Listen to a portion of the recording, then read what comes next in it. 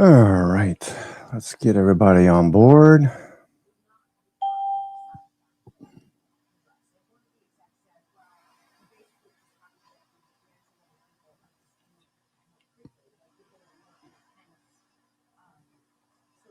ODYS. LINK.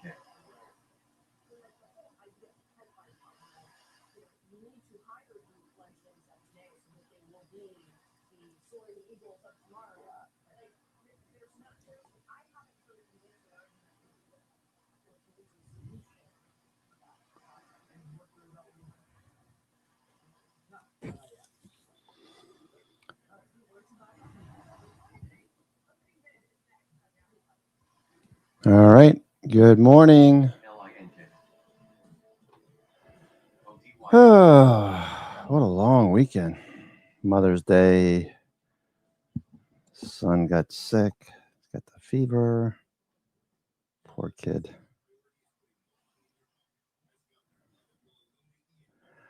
We have about 10 stocks, 15 stocks green on the NASDAQ 100. That's fluctuating. About 30, 25 or so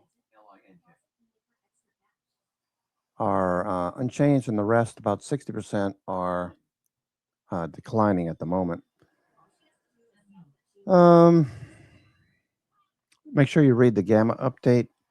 Brent has a lot to say about current market Gamma-wise with OPEX coming up and NVIDIA earnings. Okay, ASTS. A lot of these space-related names are up today. This morning, ASTS is up. Let's see. Let me go here. ASTS.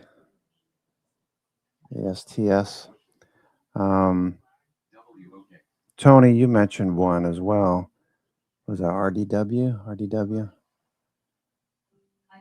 All right, let me see. RDW. Redwire. Space infrastructure.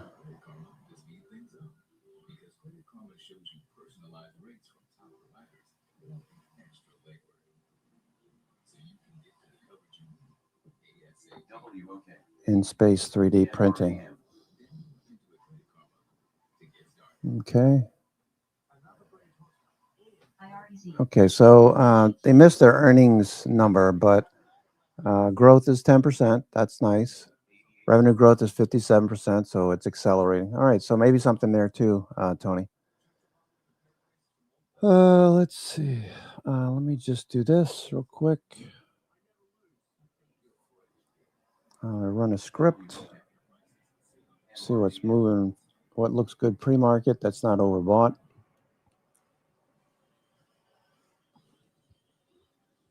We got about 3 minutes to go. 3 minutes to go.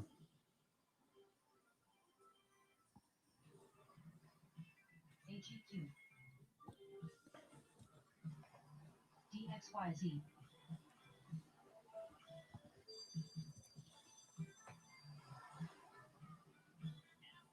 WOK.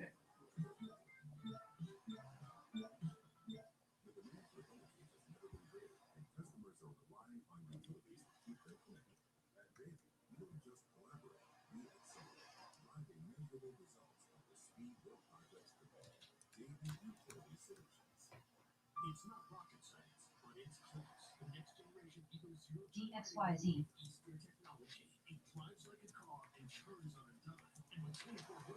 BQ. WOK.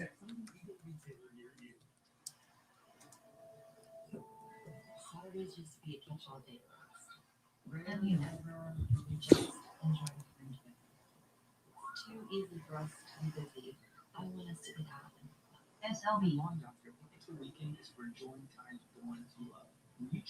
Okay. ARM is off. ARM pulled back. Intel. So we did take some profits off here and there. Intel's up pre-market, noted here. Intel. This is a scan of stocks that are looking good pre-market, but aren't overbought.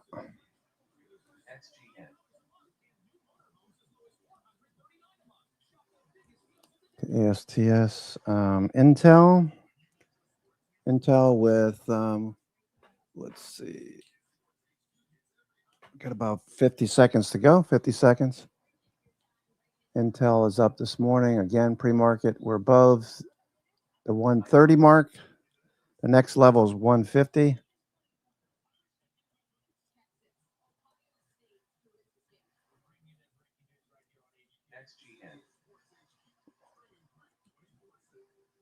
Intel. So watch Intel. Okay, stochastics is turning back up. I don't want to jump in first thing, but Intel looks pretty strong. We're about to open here, about 15 seconds to go.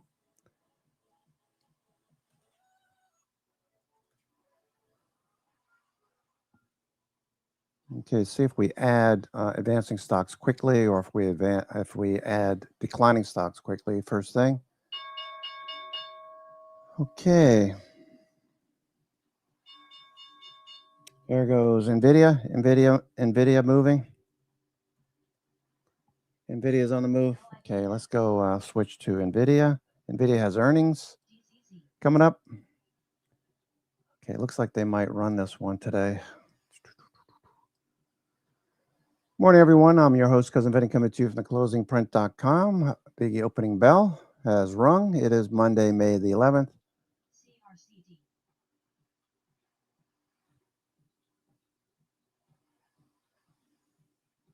IONQ.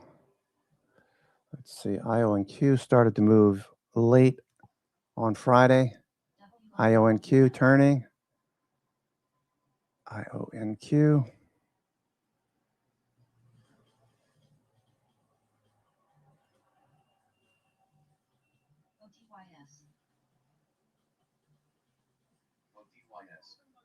JZXN, CRCD, RXO, PRSO, CAL1, RYTM, QCML, QCML has halted to the upside. TGEN, Apple turning back up. IONQ watching stochastic and RSI. RSI 1 minute chart. IONQ turning up. INOD, BFF, Okay. BFF, HYMC, GSIT, OTYS, Boeing CRCD, trying to put some sort of deal together in China. Adobe looking for that to turn the corner. Oracle, we're looking for Oracle to pick up some bulls. SPID, Get this above 195, 200. I took those options off, right? And I rolled it. Yeah, I rolled out the 200, 210. Oracle. CRCD, I did that on Friday.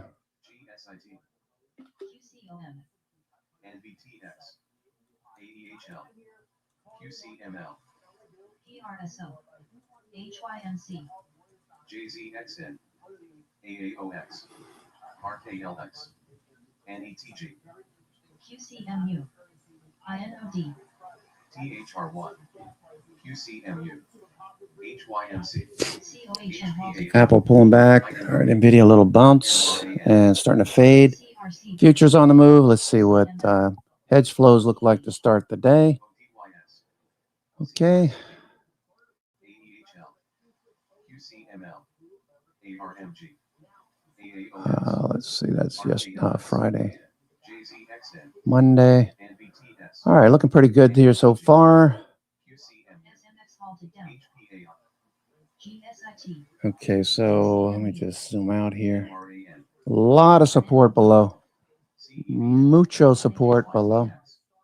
NVTX, MRAM, Support below. All right, so we could get a nice little run here.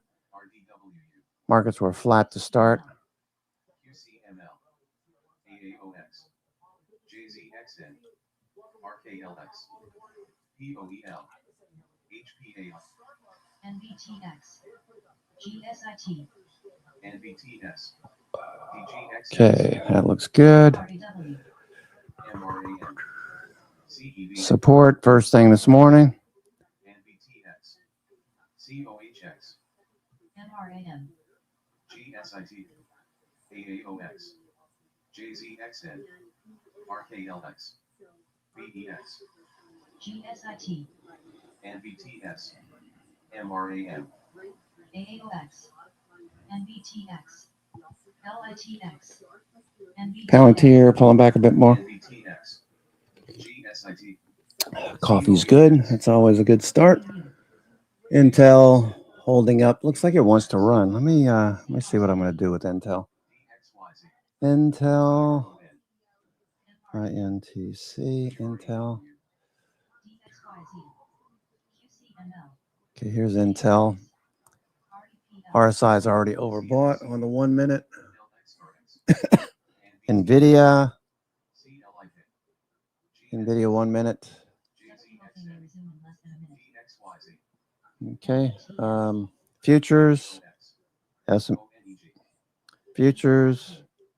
CRCD, Okay, starting to move here. Futures had a nice little dip.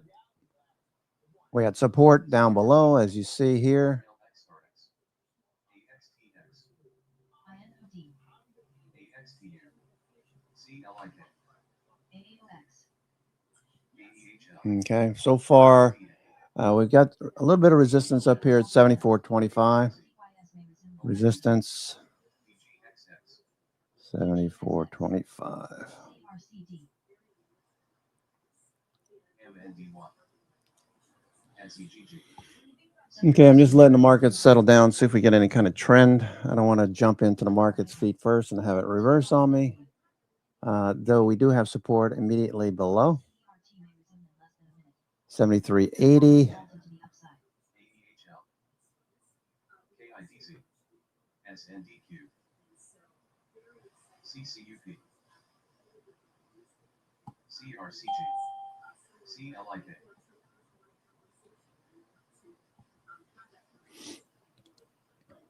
TRIS may TRAW, rise in 10 seconds. SNDQ,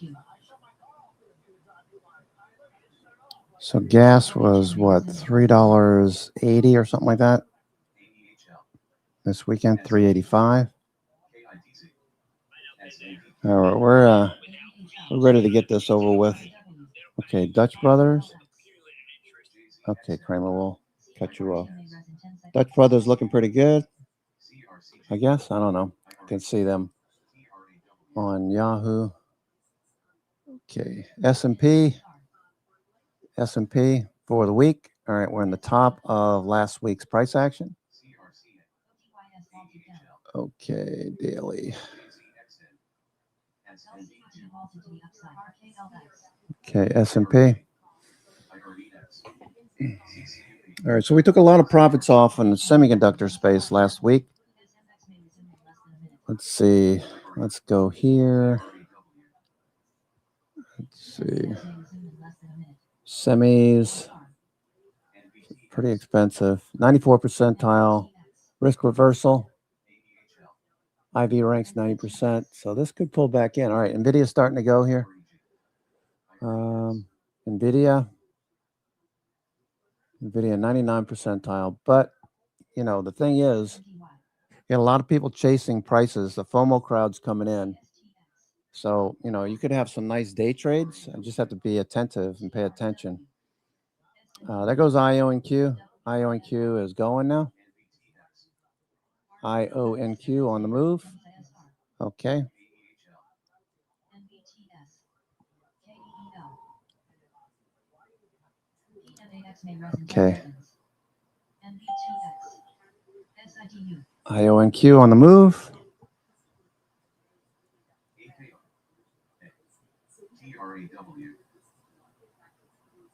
TRAW, All right. So let's get some action. Likely gets mentioned RKLX, by Jensen NVTS, when WEST, NVIDIA reports. DRTS, IONQ on the move. TS, Hope everyone had a good weekend. You mothers out there. NVTX, NVTX, Okay. Qualcomm continuation, all-time highs. Thank you, Frano. Okay, NVIDIA going as well. TRAW, Yikes. All right, so it looks like we're going to keep lifting here. Looks like we're going to keep lifting. S&P, you can see on the right, the zoom window. We're trying to push through the highs. We're pushing through 7,400. Trying to push through 7,400. Palantir is not cooperating. So I'll put that one on the side for now.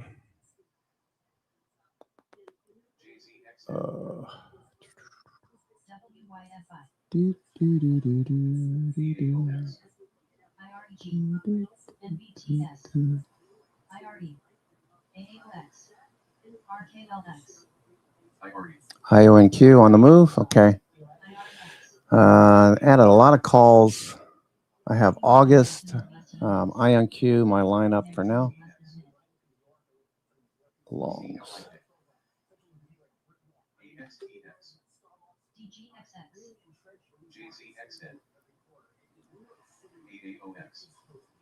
IRG, NBTS, LIG, I may res in 10 seconds. IREX,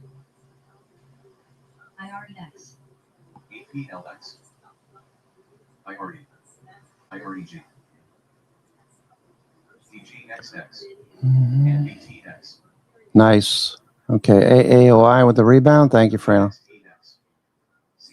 All right, so Frano's looking at AAOI and LITE and GLW. All of these optical. Okay, GLW, GLW, LITE, AAOI. All right, LITE. Okay, that one's bouncing as well. Okay, let me adjust this. Too much time. Okay. RKLZ, GSIT,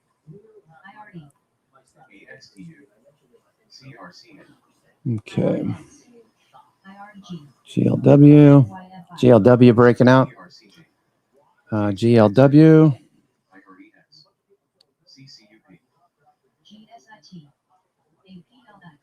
Okay, looks good.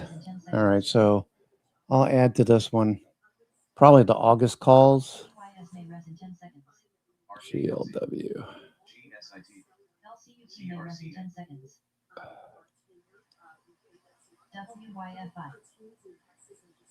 JZXN, AXTX.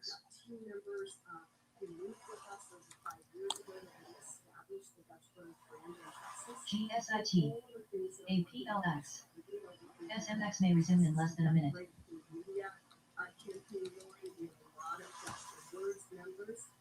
CCUP, RKLZ, NAX may resume in less than a minute. NBTS, NBTS, IONX, CRCN, AXTX, AEHL, TRAW, TRAW,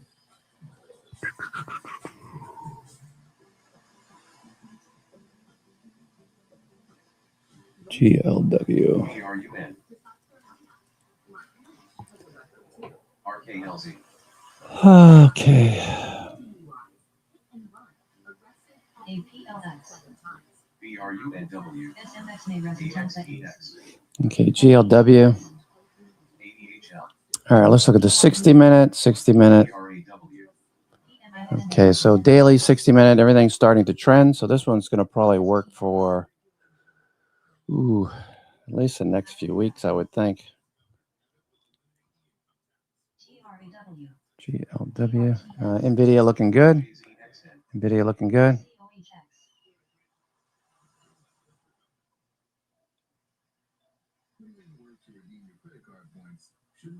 BRUN, TRAW, BRUN, AEHL,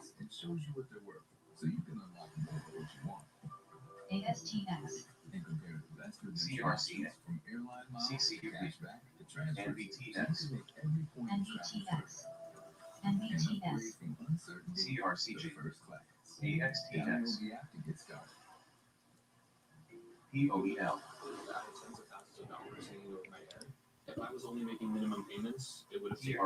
Okay, there goes NVIDIA. Okay, NVIDIA. 60 minutes. 60 minute looks good too. 60 minute looks good.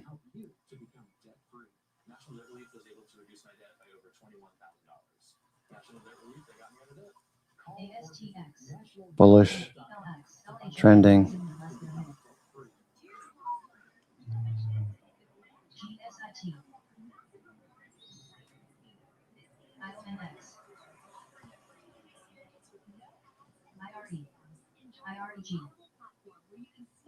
Okay, NVIDIA is about to break out here. Okay, so let me grab some more NVIDIA. Took some off last week. Let's go out 2 weeks. NVIDIA. We're a little overbought right now, but that's okay. We're about to break out, so probably going to take out some. Probably take out some stops here. There's a possibility of reversing this, so be careful. NVIDIA.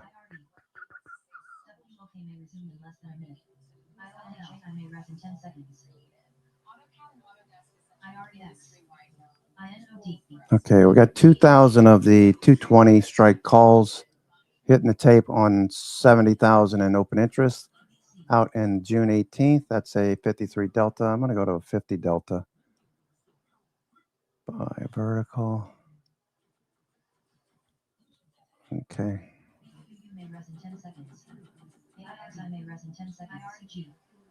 COIG.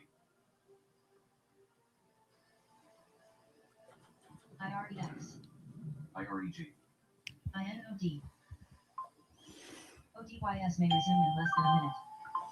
All right, I bought some June. Bought some June 222s. NVIDIA. Starters. I want to see if this follows through and breaks out. Let's see what the 1 minute. 1 minute's a bit overbought. Could wait. I'll add to this on if it dips a little bit. This could run and just keep going. Futures are rising pretty rapidly here.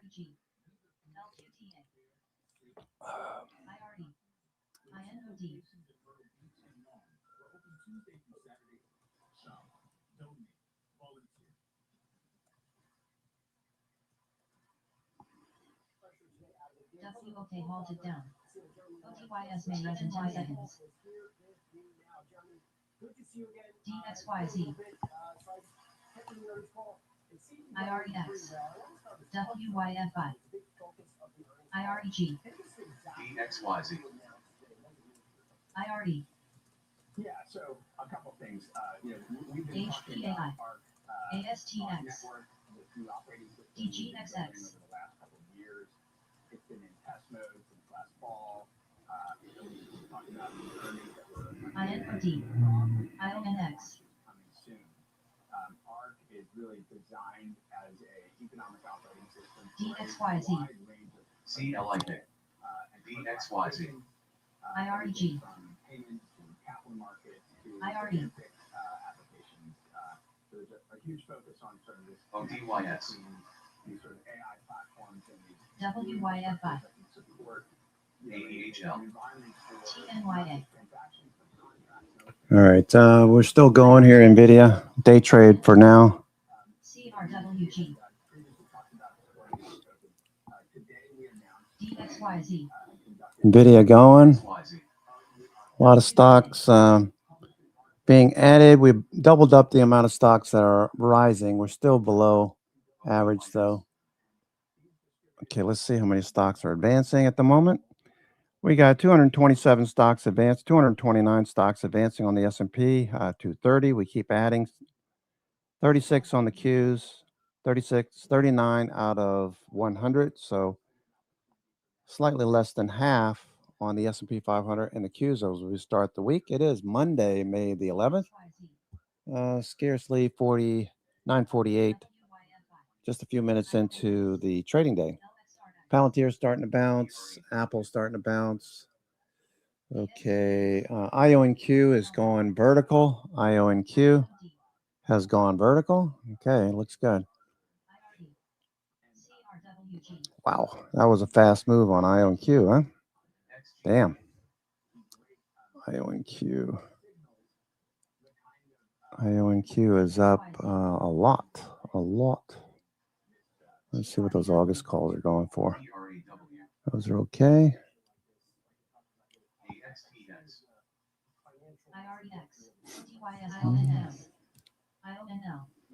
Okay, I have 50-60 call verticals. So at the 60 strike, I have to do something. I have January and August calls. I posted that in the room a few minutes ago. January 50-60 call spreads.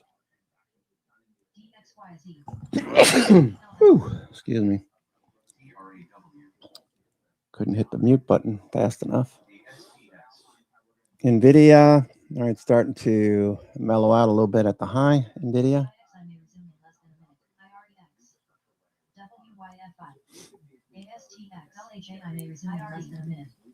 A lot of these space related names, Rocket Labs, again, higher. Little dip here, or Rocket Labs. Should I do something with Rocket Labs? Or should I do it with Firefly? Firefly dipped. That's probably the better opportunity. If these all are going to move. Got an inside day on Firefly. Can it get back up to the highs?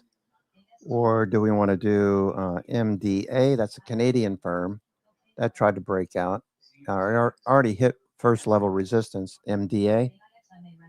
MDA Space, that's a Canadian firm. That's on the watch list.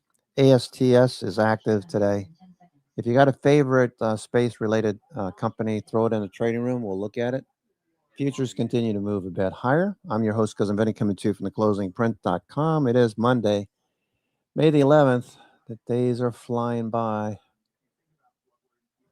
30 days. My son will be 16. Can't believe it, man. Oracle. All right, so a little flag, a little bull flag on Oracle.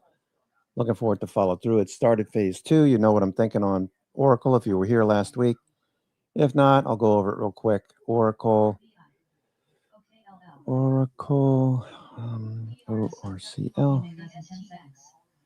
Oracle. All right, Oracle's broken the downtrend. That ends phase 4 as accumulation institutions pick up shares. It no longer makes new lows.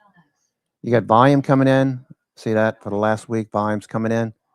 We made our first dip to the 921 day. 9 and 21 day is up and to the right. 50 days starting to turn up as well. We're about to press, check the 200 day overhead. Phase 2 markup has started. That is the longest phase. I'm looking at this for the next year, 2 years. Oracle, they've righted the ship.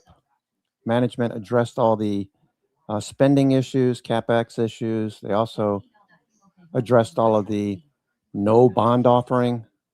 Don't do any more bond offerings, basically, because they were offering too much out there. Investors wanted them to slow down on diluting their gains. So company addressed that as well, among other things, management-wise. And yeah, it looks like it's on its way back to the 300 level. Probably gets to about 220, 230 by, what is this, middle of May? Probably by, I would think, July. Technology tends to be one of the faster or the best sectors to trade seasonally, XLK, during the July months, during that period. Okay, here's May, June, July. These tend to be good months. Okay, if we go out and we average over the last 20 years, you can see who wins out. July wins out. So we want to be thinking at least long into July. And then August, maybe we'll take a little profits, reduce a bit, knowing that it's probably going to continue to move higher. Maybe we'll adjust the way we're trading it. Right now, I have ORCX shares and Oracle calls. The calls are doing very well. Okay, so IONQ is ripping. Oh, IONQ is blasting higher. I think it's bullish. I think it's bullish right now. Ooh, look at IONQ. Somebody said something. Let's see what's going on here. IONQ earnings, call highlights, YASX and IONQ in the quantum space. Okay, so there's got to be more news here. What's doing with IONQ? Let's see.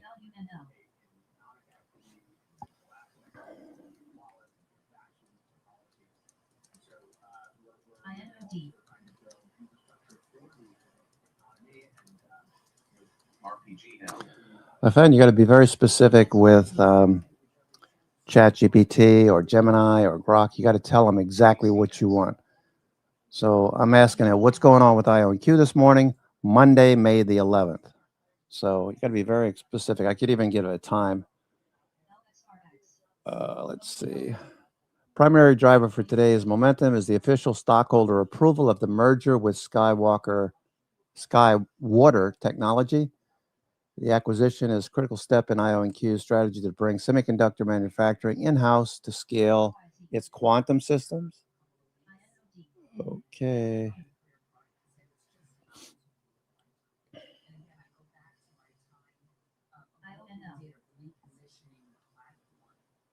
Okay, so we already had a position. This one's looking good.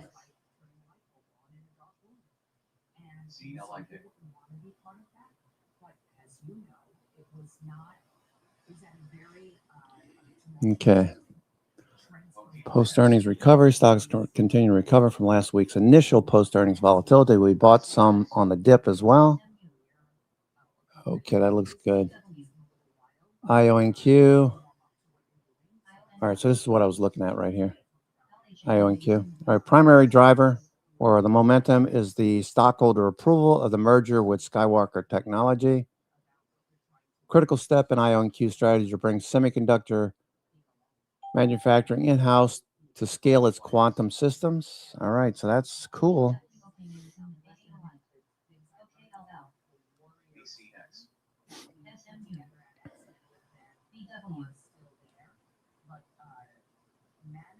IONQ. Okay. Let's see. IONQ, back to IONQ. Holy smokes. This is really doing well here, eh? Mm-hmm.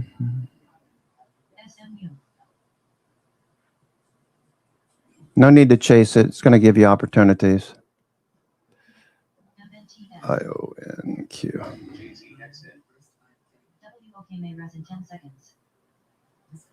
LHAI. FJET.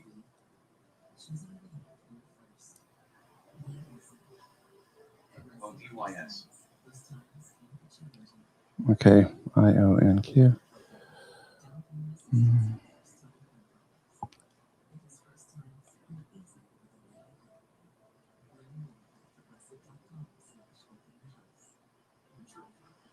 JZXN. IONX. IONL. INOD. LHAI.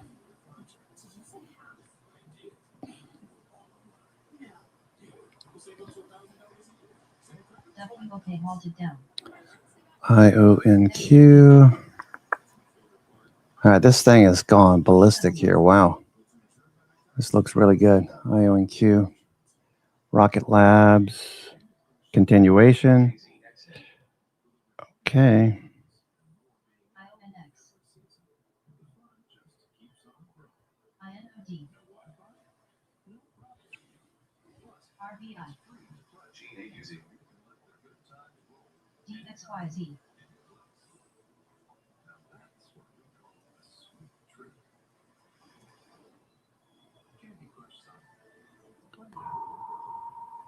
BW. JZXN. All right, so IONQ, nice breakout there. Futures turning back up. New York things are mixed. IONQ. DXYZ.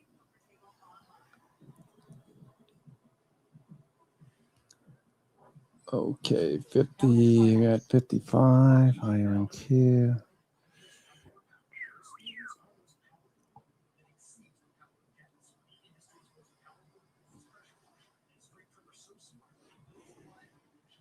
Okay, Palantir's starting to turn as well. Oracle with a nice bid.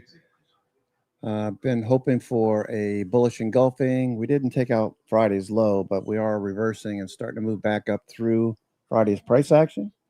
NVIDIA fading off the high.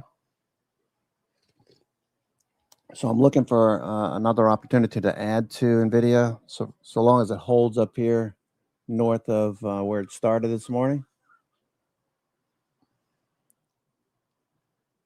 Okay, Baker Hughes, GLW breaking out, GLW. Bitcoin, what are you doing, Bitcoin? All right, so you saw the news over the weekend, I assume, that there's a strategic Bitcoin reserve bill in Congress. If it passes, it'll mean that the U.S. government is going to start buying Bitcoin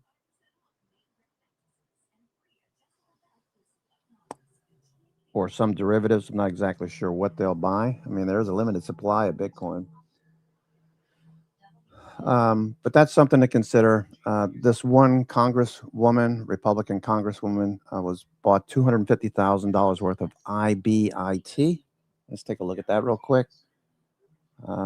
Undoubtedly, that'll catch some attention if people are not asleep at the wheel. Here's IBIT. I have BITX two times Bitcoin. We're looking for Bitcoin to continue to recover. Many of you are looking at Bitcoin to get back up to recent highs, all-time highs, if you will. Okay, weekly. We got a long way to go. 50% retracement would be right around 100K. So another, 18,000 points would be good. IONQ at the highs, starting to struggle a little bit now. Looking good. IONQ.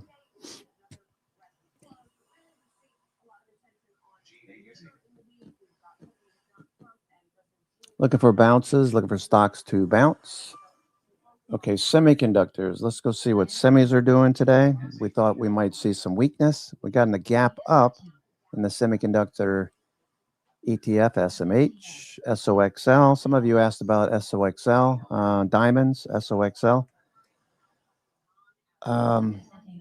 We gotta assume bullish, at least bullish, or at least support for price action into NVIDIA earnings. After this OPEX and then NVIDIA, things get a little bit more dicey. So just go with the flow. If you're holding on to options and looking for upside, more than likely we're going to continue to see upside. I don't see any deep discounts coming in. There goes Apple starting to turn now. So SOXL looks good. I bought some DRAM last Wednesday. That's gapping up again. This covers the Microns, the SanDisks, the Western Digitals, the dynamic RAM that all the analysts are talking about, being bullish and, lack of supply, though, Marvell and companies like that are producing. Micron, what's Micron doing? So, their backlog basically. So that's, they got customers into perpetuity for now. Perpetuity being the next time we hear any updates on how they're progressing with production. So that's a good problem to have. A lot of us thinking the same thing. This is getting so crazy. How far can we go? Well, either you play it or you don't. You can find ways to play it where you're not exposed to one name. Like I like DRAM, DRAM, the ETF. There's probably other semiconductor. I know there's other semiconductor ETFs that are something you might want to take a look at. Let me do this. There was one I was looking at over the weekend. I forgot to put it on. It's probably on the extended list down at the bottom.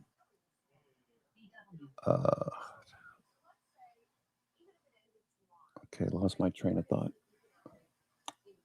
IONQ, DRAM. No, it wasn't that.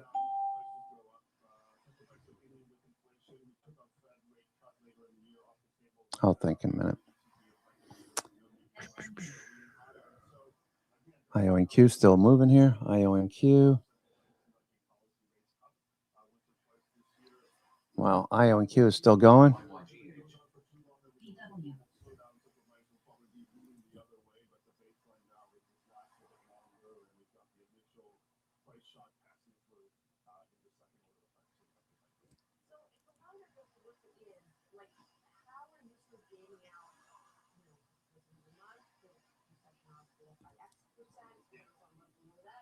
Okay, S&P. S&P hedge flows. All right, market's moving higher. Hedge flows are dropping. All right, so you can see that this level up here has grown. Right, it wasn't that big at the open that I recall. Okay, so we had about what? We had about 878 million at the open. 878. Now we've got 2 billion. All right, so we doubled that number. All right, looking for this to turn. Okay, looking for that to turn right there. Looking for hedge flows to turn up, extend this move. S&P 100, S&P 500 above 7,400. Looking very strong. IONQ still going here. S&P 500 looking good. Oh, that's what I wanted to do. Okay, let me just check this real quick.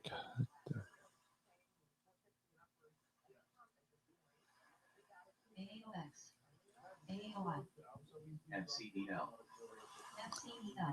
S&P.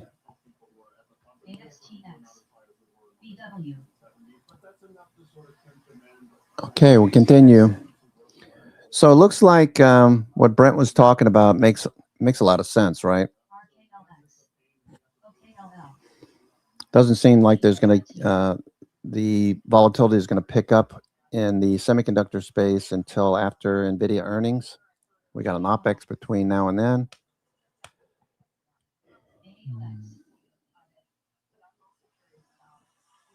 Okay, OPEX for the month is this Friday, the 15th, and NVIDIA earnings are next week, Wednesday, the 20th. So we got OPEX and then we got NVIDIA. So what that tells me is that I'll give the benefit of the doubt to my longs. I did take a bunch off, a bunch of profit off. I kept some positions on because I want to participate. Longer term positions like Oracle, not really that concerned about, watching it from time to time. IWM, we're looking for IWM to lead. Okay, there goes IWM, Mondo's favorite. IWM is leading. Leading Mondo.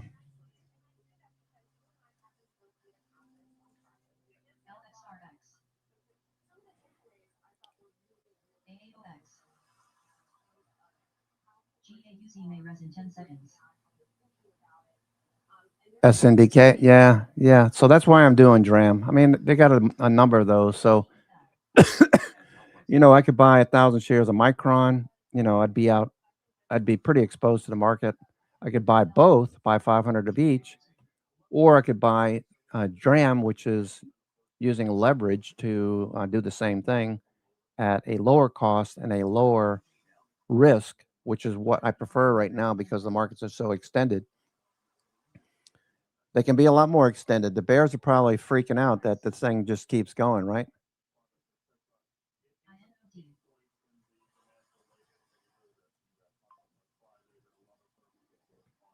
Yeah, Tony, I like it. Anything space related. Yes, sir. You're welcome.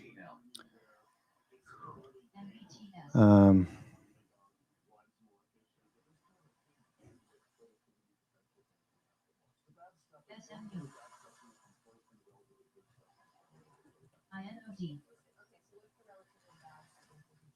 Right, but the job loss with spending and the pain and all that kind of stuff. But Okay, LL. enhancements and new products and exploring and GAUZ NVTS. Okay. All right. So New York Fangs are looking better. I'd like to see Tesla and Meta pick up a bid, but IONQ is just steadily climbing here. IONQ. Okay. IONQ. NVIDIA, a little dip there on NVIDIA. IONQ. Don't know how much more we're going to get out of this. But, we got plenty of time. I think what I'll do is I'll keep what I have on, Andrew, for those of you that are in IONQ. I'm thinking about, okay, should I take profits here? I mean, we had a dip. It got bought, right? So let's analyze this a little bit. Don't want to go blindly into the abyss, right? So here's IONQ. On the daily, we had Bollinger Bands starting to tighten, right? Which was telling us we probably would stay right near the 200-day. That was until today. So we get this news. We get this news that IONQ got the approval from the stockholders out there to acquire Skywater Technology. That's a big plus. They formally approved the agreement on Friday. We're following through, and we had a dip back to the 21-day. So revenue, let me just see what they say here. Manufacturer scale. Okay, so Skywalker merger allows IonQ to fabricate its next generation 256 qubit chips. Okay, and they're likely going to be working with NVIDIA. I mean, we know that they're partnering with NVIDIA, so.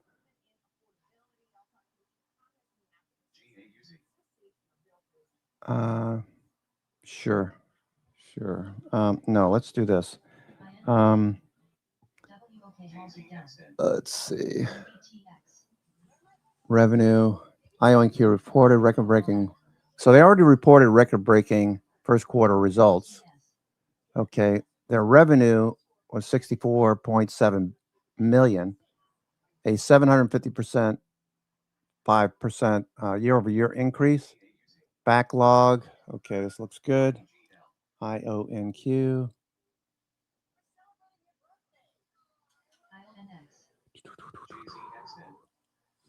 Okay, this looks pretty good, right? Yeah.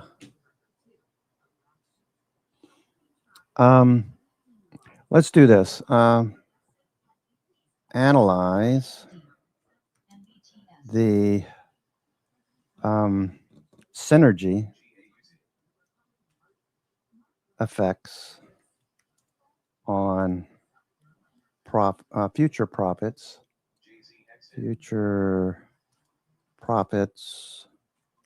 and sales as a combined entity. Okay.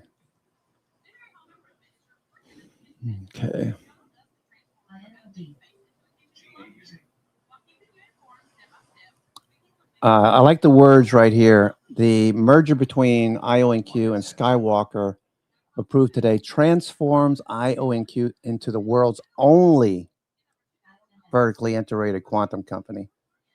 I like that wording. That wording is really good. You definitely like hearing that kind of stuff. Okay.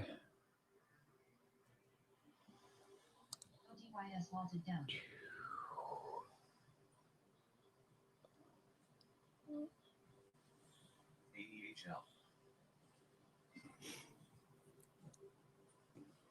YSS. Combined, they're talking 865 million. Pure Play Foundry, 2026, 600 million. Wow.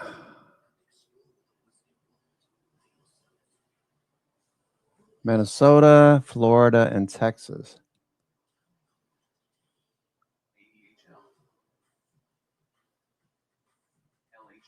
Yeah, this company is going to be the next NVIDIA. A lot of people are talking about that already. If you do any research on the fellow I mentioned last week, symbol U, ticker symbol U. If you YouTube search that, look at it at lunchtime when the markets slow down a little bit. He does an analysis of IONQ, D Wave, and Rigetti computing. IONQ by far is the one that if you want all three, that's fine. But I would lean towards IONQ, and I'm talking long term. So the build out, we talked about that as well. The build out in AI, we're in the 4th year out of 15 years of the planned build out of the AI global infrastructure. Okay. And we're going through certain phases at the present time. We're in the phase where they're building these huge data centers. You know, all of these ancillary companies like generators for power, however they're associated. Mondo likes iron, you know, they're producing power. There's also the physical companies like Caterpillar. Let's take a look at Caterpillar. Okay, we don't get too bogged down here, but Caterpillar, Cummins engines, Caterpillar, CAT, Caterpillar. All right, consolidating. So Caterpillar will be something that, you know, we'll look to get into on a dip. I don't have a position right now, but this is what I'm looking at. Okay, we had this recent little pullback here. Okay, so I'm looking for, you know, as you break out, you take the depth of the cup, okay, and then you extend that above the breakout, and you can see we're approximately the measured move already. So what does that mean, Vinny? It means that I'm looking for another consolidation. So probably up here somewhere we're going to consolidate, and I'll be looking to get in to Caterpillar, since I don't already have a position, somewhere in the bottom of this cup, somewhere in this zone, right? And then look for it to follow through. Now, Cummins also produces these big bus size generators. Okay, Cummins International. They look very similar breakout. Generac, GNRC. So I'm talking about longer term. All right. So if you buy a little bit of this, whatever your portfolio can support, if you like the idea, you know that the grid is archaic and we need to build out the grid. So there's companies that are building out the grid, but that's not really affected by AI. It is affected only in the sense that these companies like Microsoft have to come up with other ways to power their big data centers because regulations are not allowing them to just tap into the grid directly. Yeah, Constellation Energy, that's down right now. But Generac, okay, these power generation type devices, generators, is a good way to get into the picks and shovels. You can get into the picks and shovels by buying the optical connector companies like LITE, GLW, Corning, AAOI, among others. All of these look bullish, most likely will break out. The key here is, all right, so we are consolidating. You've got Bollinger Band, so there's no hurry with this one. As soon as it breaks above 192, I would put a alert at 192. If it breaks above 191, you'll know. Because the rule of thumb here is when you get a Bollinger Band squeeze, you look at the high before the next squeeze breakout. So this little high right here. You could also look at this 173.40 because technically you look at the high before the squeeze. In this case, we have a higher high, but it didn't break out. So I'm looking at both of these numbers. So if it gets above 173.40, you could start to buy there. Add if it breaks above 192, put a alert here at 192. Breaks above that, then you can add to your position. But know that you're probably going to sit here for a while until it decides to break out. And volume picks up like it did back in April. Okay, so that's AOI, LITE. Okay, so the high into the squeeze. Okay, we're starting to take that level. GLW's already taken its high out. Okay, so there's the squeeze. Those are the highs. You got another high. We dipped a little bit, so we're taking that out as well. So this looks really good. The volume tells you everything you need to know. Who's buying? Who's chasing? Okay, obviously the accumulation occurred with institutions buying. That's pretty obvious. You know, you're talking 100 million shares trading hands in like 7 trading days. We break out, Bollinger Bands open up. Whenever you see Bollinger Bands move away from each other quickly, that's telling you a fast move as implied volatility for the stock blows up. All right, so this could take a while. This could run like the last time it squeezed. Look how far it went the last time it squeezed, from 93 up to 161 before it decided to slow down. Okay, so this is technically, let me just zoom out a little bit. Let me zoom out a little bit. I want to say this is technically stage 2 on the breakout. Let's just see here. All right, yeah, so you have a base. Well, I got to really zoom out even more here. Okay, because stages reset when a previous base is taken out. All right, so in this case, we had a base up here at the highs. We drop back down into a 36. So this resets. This becomes stage 1 base, stage 2 base, stage 3 base, stage 4 base on the weekly.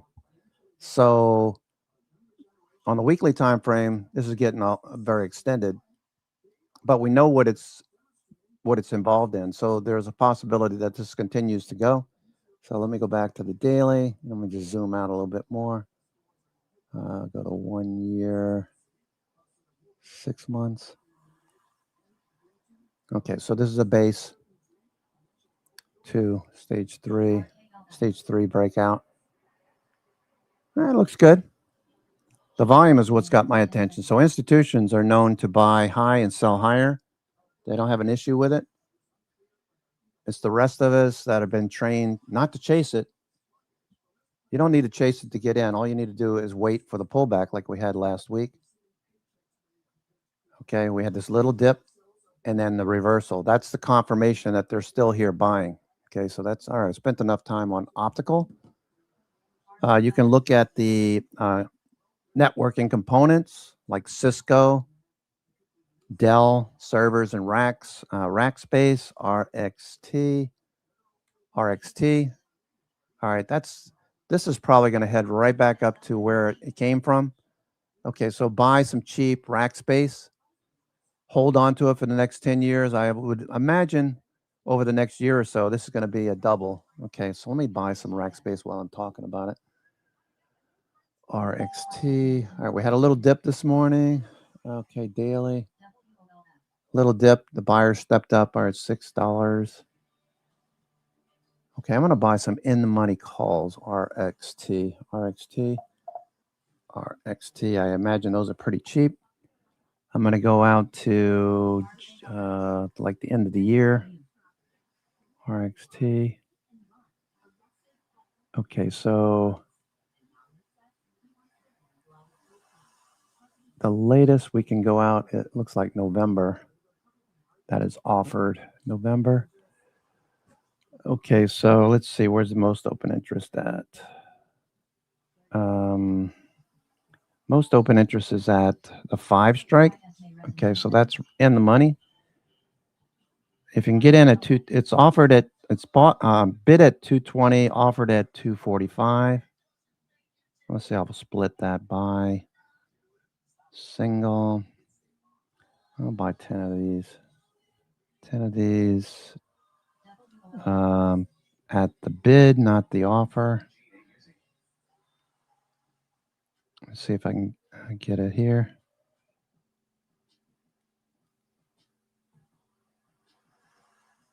All right. All right, I got in at 230. All right, so I bought some rack space. $5 calls. Okay, this is infrastructure. Picks and shovels. If you guys are interested, okay, so RXT, rack space, Now, I don't want to delude myself. I don't want to assume that this is still the same company that it was when it was trading much higher. Rackspace, multi-cloud technology services company. All right, so let's see here. Rackspace, RXT, leading end-to-end hybrid cloud and AI solutions company. We design, build, and operate customer cloud environments across all major technology platforms. Irrespective of technology stack.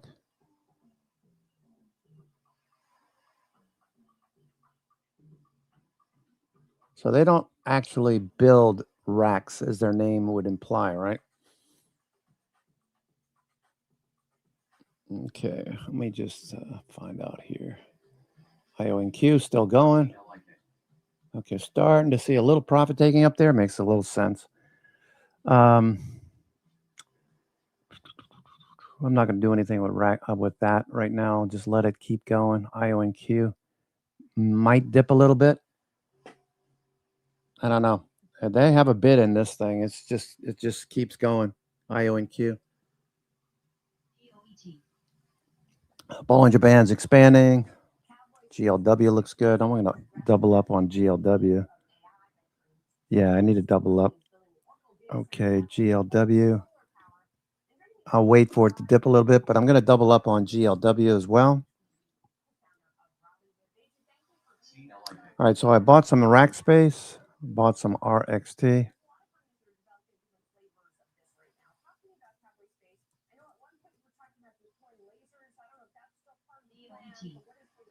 $2.30 filled. I'd go as high as $2.45, I guess.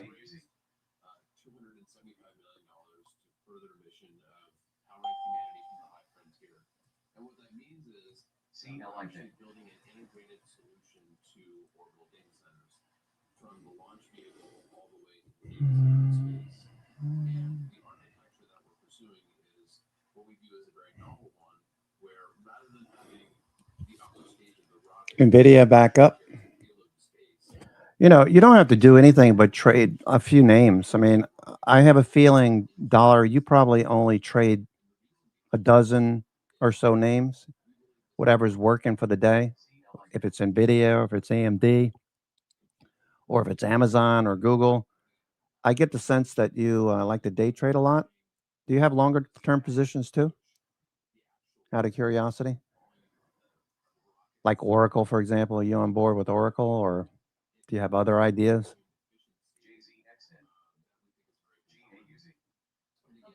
Yeah, Riot's trying to transition to data centers. Joel, you've been on the ball, man. You know, you keep bringing all these good ideas.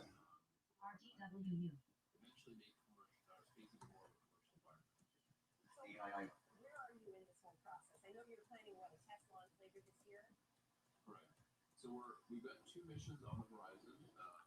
First one is for later on this year, which JZXN is going to Okay. MASK lasers.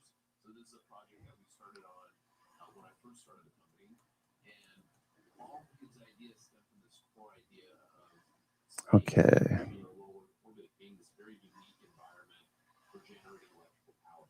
And so whether we started out doing this for power beaming, collecting power in space and transmitting it down to the ground, we're actually using the energy from large deployable solar arrays in orbit. OTYS may resume in less than a minute. JZXN. Okay, let's look at, IONQ starting to show some profit taking. Okay, IONQ.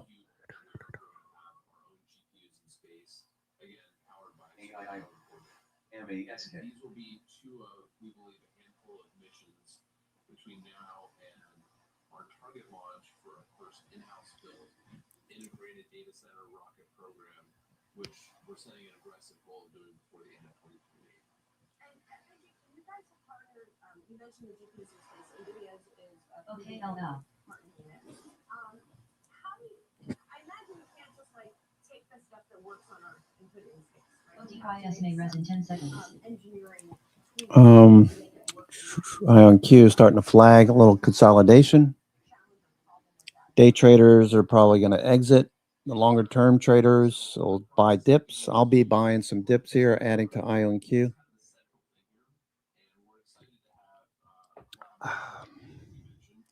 Okay, so we've added quite a few stocks. We're still shy.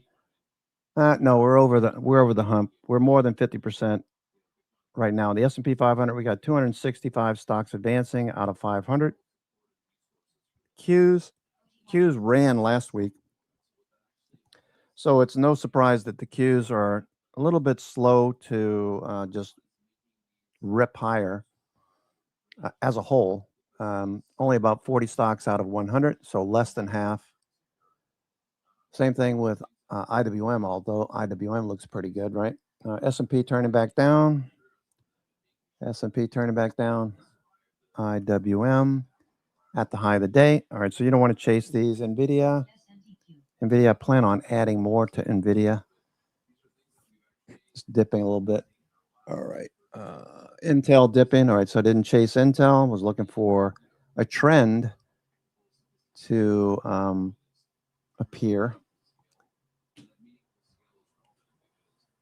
All right, the 60-minute. This is probably going to consolidate, I would think. We'll see how it reacts when it pulls back a little bit. Futures pulling back as well, so no need to chase anything. You got stocks that came off the low, like Palantir. Okay, looking for Palantir to get above the 50-day. So we got buyers down here. They're supporting price. The bears can't push it down much more, it looks like. So this needs to turn back up. IONQ, though, that's looking really good. Netflix, took Netflix off the watch list because it just wasn't performing. We'll have to get this to start trending again like it is over on the left side of the screen. Pretty clear as a strategy why you wouldn't be long at the moment, okay? You're looking for this kind of price action over here, March, April, on the run-up. The 20 MA supports price. Not over here where the 20 MA acts as resistance. So once this turns up, it's going to be very obvious. It looked like it was going to do it at the end of April, but that failed. All right, the true trend continued to move lower. So institutions are trying to pick up shares a little cheaper, it looks like. Okay, RSI is oversold. MACD, everything is ready to go on Netflix. So keep it on your short list. I know it's been a dog. I still have a position in NFXL shares. So I'm looking for that to do something. Oracle, watch what Oracle's doing. Micron, 770. Okay, we're down at the bottom of Friday's price action. Micron. Oracle, inside day. For now, we're inside the lower half of Friday's price action. So no need to chase Micron, or no need to chase Oracle. Oracle is going to make higher highs and higher lows. So we had higher highs last week, a little dip, 2 steps forward, 1 step back, makes sense. So don't chase Oracle, wait for your best entry. Look at other stocks that are breaking out currently, like GLW. Okay, can it hold on to the gains? Okay, no need to chase up here, wait for RSI to get back down. Same thing with any of the stocks like NVIDIA. Okay, RSI is back here. All right, so David, I know you were talking to me about the 1-minute chart over the weekend. We're near oversold. Now, the first thing I do, okay, I'm looking at NVIDIA, right? So NVIDIA is in an uptrend. That's clear. It's bullish. RSI is rising on the daily. Okay, so step one, it's in a bullish trend. So I'm looking to buy dips if stochastics is rising. It is. MACD momentum is clearly there, and volume supports a long setup. Now, with a 1-minute chart, what I would do now is I go back. Of course, I would always check the 60-minute. That's trending. It's dipping a little bit. So because stochastics is pointing upward, I hate using the word literally, but it's literally telling us look for closes in the upper half of the daily range. Look for closes in the upper half of the daily range because it's bullish. All right, so the 1-minute chart, we're looking for the dip. The probability that the dip gets bought once it gets back to down here is pretty high. So we're already starting to get bought right now and making a higher low. So that's just one example, NVIDIA. So what would I do? I'd probably buy a 50 delta call. Although it's because of the time at 10:30, I don't know. For me, it's not the best time. So I'd rather catch an early run up when it's at 50, RSI is at 50, and it peaks very quickly, gives us a sell signal, and we can get off. Let's see what happens here. NVIDIA.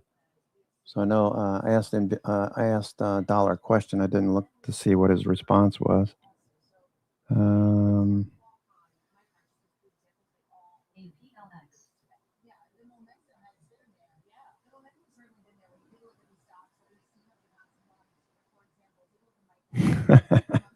It wants to no longer underperform. That's pretty funny, Derek. Okay,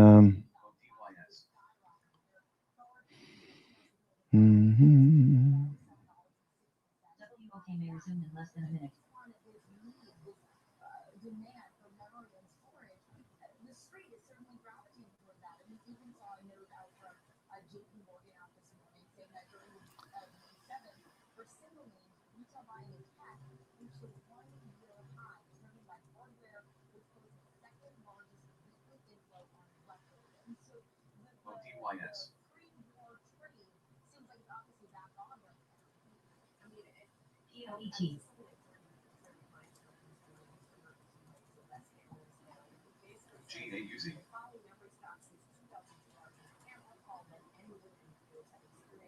RKLX.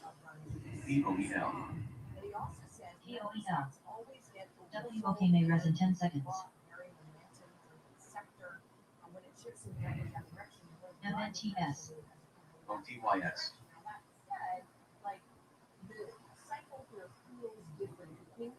BlackBerry and NVIDIA are collaborating on safety critical AI systems for robotics, industrial machines, and autonomous platforms.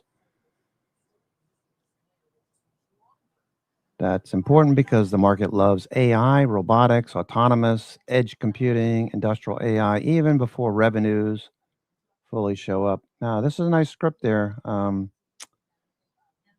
Joel.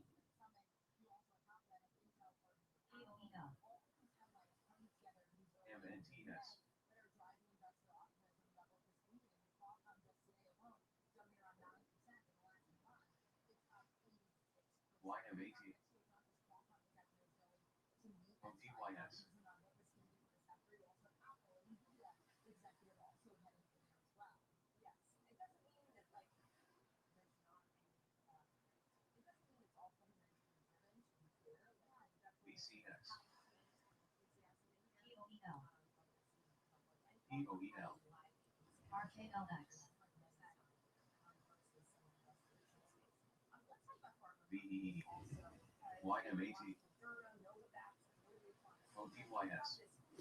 Okay, so let me take a look at Riot. So NVIDIA is not giving us a follow through yet. 1 minute chart.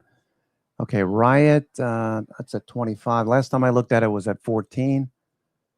No, at 18, 19. Yeah, all right, it's breaking out. Riot. It does have, Bitcoin does still impact it from time to time. Okay. All right, we're trying to get through the 200-day. Tried to do that yesterday. 21-day, 50-day. Okay, Bitcoin's starting to turn. Riot looks good. Okay. IONQ looks like it's going to go again.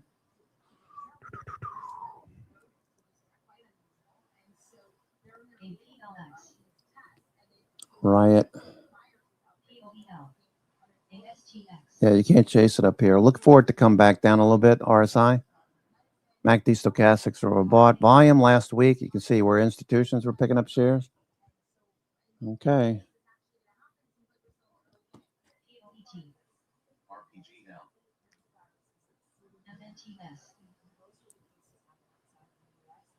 LITX. NBTS.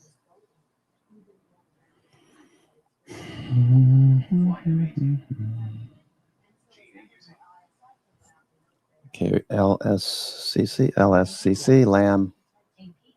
A Lattice Semiconductor, looking for that to break out of this squeeze. It's grinding along the upper bands for now. Lattice Semiconductor. NVIDIA is just kind of hanging out right here. IONQ wants to keep going. IONQ. Wow, this is really good. IONQ. YMAT. GAUZ. JZXN.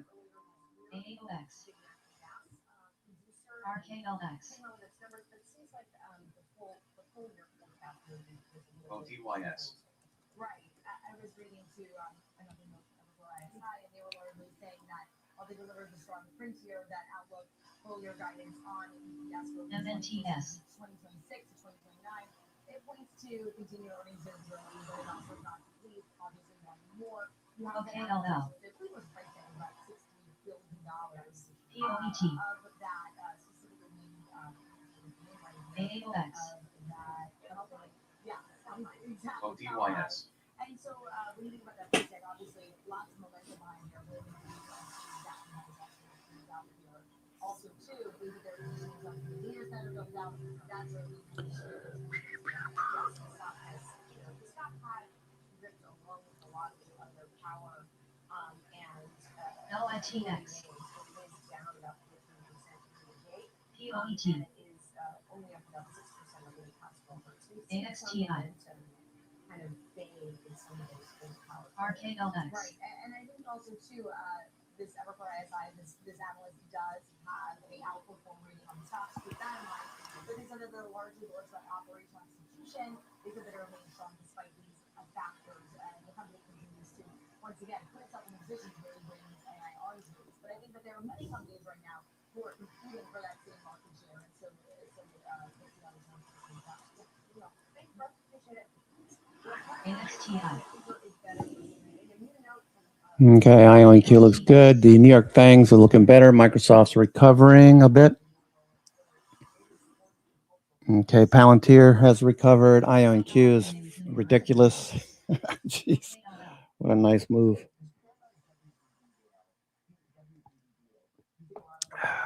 NVIDIA, looking to add to that when I bought some NVIDIA calls. Posted that in the room, NVIDIA.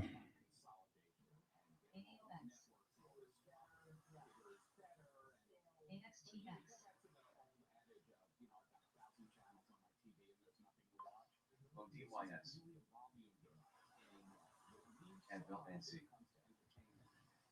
FLNC.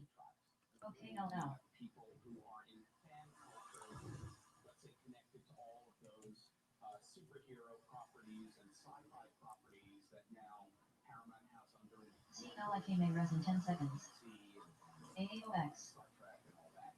But that's only like 8% AXTX. are those fandom type. IONX. SLNH. OTYS. FLNC. OKLL. To stay on top of the news, especially in election years like this one. CLIK. We're going to have coming up. FLNC. They're going to go as the window IONL. in terms of where the hottest cultural moments are. AOX. If you're Paramount, having a certain number of AXTX. YMAT. OTYS. IONX. FLNC. That's not happening in traditional streaming. It's happening in places like YouTube.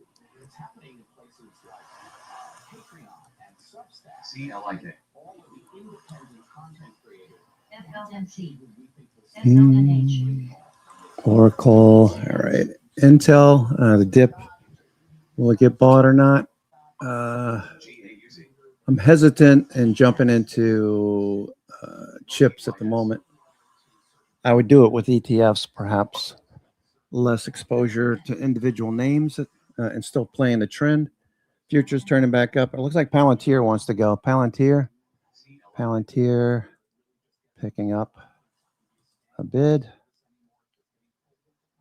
Palantir picking up a bid. All right, let's go see what's actually doing the best. Okay, we got Qualcomm, new all-time highs mentioned by Frano at near the open. Qualcomm I have no position in Qualcomm, so I'm not going to chase this up here. Western Digital, WDC, Western Digital. Okay, breaking out. Okay, I have DRAM now. Okay, I bought that Wednesday last week. This is doing well. Look at the volume coming in here. So more and more people are doing exactly the same thing, accumulating shares of this ETF.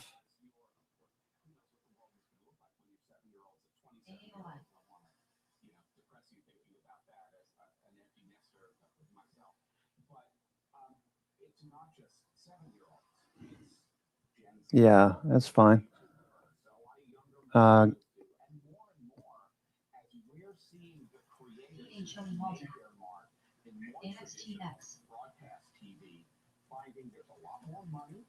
Yeah, I wanted to buy a dip, Mondo. So Iron, maybe this is something we'll do with some of the gains. Okay, it looks like a cup and handle. Iron looks like handle building.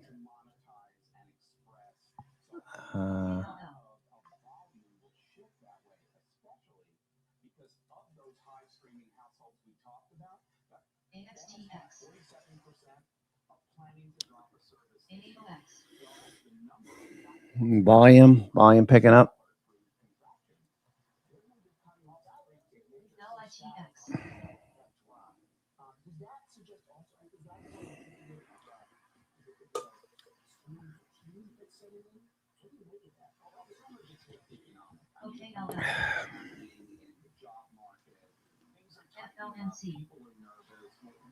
Okay, so Iron looks pretty good. Iron. Anything related to AI that's not an actual chip, whether it's the racks, systems, or the software and infrastructure and the actual workforce to help implement. You got the cabling, the fiber optic cabling, GLW, LITE, AAOI. You got the FIX, the AC, the HVAC portion of the build out. Okay, that's going to keep trending. You'll probably look at this a couple of years from now, maybe once it dips a little bit, and this will be probably a split, 10-for-1 split or something like that. But, this started showing up on the IBD 50 like 2 years ago, it seems like. Let's see. Let me just ask the question.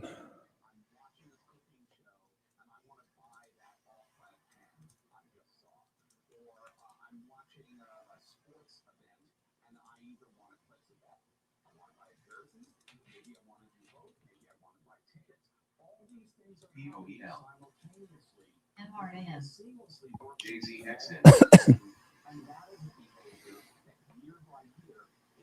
June 5th of 2024, it looks like. All right.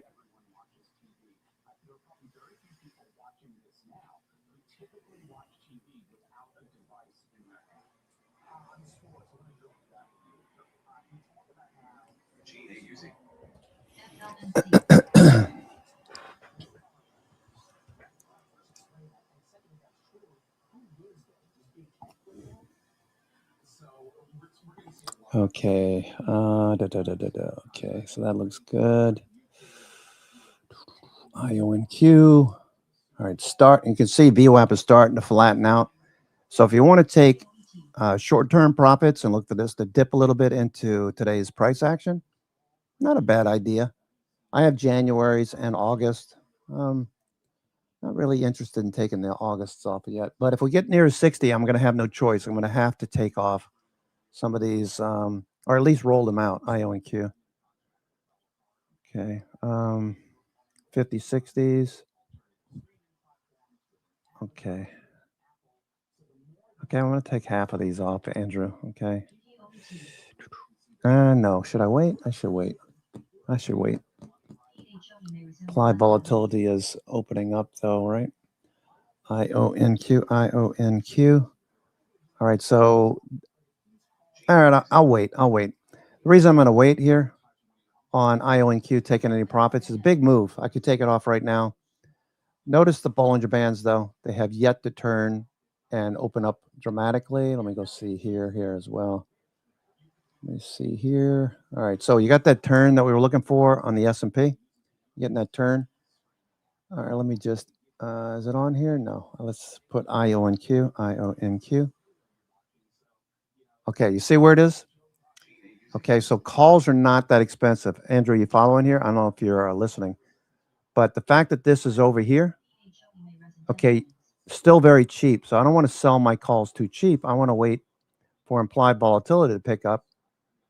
It's currently at 1 month volatility is at 40%. That's slightly cheap relative to its history. You see that second to last paragraph? 40.63% is 52. It's of its 52-week range, indicating slightly cheap IV. All right, and we can see that in the price action too. Okay, so hopefully this makes sense. The reason why I don't want to sell it, I mean, it's easy to just say, okay, when can I sell it? When's the best time to sell it? It could pull back, but implied it's cheap. So people are going to buy the dip. So that's what I want to do. I want to buy the dip. I got plenty of time. If it gets near 60, I'm going to have no choice, though. I'm going to have to take those off and roll them out. That's like February or whatever. Broadcom turning up. Broadcom. This is, yeah, Broadcom, AVGO. Okay, squeeze here. Broadcom. NVIDIA looks like it wants to keep going. NVIDIA has the best of everything right now, really. You've got earnings slated to, a week from now. You've got OPEX this Friday. Likely won't be that much change in the indices. Indices are probably going to hold up in this area somewhere. Unless there's some sort of black swan event, of course. You can never plan for that. But as far as, volatility, the way it's set up, they're not planning. Doesn't look like institutions are planning for any kind of big dip. Okay, you can see that here in the update this morning. So it's not until NVIDIA earnings. You see this implied volatility that spikes to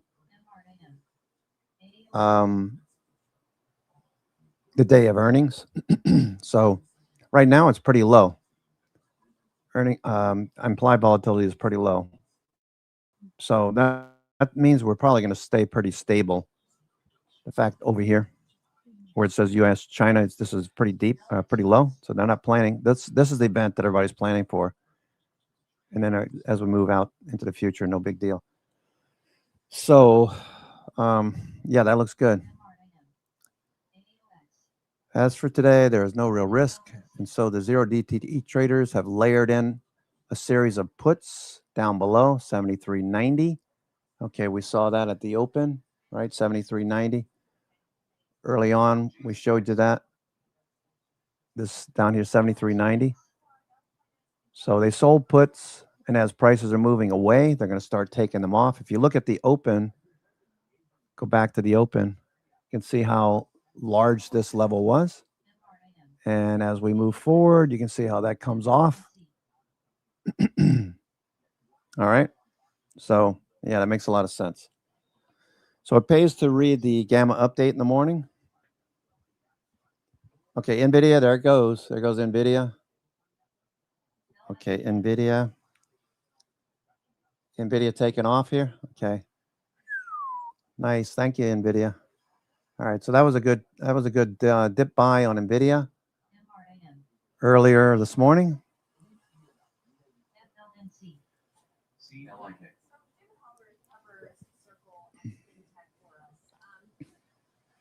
Broadcom, Apple turning up, Microsoft trying to do something.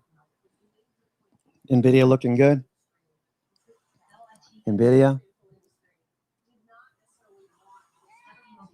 USD upside.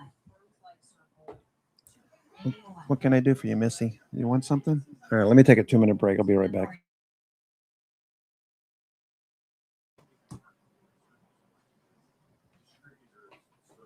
AOX. POET. COHX. FLNC. LITX.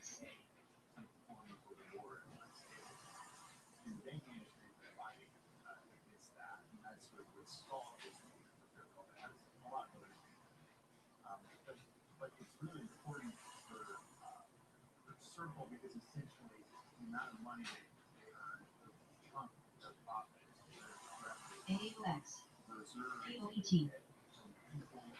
COHX. AOI. these things, these incentives, based on the platform LITX. growth drivers and options. Well, and like you said, it's also necessary for their new architecture, right? To be able to get it on blockchain. And that just was BOT vaulted.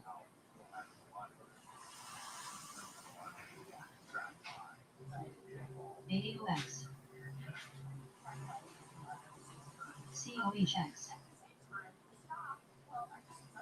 AOI. LITX. ERSO. LABX.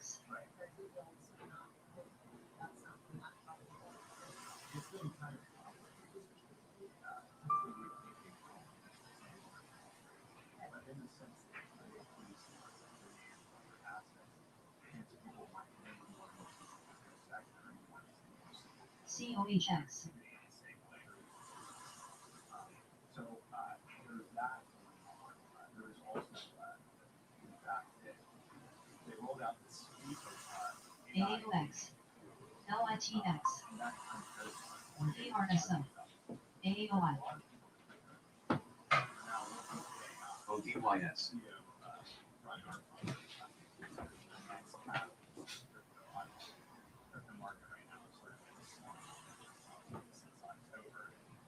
And then they also announced it's pre-sale for the March launch.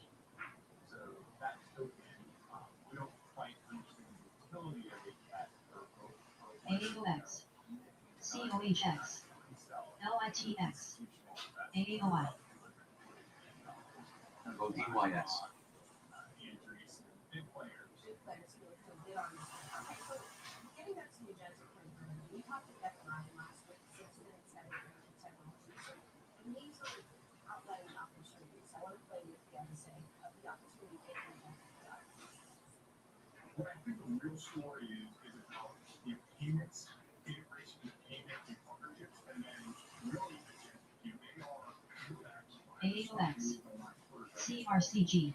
LITX. AOI. RPGL. OTYS. CCUP.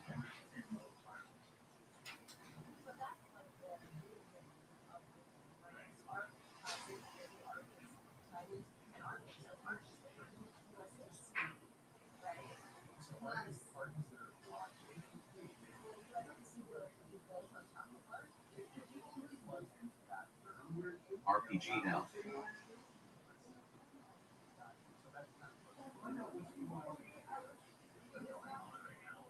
WOK may resume in less than a minute.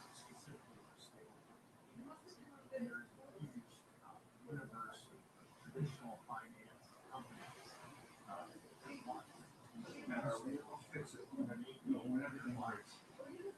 I'm just working on AOX. jobs. 1 minute. POEL. LITX. AOI. RPGL.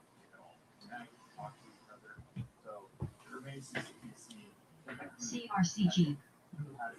All right, looks good. NVIDIA continues. S&P just made a new high. POET. S&P 500.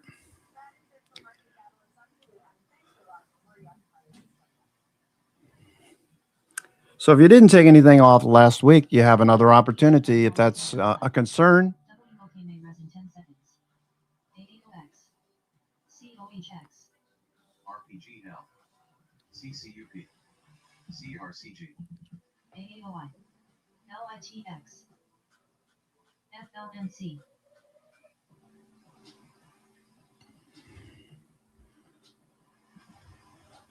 CCUP, CRCG. BOT may resume in less than a minute. WOK halted to the upside. COEL.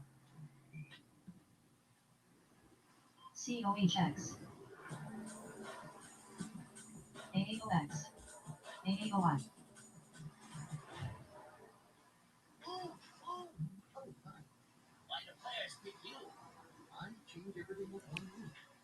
POET. LITX.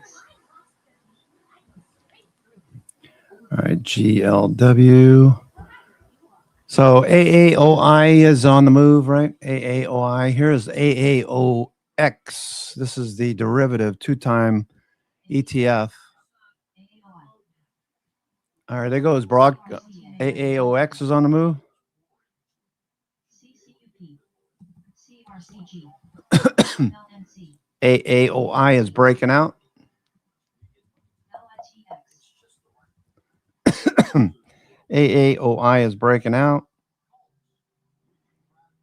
POEL.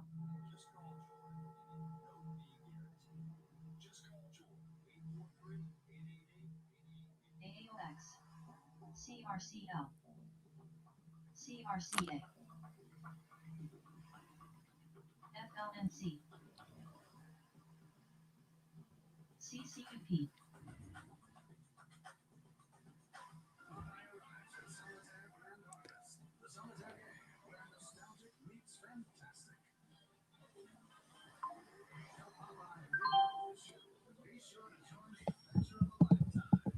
Okay, so we're about to break out here.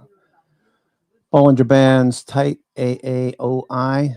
Okay, so I just bought some 200, 210 call spreads for June. FLNC.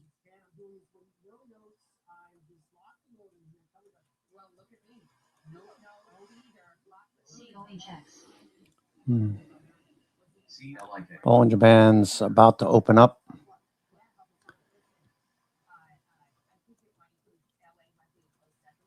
BTBT. Oh, what is this platform? Okay. So first of all, ENED is a health tech company. Number one employer-focused GLP-1 medication provider. So right there, sitting at the epicenter of really the most talked about medications and health intervention of a lifetime. Number one requested benefit, AAOI. these GLP-1 medications. All right, I just bought a 200, 210 call spread. Okay, IONQ is starting to show signs of consolidation. We looked at that a few minutes ago. Looked like VWAP was starting to flatten out a bit. AAOI, okay. So not AAOI. That VWAP is up and to the right with AAOI. I did buy the high. I realized that. That's okay. I'll add to that. Got June. So theta won't be as big a factor if it dips a little bit. IONQ.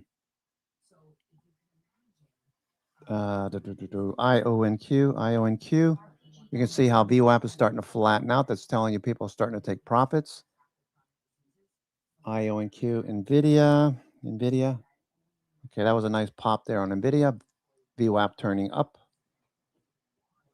S&P 500. S&P.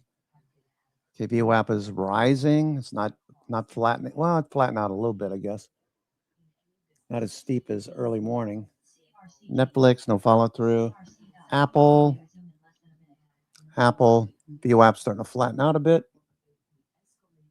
Tesla, let's see what Tesla's up to. Tesla, okay, nice reversal off the low. Notice RSI. David, this is another one. I don't know if you're listening, but looking at the 1 minute chart, Tesla, you know what? Let me do it here. Tesla. Okay, 1 minute chart. Got oversold. You see that? You see it? Okay, you got a lower low. RSI makes a higher low. Beautiful setup.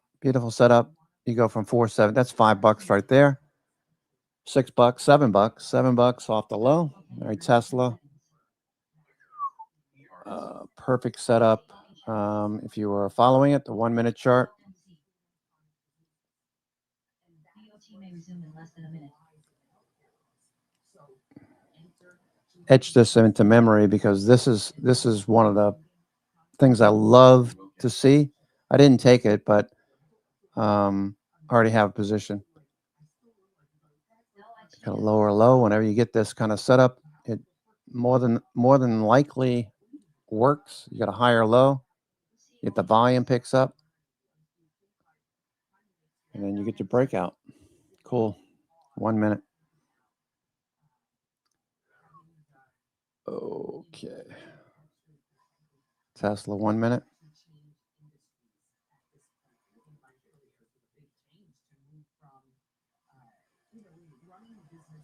BOT may rise in 10 seconds.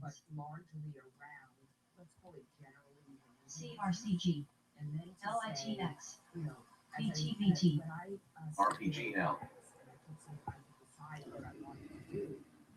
I was thinking about a couple of different opportunities, and I thought about, okay, my experiences were so great running NBC Universal, all their revenue businesses for so many years, and then being at the epicenter WOK. of the greatest time of transforming Twitter into X, and then you think about those skills and experiences. CRCG, LITX, and RPG and now. through my career, I'm like, okay, CCUP, careers BTBT. largely marked by transformation, technology transformation, specifically innovation.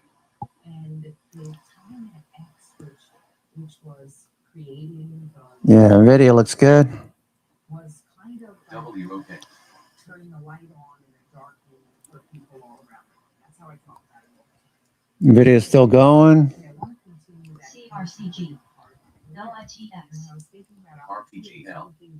CCUP, head scratching. FLNC, 6 months before I got WOK halted to the upside. to a company called Shein out of the UK.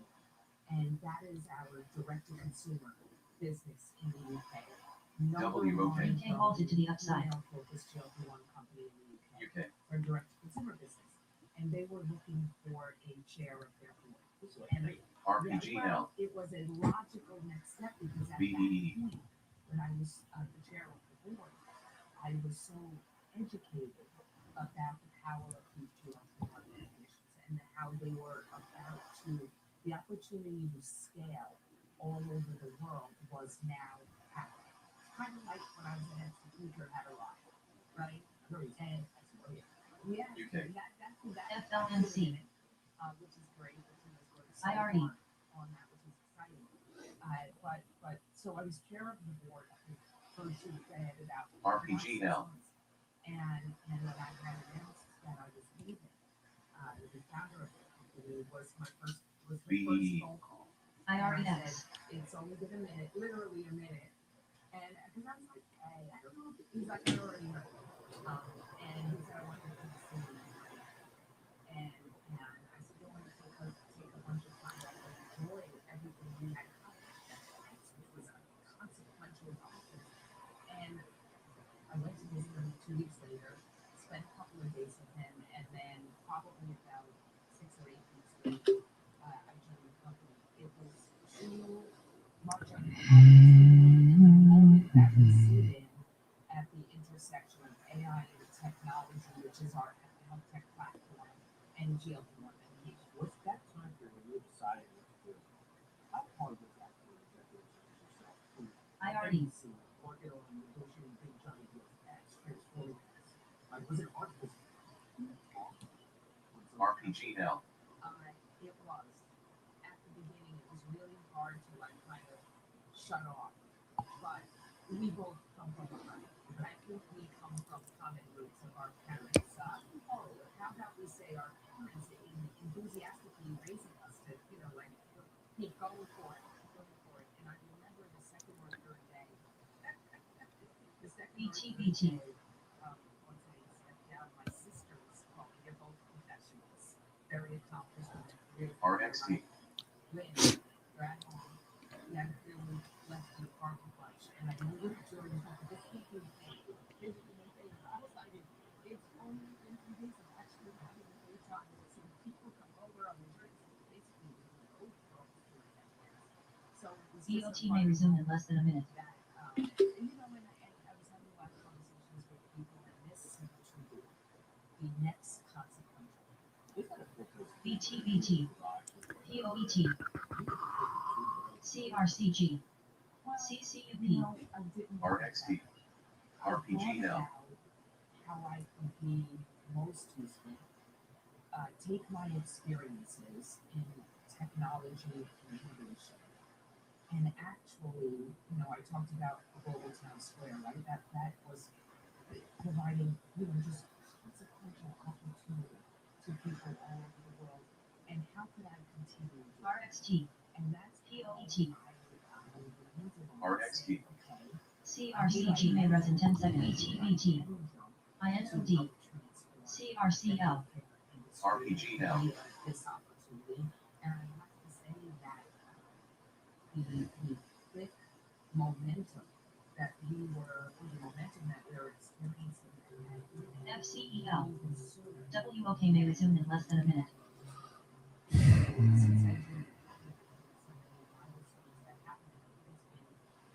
It hasn't been a year yet. UK may resume in less than a minute. RPG now. I'm also being an asshole. Well, you're not. This is not a choosy very good sales. And listen, talk about working. You don't have Tom Brady on your board as your CRCL, investor and not work. CRCA, Oh, it was so great. So POET, he has been our founder for many years. CRCG, Lives in Miami now, and once WOK may res in 10 seconds. we started CCUP, conversations about the opportunities and the strategic game plan for the company, and how the core values UK may res in 10 seconds. it really mirrored what Tom is all about. Did you know, like our kind of brand position, email, clinical, proven. CRCG, Tesla. Oops. Tesla. Continuation. Tesla. Nice reversal off the low. Okay. CRCL,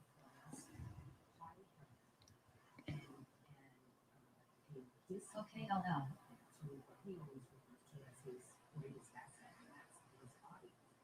And we started talking, and our core values aligned with this, and we really felt that it was IRE,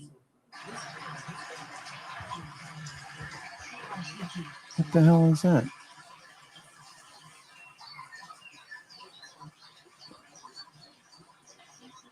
What in the world?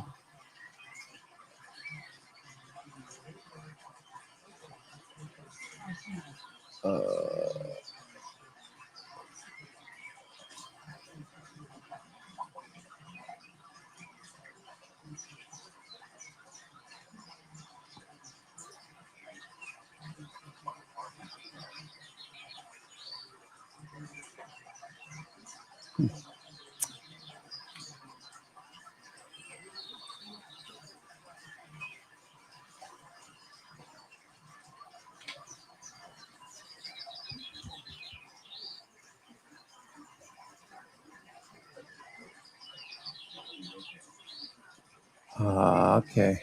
That's what it is. Got a tab open. I didn't realize.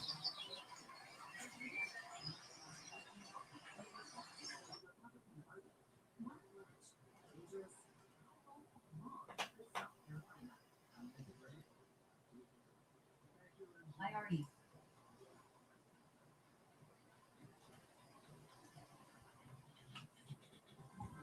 WOK. POET,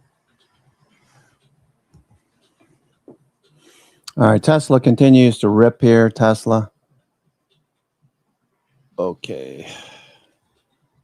IONQ is looking good here. IONQ looks like it's going to flag and continue. Oracle, a little bit of a fade. Bitcoin coming off the low. That looks okay. Palantir came off the low. We're looking for that to get back to the 50-day. Intel. VOT may resume in less than a minute.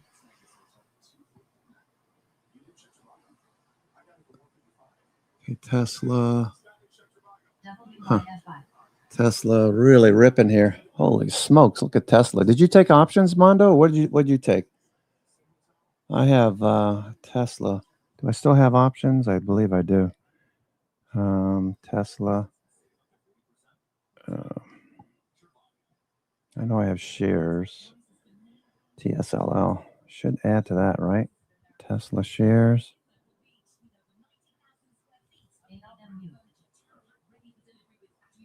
RPG now. WOK. APUS.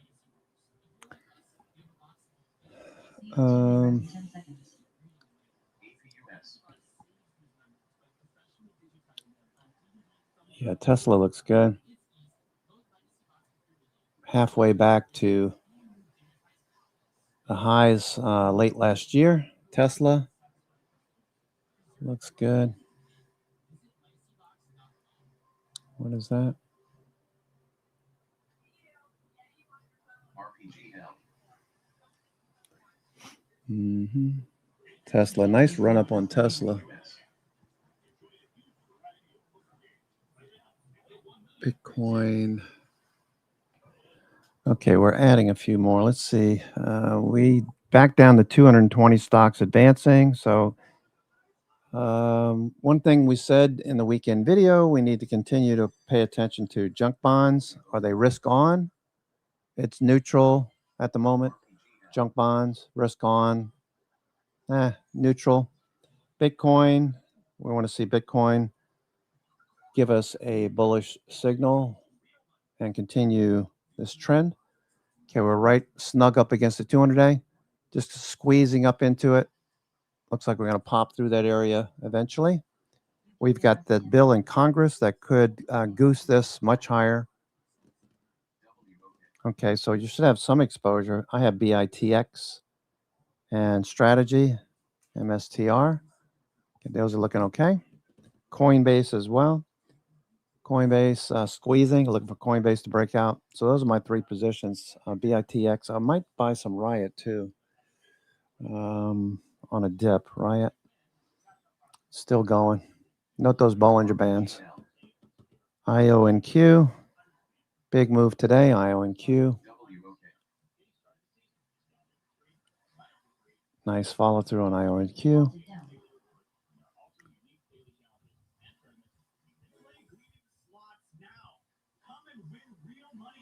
It's not rocket science, but it's close. The next generation Eagles zero-turn riding motor with Easter technology. It drives like a car and turns on a dime. And with 24 horsepower, Eagle delivers the power of gas. Find an Eagle retailer near you.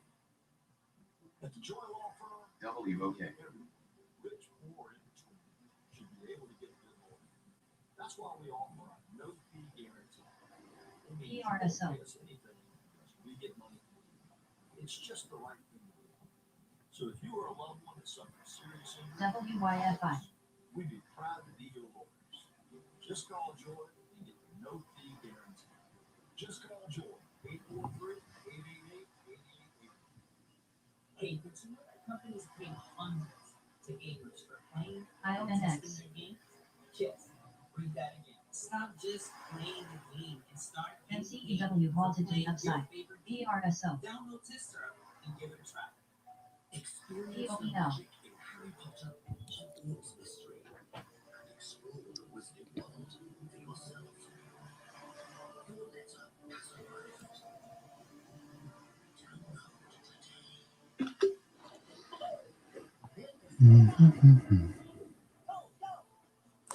FCEL.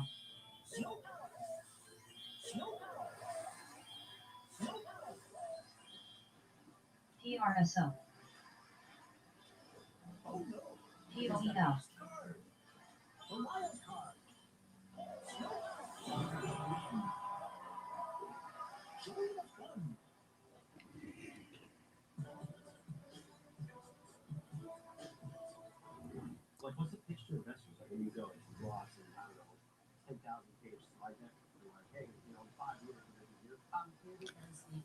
Okay, I can't hear. That looks good.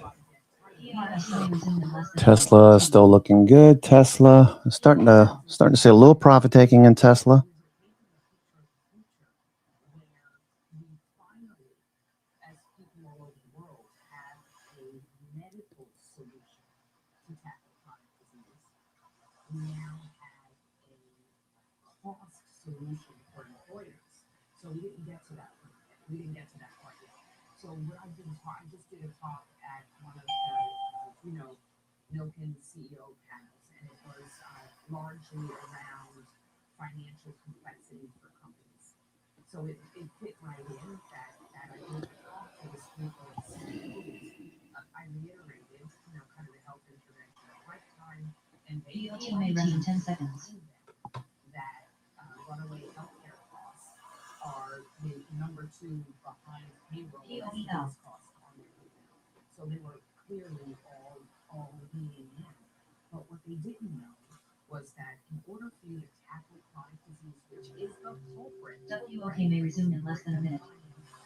these healthcare costs going up. I don't know clinical services and how many times we go to the doctor every year and we have to get labs, but it's these catastrophic events like heart attacks and strokes that can be prevented POET. because these GLP-1 medications are proving so much POEL. promise, right? So IRG. we're leaning and listening to that, but the only way to do it is to get people to stay on their medications.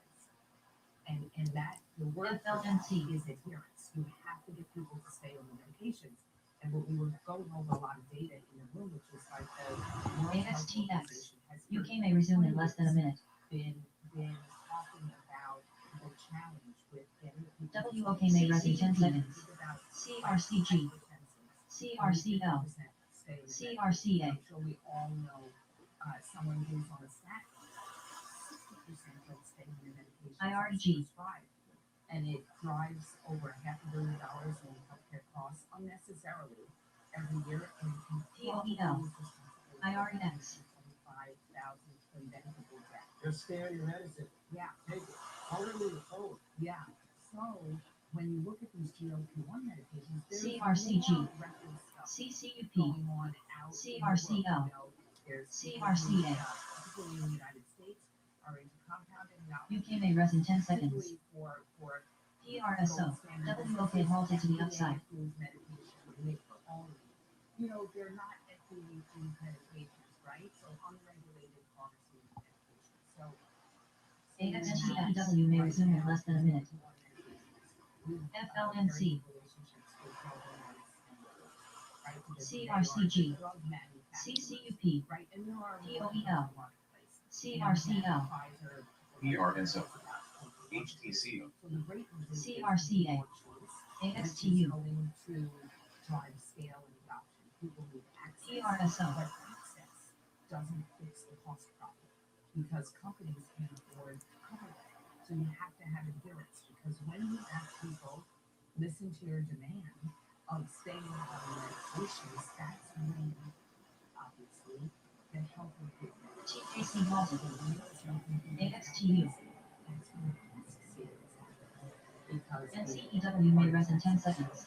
everything from less instances of hospitalization claims for breast cancer or ovarian cancer, liver health, liver CRCA. and kidney diseases. IRE. The list goes on and on. And CCUP. that's when POET. CRCG. CRCG. AXTX. They're going to have to pay it in healthcare costs. They're totally If you grow a business the way you want to grow it, just focus on what you want, and you see or there's a path to working on it. well, that was the reference.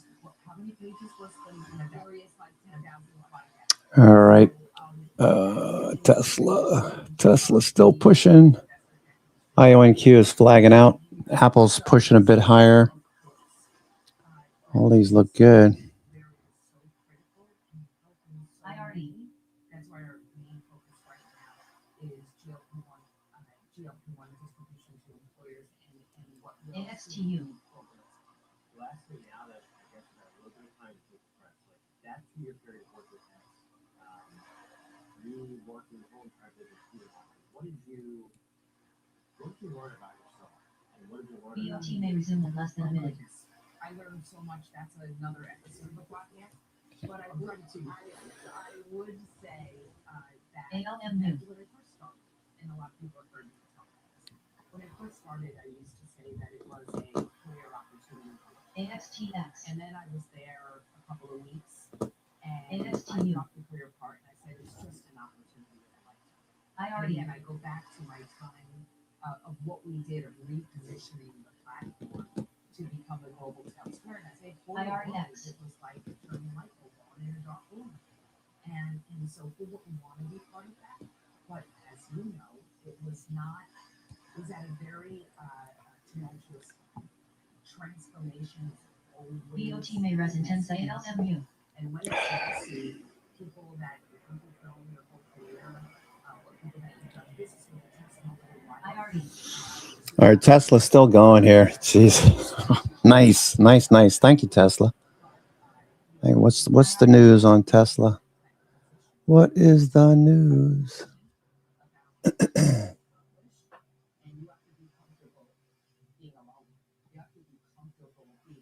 Musk, Cook set to join Trump for Xi summit. ALMU. Okay, there you go.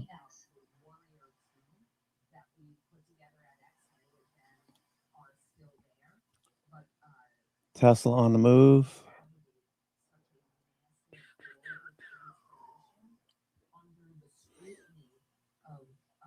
ERNSO. WOK may resume in less than a minute. And the media, that was a really hard thing to do. And you know what? I think we found out the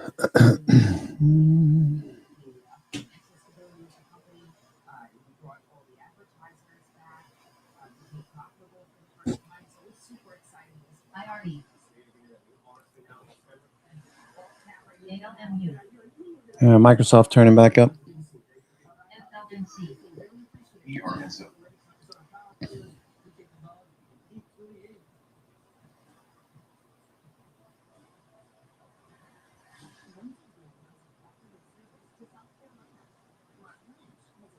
IREX. WOK may res in 10 seconds. IRE. TKC may resume in less than a minute.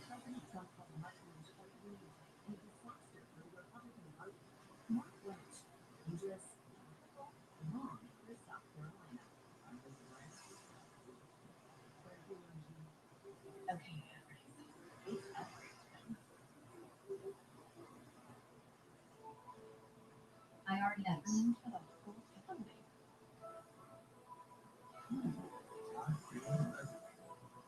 WOK. IRE. All right, Tesla's still pushing. All right, looks like IONQ is going to go again. Microsoft on the move. So if you got any Microsoft, good. Let's take a look at the top 10 on the S&P 500. LITE. These optical connector cabling systems continue to show strength. GLW. I want to add the GLW. I'm not going to do it yet. Futures continue to rise. S&P futures. Okay, what a great day. Starting off week number 7. Don't remember the last time I said this is the 7th week we've seen prices moving higher. There goes Tesla. Tesla just keeps going. This is nuts. Okay, Tesla, thank you. WOK.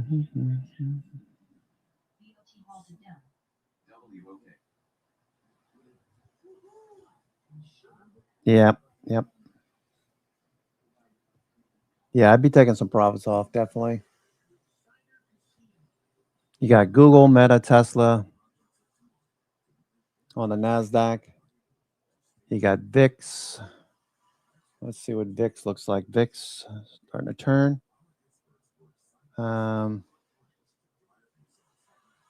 VIX gapping up, but it's fading. So keep an eye on the VIX. We saw junk bonds as well. Junk. Kind of neutral over there on the right. Neutral. Junk bonds. Needs to get above the 20-day and 200-day overhead.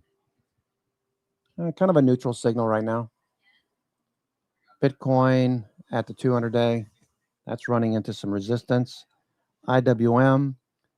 Okay, that's pushing up. That's a bullish signal. IBB, biotechs, another bullish signal. For now, it looks okay. For now, we're looking all right.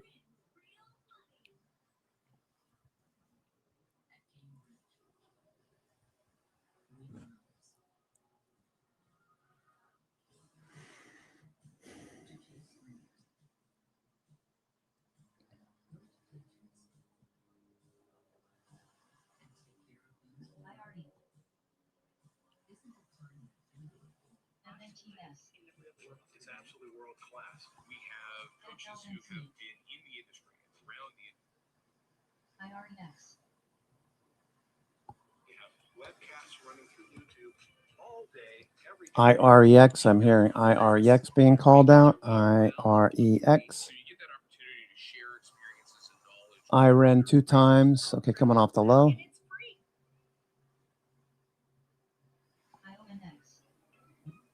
IONX. IREX. Okay, IREN, IREN. Options. Okay, that dipped. Trading at Schwab is powered by Ameritrade. It dipped this morning. Cup and handle looks like it wants to break out. IREN. Connect with the Schwab Trade Desk. A team of passionate traders ready to tackle trading questions, IREN. no matter how complex. Plus, get 24/7 live help and access support by phone, email. Okay, I'm gonna get back up to the highs, breakout. FLNC. IONX. Hey, Bob. Hey, Andrew. Last year, my dad had a stroke. Big shock to see this person that I've always seen as a force in our family be vulnerable. Wait, had a stroke? Yes. Now we're in the car together almost daily. I started to realize, what can I pick up from my dad? He's been with Schwab for a long time. Jim, my financial consultant. I programmed that 20 years ago. Jim's really been there to answer any questions I ever have. Makes a huge difference when you have someone that actually cares. Mom, when my grandparents moved here, did they know what our family would become? I don't even know if they could envision it, to leave everything behind, literally come across the entire world. I think that we totally met with their wishes. Schwab IREN. with us for almost 25 years. Through Bouncing. opening up our business, having children, they've always been there for us. I want to invest with a company that can help. Tesla's still going. All right, things looking good. This is week number 7. Opportunities don't stop when the market day ends. So neither do we. Schwab gives you round-the-clock access to over 1,100 of the most popular stocks and ETFs, plus a wide variety of futures markets. All with 24-hour support from trading specialists who understand the ins and outs of 24-hour trading. No matter the hour. Nice job there, Mondo. TKC made less than 10 seconds. I have a question for you. Sure. When did Granddad first start investing? We've all heard that. Hold up if oil doesn't retrench. Well, I don't think we will have Okay, crude oil, USO, just kind of sitting here.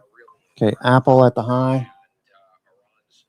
Okay, I bought some IREN 65.75 call spreads. necessary to use military force. I don't see this being a long situation, and as the president said, he holds all the cards. Okay, I bought. Consumer. This is one of the most important issues in our decade, making sure that Iran doesn't have nuclear weapons. The good news is the U.S. economy is very strong. CapEx spending is very strong. So I think the economy will be able to sustain whatever the short-term impact is. 65.75 for 238. 65.75 call spread. More leverage because of the war. I mean, there's an argument that because they've stockpiled so much oil, other countries are coming to them for oil that are, finding it difficult with the Strait of Hormuz closed. That China's sort of on the sidelines here. I'm not involved. I heard Ray Dalio kind of made this point with us when he was on a few weeks ago. I just wonder. Let's see. Okay, Apple looking good. All right, so Dan Ives giving Apple a thumbs up. $400 price target. All right, so 60-minute looks good, trending. IREN, IREN, moving back above the 20 EMA. Looking for that to break out on the weekly. Okay, so we got a ways to go. Above 65.60 could get us to 76. I took the 65.75s.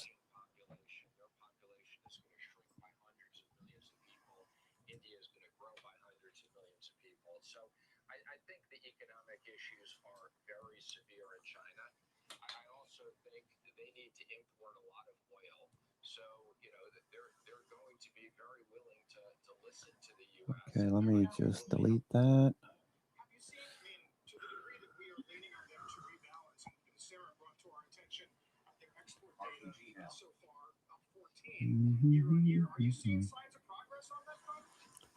Well, I definitely think there's signs of progress with the U.S.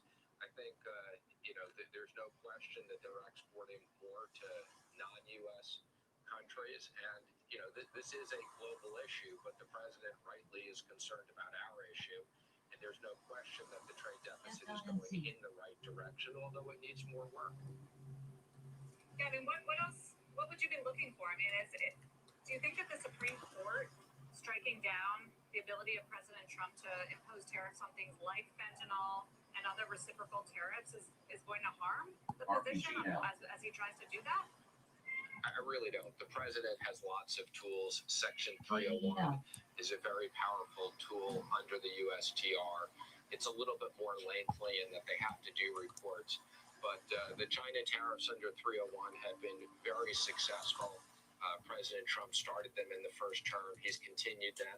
And he has the ability to put on more tariffs on them under Section 301. So I think he has all the leverage in the negotiations. I wonder if I can get you briefly just on the budget deficit. We're looking at $2.1 trillion for fiscal 26. We've got debt to GDP to 100 the other day. Are you worried about that trajectory and the degree to which the debt is growing in dollars versus nominal GDP in dollars? All right, so I bought June 65.75s, June DTE.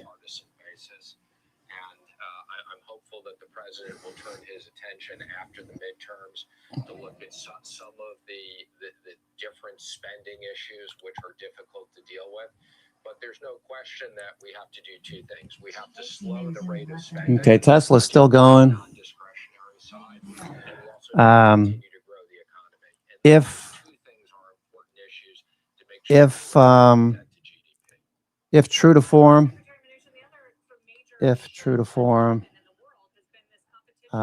Tesla will go another 500% for Mondo. How that sort of changes the conversation, given that there's such fierce competition. It's like a nuclear arms race. Well, I don't see this at all. Yeah, Mondo's out. Mondo's out. I mean, there's no question that AI is going to have a big impact on everything we do. There are going to be issues. Mondo's out, so it's probably going to go more, right? Issues of concern. We're going to have to deal with what it does to jobs. All right, let me take a 2-minute break. I'll be right back. Cat's scratching at the door. What's the matter? We have the technology. What's the matter? I think it's going to turn out to be, there will be, I'm sure, some discussions with China on AI, but I don't expect that to be on the top of the list or particularly concerning. Okay.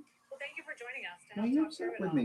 As someone who has been there before, Secretary Stephen Mnuchin, we appreciate it. Up next, we're joined by OpenAI's Chief Revenue Officer, the company officially launching this joint venture with more than a dozen investment firms, including Brookfield.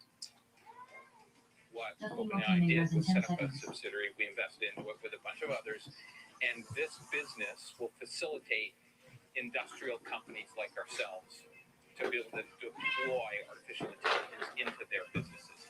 So when we go to a company and we buy a company or the companies we have, our playbook is we have to make the business better.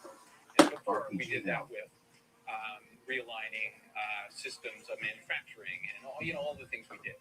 Today, a lot of it's about artificial intelligence, and we're going to get early access to models. We're going to get people from OpenAI. We're going to get a relationship to be able to build the business better, and it just gives us an advantage versus others, again, because we're at scale.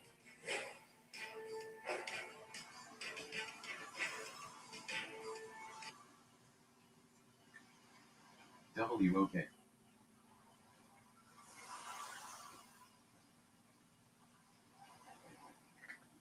BOT.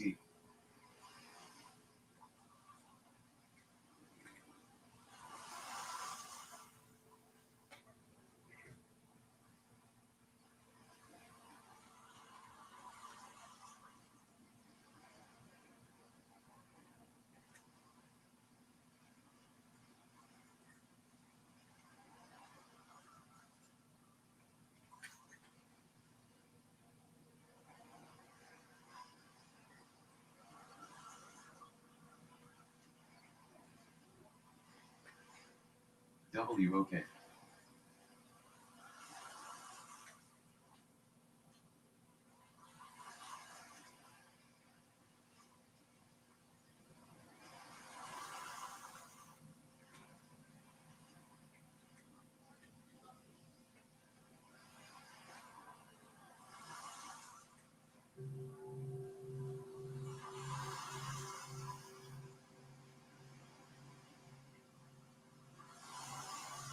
WOK.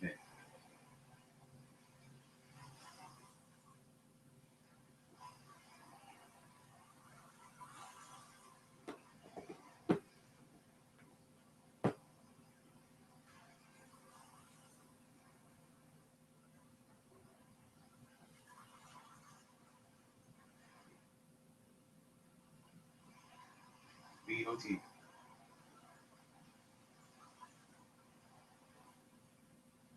WOK.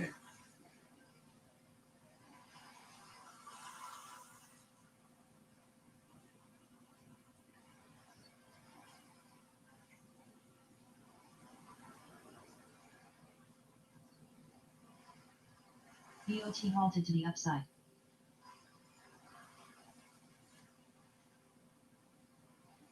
BOT.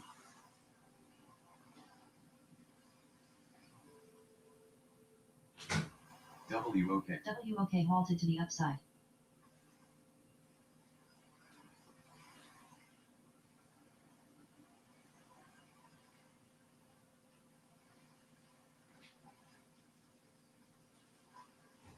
TKC may resume in less than a minute.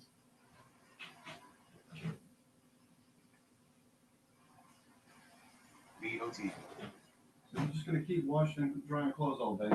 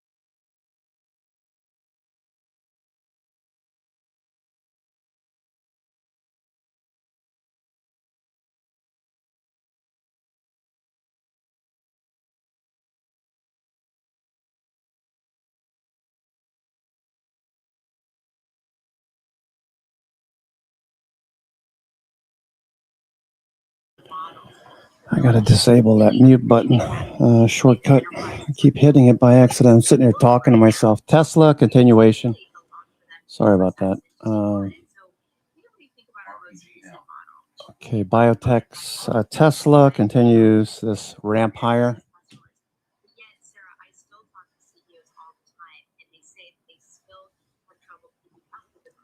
Apple still going. Tesla going straight up. They want to bring AI into their organization, not just try it, but to truly transform these workflows. Think about the complex workflows, about how you actually build a product, service a product, market a product. And this Of course not. allow us to do that at scale. Very simply, it allows us to increase the amount of forward deployed engineering capacity that exists to allow companies to do that. So forward deployed engineers can sit with an organization, sit with their users, understand the workflow, and then help Tesla's still going. All right, it feels like, I don't know, man. It just feels like a rug pull any day now. Could have said that any time over the last couple of weeks, as we had 4 weeks under us, 5 weeks higher, 6 weeks higher. This is the 7th week higher.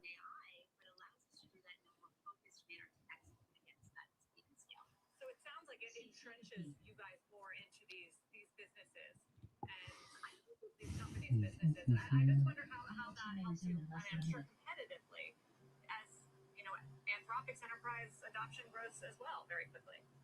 Yeah, I mean, what we think about is we're really helping companies bridge that gap between this incredible amount of innovation that is happening, how they bring that into their organizations to really deliver outcomes at scale. When I think about the work experience we have had to date with customers like BBVA, working with our forward deployed engineers across massive bank transformation, what they're able to do is bring in the AI capability across hundreds of thousands of employees, over thousands of workload, and embed intelligence in there. And then they can actually see efficiency. But Sarah, what I think is great about this model is while you're working side by side with customers, they're also learning about the capability. And we're also getting feedback from product. They have access to our research, our engineering, our product team, and great tight not only innovation, but also learning the customer. We're really excited about that to scale enterprise adoption across the globe. So the recent introduction was GPT 5.5, which you mentioned. What have you seen, Denise, in terms of businesses since then, growth rates, adoption on that product and on Codex? Yeah, I mean, it's really been a really incredible moment for us. We've seen over 1 million companies trying this application, enterprises in the first couple of weeks, 8 billion tokens generated, which really what I love about it is it's the most intelligent, most intuitive, most efficient model. Okay, IO and Q still hanging out at the highs. Apple. Apple. Mm-hmm. Codex is really having a moment. We've seen the growth of Codex weekly active users move from 2 million. Oracle, we need you to turn up Oracle. Palantir, we need a little bit more progress. Got a higher low on Palantir, looking for a higher high. ARM Holdings recovered from the pullback so far. IO and Q doing better than anticipated. We saw that dip last week. Added some. And yeah, definitely looking good. Tesla at the high of the day. A little profit taking on Tesla.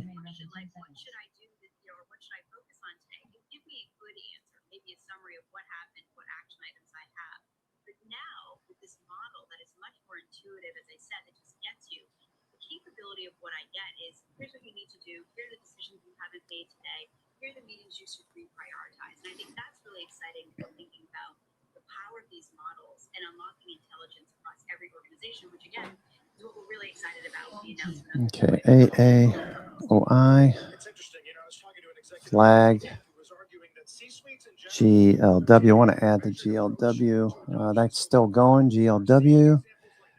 All right, so what do I have on this? GLW. Okay. GLW.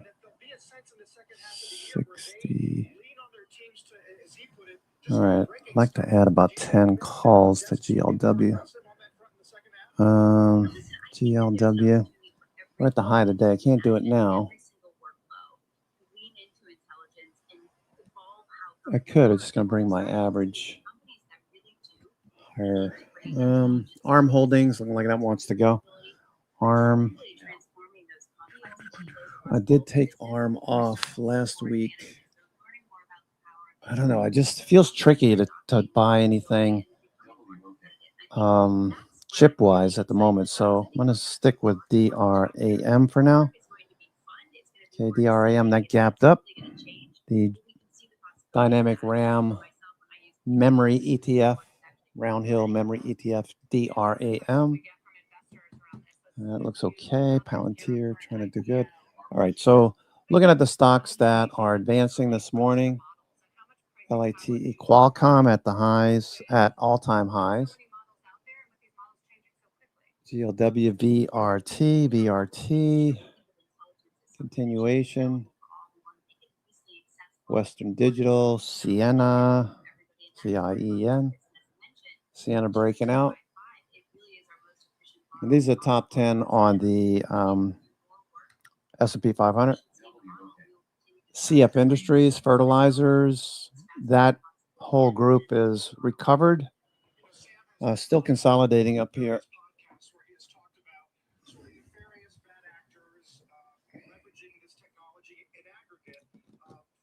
Tesla flagging. Tesla. PSLL. Do you get asked a lot about the risks behind either things like that or cyber risks as you make your rounds with executives? Yes, and I think right now for enterprise customers, because enterprises that large, cyber is a very important topic. You know, I mean, it's as these models become even more capable, it's great that they can unlock, but it's also something that Tesla. needs to be carefully deployed. And so I bought some shares. Tesla. we deployed our cyber preparedness framework years ago, preparing for COVID, which is really Back in about February, we're back to even again. I bought some in February. We're above that level now. The 420 call wall. 450 is the next one, right? Money Magic, Tesla. Let me just go check Money Magic levels. If you're not using Money Magic levels, you're missing out on some valuable information. 450 is the next one. 430, 450. All right, so this needs to be adjusted up to 430. Okay.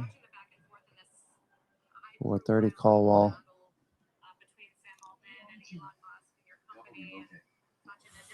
430.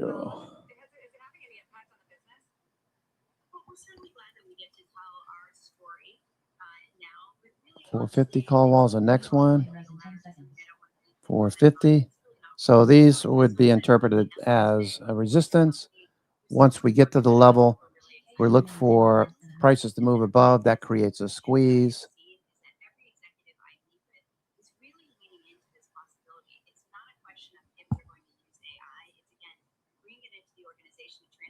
$450 call wall.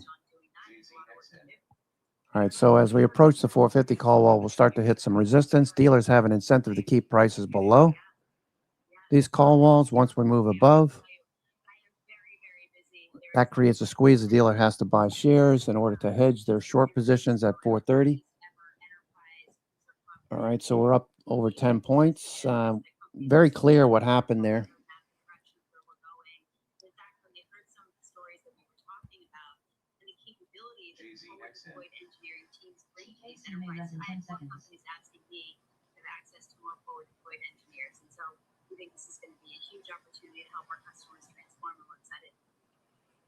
I know you guys have pushed back hard on that piece as well. Denise, thank you for the time and for all the color from your conversations with businesses.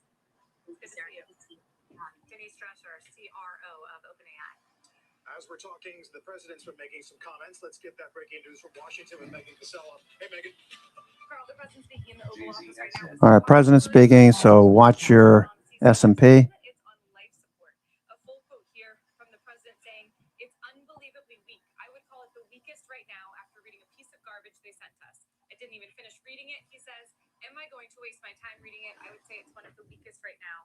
It's Yeah, 450. Yeah. A little bit of a shift in tone there from the president on the status of the ceasefire. All of last week when we saw the two sides exchanging attacks, I should say, they were really clear that it wasn't rising to the level of resuming military operations. Clearly, there was a high bar within the administration for returning to bombing. He's not saying they're going to return to bombing, but still some harsh words for that ceasefire, saying that it's on life support. We'll have to see what that means then. This, of course, coming after the Iranians set their response to the U.S.'s peace proposal, which the president has said was unacceptable. So throwing even more cold water on the idea of sort of what comes next in terms of those U.S.-Iran operations. All of this, of course, guys, coming ahead of the president's trip to China.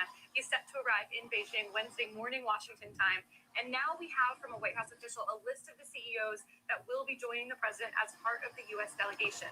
There are 17 CEOs on this list by my count. Some of the highlights here: Apple's Tim Cook, Larry Fink of BlackRock, Steve Schwarzman of Blackstone. We already knew Kelly Ortberg from Boeing would be there. We've also got Cargill, Citi, Cisco, Goldman, MasterCard, Dina Powell McCormick from Meta. So a number on this list, guys, that shows the executive weight the president will be bringing with him to Beijing.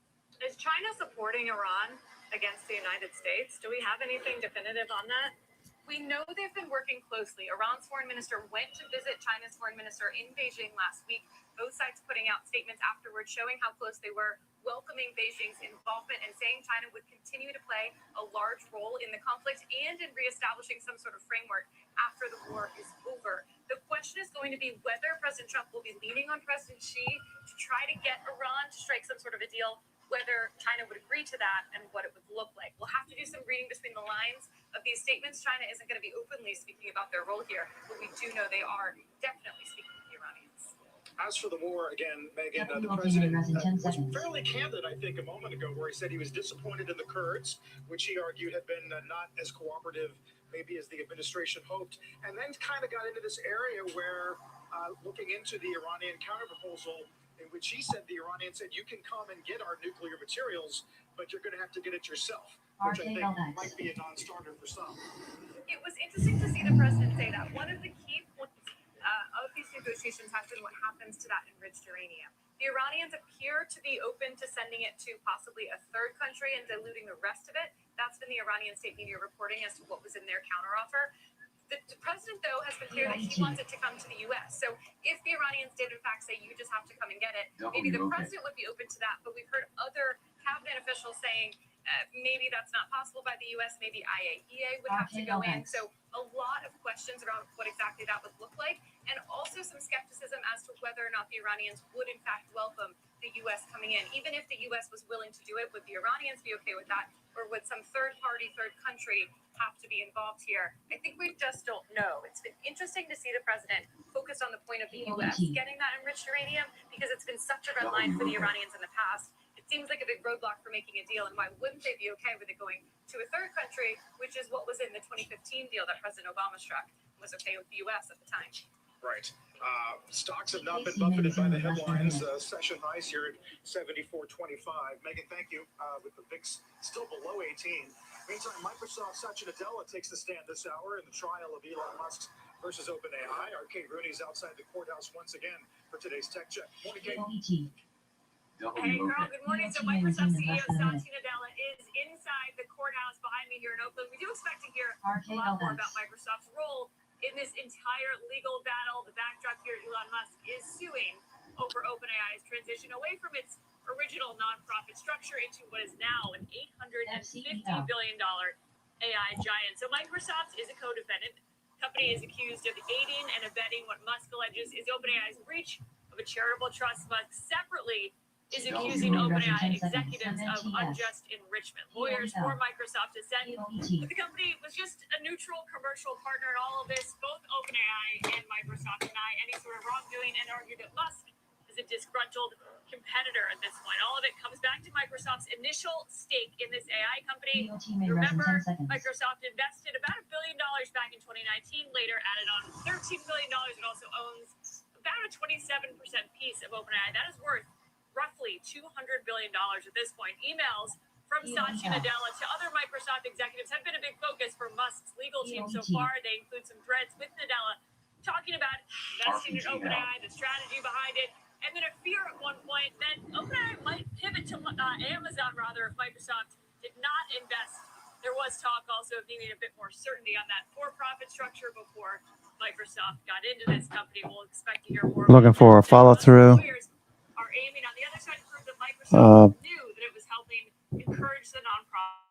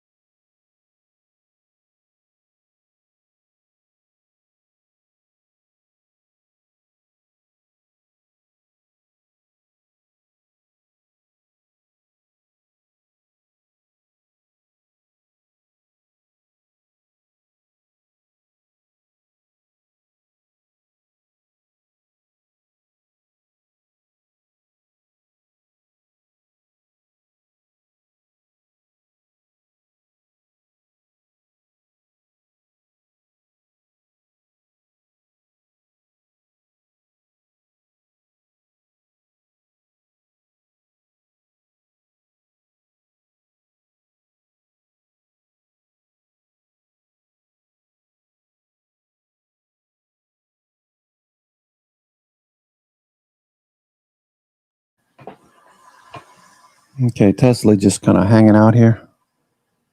RPGL.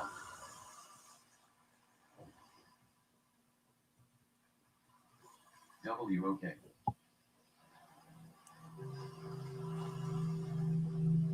AII.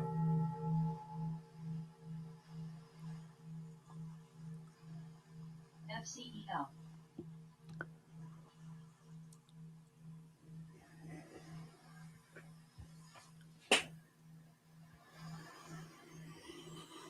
WOK.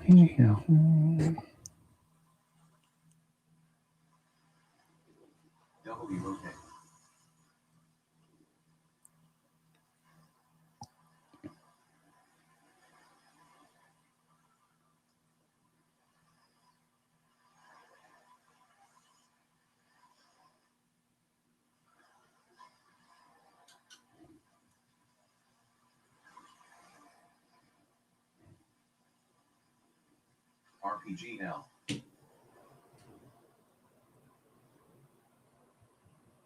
WOK.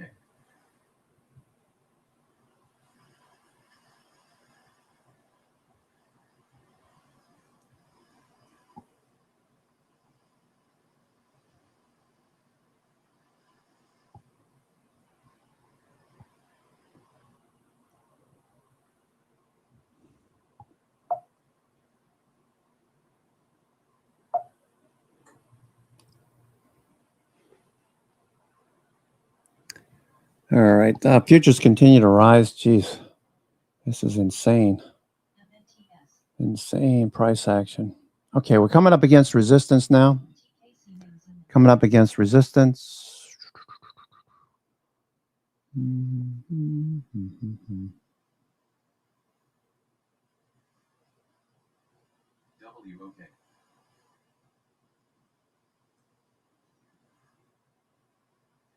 BOT may resume in less than a minute.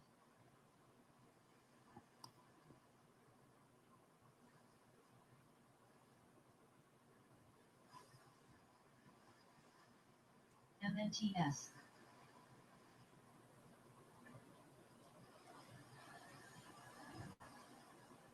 DGXX.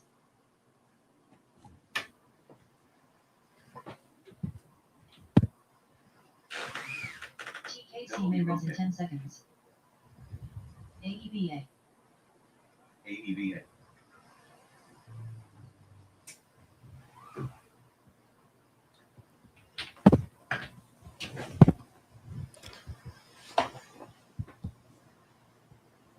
BOT may rise in 10 seconds. All right, there goes Amazon starting to move too now. Okay, Amazon. Jeez, everything is working. Not complaining, but Amazon looks like it wants to go as well. Okay, had a nice little bull flag down to the 90 MA, not shown. The 21-day is the dotted line on the right. 50-day crossing up through the 200-day.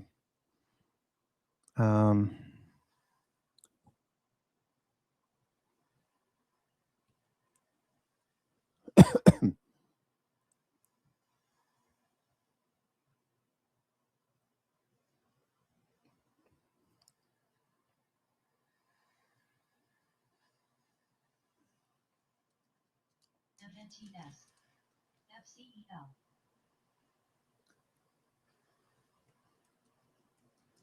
BOT. FLY. Hey, Goose. NVIDIA, Alphabet, Broadcom, Amazon. Bought 20 new 150 strike calls. That's deep in the money. MNTS. Amazon. BOT.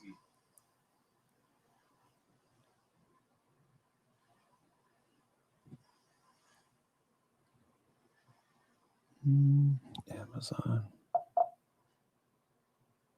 WOK. AEBA. FLY.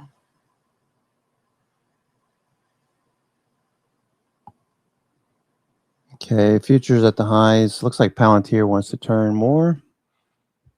BOT.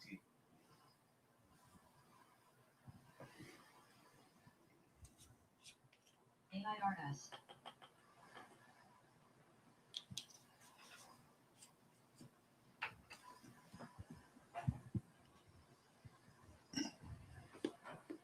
WOK.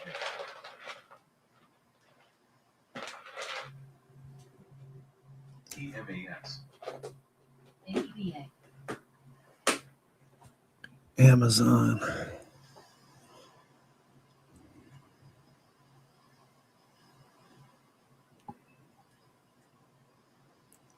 Amazon looks like it wants to go. Let me just look at the 1 minute chart.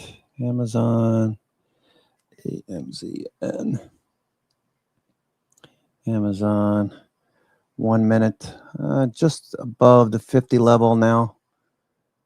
You know, the one thing that you need to check, we got a bullish day. Okay. Stochastics is fading somewhat. So this, when stochastic gets up here and starts to fade below 80, gets a little more risky. You can see MACD's turning and volumes tapering off.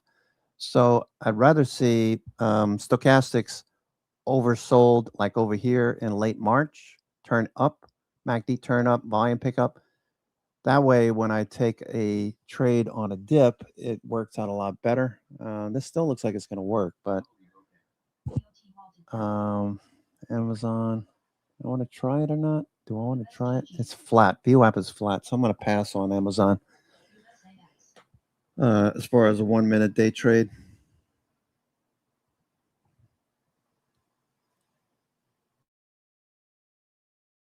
May resume in less than a minute.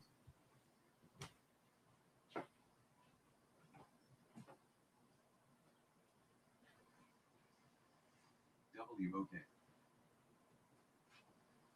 EMAX.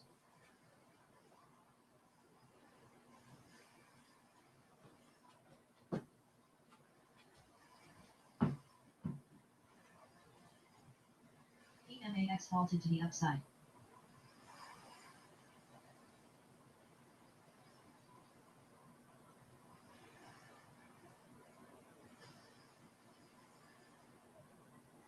WOK. FLY.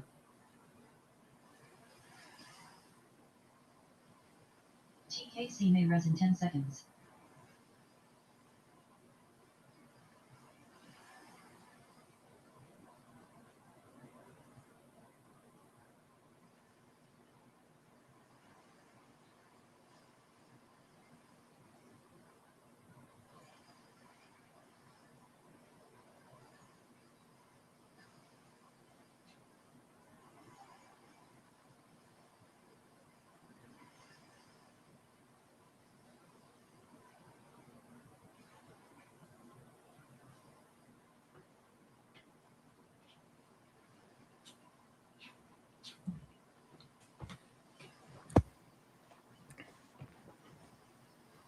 ADEA.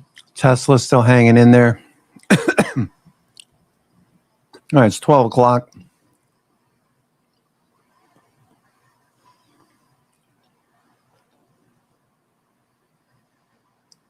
The day is flying by. Industry. And really, we are creating a new industry.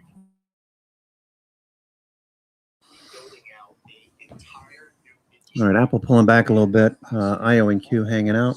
The user engagement of it is at the very initial stages. So over the weekend, I was challenged by Bitcoin pushing a bit higher. Buyers at the low of the day today.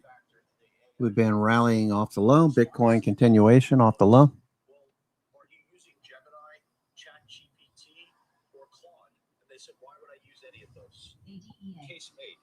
So I think what's happening now is enterprise and the consumer are finally recognizing the value of these tools. I believe the true value is in Claude, but Gemini is phenomenal as well. And the beginning stages of the usage, I think, is going to rapidly advance Bitcoin looks good. the growth of this industry, and it's going to be reflected in the earnings. And that's currently what's going on. 6 consecutive quarters of double-digit Oracle just turned back up. I'm trying to It's more than half the way back into Friday's price action, which is a good thing to see. Technically, it's a higher low. We're looking for a higher high. It's a bull flag on Oracle. It's a long-term trade. Just want to take a look at it. Looks fine. Netflix still not doing anything. Got to turn that 60-minute 20 EMA up and to the right before we start doing anything with Tesla. I mean, with Netflix, sorry. Palantir. Okay, let me look at Palantir. That turned the corner.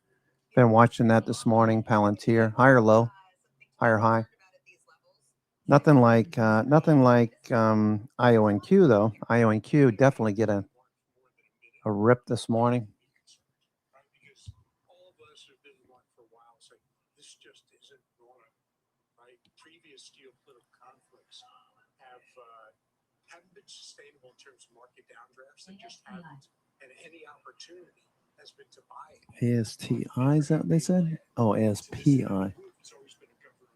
Let's look at those space companies. ASTS at the high of the day. That's following through. Got a long way to go to get back up to the highs. ASTS, Rocket Labs, RKLB. That popped on Friday. Equal follow through this week. Rocket Lab's still going. Firefly. Okay, that looks like it wants to break out. I'm going to buy some Firefly. Okay, Firefly.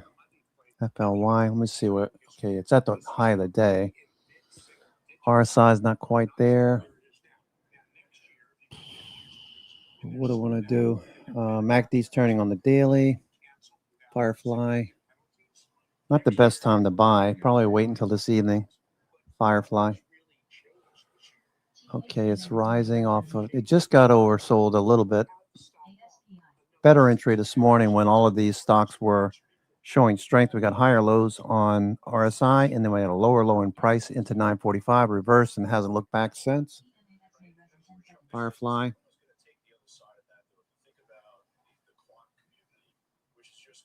Anybody know exactly when SpaceX offering is supposed to planned for? Let's see, SpaceX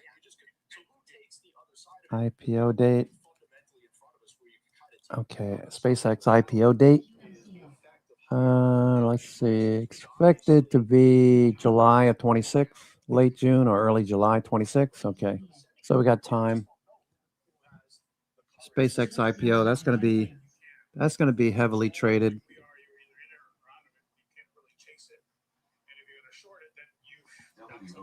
Oracle popping here. Oracle starting to pop. Okay.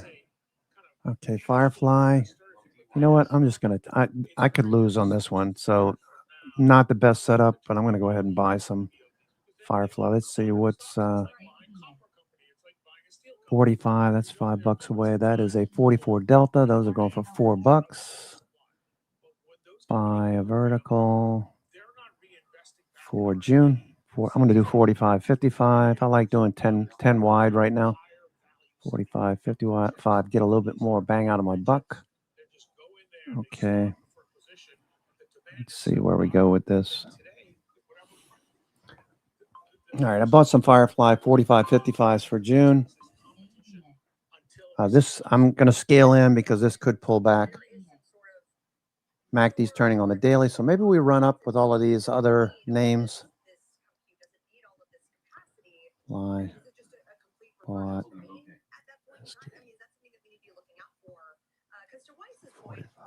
Nothing's really changed in the fundamental story other than just this insatiable demand. If that demand equation changes and pivots in the future, I mean, does it just kind of reverse? Well, I think the challenge is, and I think, Surratt, I don't know that you disagree here, but it's really about the duration of that demand. And I think right now, if you look at, and you know, akin to what we saw in the commodity super cycle, we saw several years where that demand continued at a pretty voracious pace. Yeah. So I think if you look at, I guess the answer to your question though, Leslie, is how many companies of the S&P 500 or, you know, how many of them have actually committed what Firefly. Okay, Firefly. in terms of AI implementation, and I would say that's a small number, a small percentage. And so it's the pie is going to continue to grow. And even with additional efficiencies over the next couple couple of years, say 1 to 2 years, there still is going to be more new entrants in terms of demand. So even if that efficiency potentially offsets some of that demand, that pie is going to continue to grow in aggregate. And there's been underinvestment in this space up till now. All of the investment has really been on that front edge with the hyperscalers.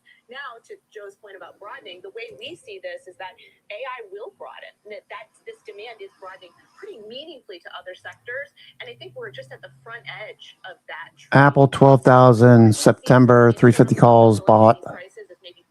Thanks. For 2026, absolutely. But I think in terms of longer term demand over the next couple of years, you don't have nearly the gauge of how many entrants into this market that we believe will be there 2 or 3 years from now. It's broadening though, but it's actually broadening within the AI universe itself. I mean, how much more can utilities continue to appreciate? Last year, we heard all about you want to own utilities, and that's kind of the story so far early in 26. Now, it's names like First Solar. We own First Solar in the ETF. It's up 6% today. Why? Now we're beginning to believe that the demand for power is going to go to other places like solar itself. So it's kind of internal within the AI universe. Apple. Okay, look for those on the dip. Got bought on the dip. All right. Financials or healthcare or other sectors. Maybe the market will feel better and more comfortable. Okay, Apple. What do I have left in Apple? It is concerning. Apple. I did take some off on Friday, didn't I? Yes, I did. Okay. Apple, the dip getting bought. So as much as we've seen these companies Inside day. their valuations move higher, and I'm deliberately not using the word stretch, in the valuations. The news. The private markets, as we've seen with the SpaceX, with open Nvidia still at the high. Nvidia. They make this market the public markets cheap. So if you ever have prick of the bubble, you're going to see real damage to the overall economy. However, the good news is I don't see that happening. Earnings. You got to remember when you're thinking to yourself, okay, what's going to keep this market moving higher? Aside from the fact that we got our Nvidia earnings out Wednesday on the 20th, and we got OPEX this Friday. What's going to keep the markets holding where we are right now? It's earnings, right? Earnings beats have come in they're coming in around 84%. I presented that in the weekend video. About 84% are beats, positive guidance, versus a 5-year average of about 76% beats. The 5-year average is 76%. We're at 84% plus. Okay, and that was of last week. So earnings beating. If we didn't have earnings, I would be a lot more cautious, probably more bearish.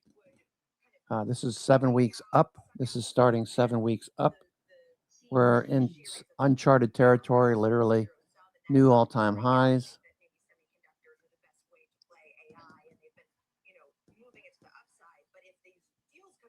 Okay.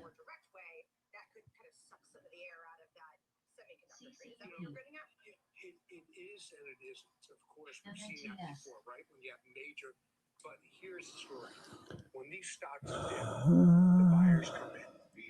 For most of them. I mean, we look at Microsoft and ARM Holdings. I have no position. I sold that last week. ARM. Okay. Could come down to 21 day. I'm waiting for the 21 day. If that happens, I might buy. Apple looks like it might want to go. Apple. It'll be a day, it'll be 2 days, then the market comes back. Surat and I were talking before the show about this. You call me a momentum expert. If you look at my fund, it doesn't look like I'm a momentum expert because I'm trailing the pure factor of momentum. Why? Because I'm utilizing quality and momentum together. And I think in this environment, unfortunately, a lot of money managers are really feeling anxiety, and a lot of managers will get fired in this environment. If you don't capture the upside in a market that's galloping higher so aggressively, look at the relationship so far in the current quarter between growth and value. Growth is up in the current quarter 20%. Value is only up 6% in the current quarter. Again, I use quality. It's only up 9% in the current quarter. Momentum's up 30%. So this is a market that's taken on the characteristic of the personality of certainly being less quality for sure. But that doesn't mean you can't not participate in the momentum upside because you literally have risk to the funds that you are managing in this environment if you're not able to capture some form of significant return. Yeah, I mean, Ed Yardeni said almost every major semiconductor stock price in the AI 11 has beaten all of the Mag 7 names except Broadcom. So it's funny because it feels a little deja vu. We were talking about that with Mag 7 for years. Now Mag 7 is lagging, and it's all about It's almost a semiconductor. bad word, actually. Right. Yeah, but there's just like some Tesla still at the high. universe now, and if you look at Nvidia still at its high. IONQ at its high. Looking for BNC pivots. These are holding up fairly well at the moment. S&P trace shows you that prices are right up against resistance. I'm going to believe that's going to be. Notice the positive gamma too, the purple background. That should jump out at you immediately. There's no red. Might come in later in the day. Might see more red creeping up on the right side. Actually, I can see a little bit right here. See it right there? A little bit of red. Most of this is purple though. That's telling you positive gamma keeps coming into the markets. That's supportive. Let's look at 0-day. Okay, let me see. Brett's going to be on today, so let me go ahead and tune into that.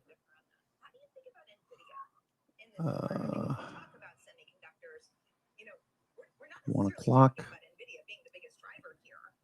think there was a Bloomberg piece about how it's poised to be surpassed by Alphabet in terms of the largest company. I mean, what do you do with an NVIDIA in this environment? You continue to maintain being long the name and manage your size. The race for who's going to have the leading market cap, NVIDIA is now pulling ahead with the advance that we're seeing today. Right. Jensen Huang's been right about everything that he has communicated to us as it relates to where he thought the growth of this new industry ultimately is going to go. The powerful force that they have is that the chips that they are providing for their customers eliminate that need to stack. And if you're eliminating the need to stack, which NVIDIA chips allow you to do, you're far more efficient and you are certainly faster in your utilization and your output than if ultimately you had to go a different direction. I think that's the solution that NVIDIA continues to provide, and it's why they're in the seat of leadership. That's right. You own it as well. Yeah, we own it as well. And to Joe's point, what NVIDIA has now done is caught up to its valuation. Right? It was trading at a very high PE. Earnings kept on going up, and the market kind of said, "Okay, let's see how sustainable your earnings are." Exactly the discussion we're having about the memory stocks. Right. And now, when you see the memory stocks have the huge amount of demand, you can kind of say, Okay, so we got "We've got to be using NVIDIA chips." seminar at 1. Okay, so Apple, somebody bought 12,000 of the September 350 calls. That's like a 15 delta.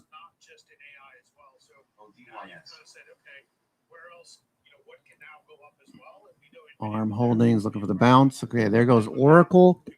Oracle looking pretty good here, Frano. I don't know if you're paying attention to it or if you're playing tennis or whatever. Oracle, look, it's climbing. It's trying to climb up this price action from last week. Okay, Oracle. Here's Oracle trying to climb above 200. Okay, higher highs, higher lows. Exactly what we want to see. Pushing away from VWAP.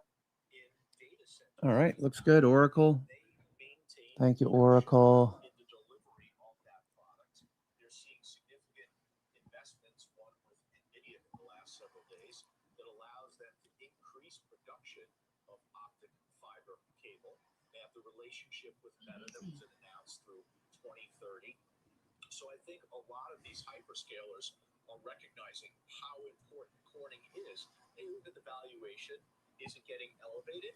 Yes, it is, but it's not a triple-digit valuation. All right, Meta turning. Some of these other AI halo names. Yeah. You added $16 billion to the market cap today. I mean, that's not including what you added, which I think is another $25 billion on Friday. I mean, are these companies, worth that much? Palantir. $32 billion of shares in Micron today alone.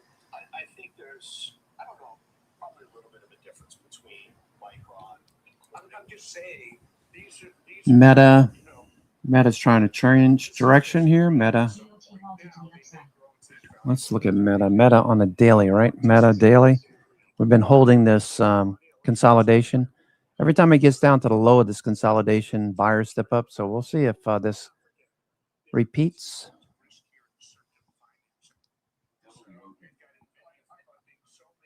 Oracle. Looks good.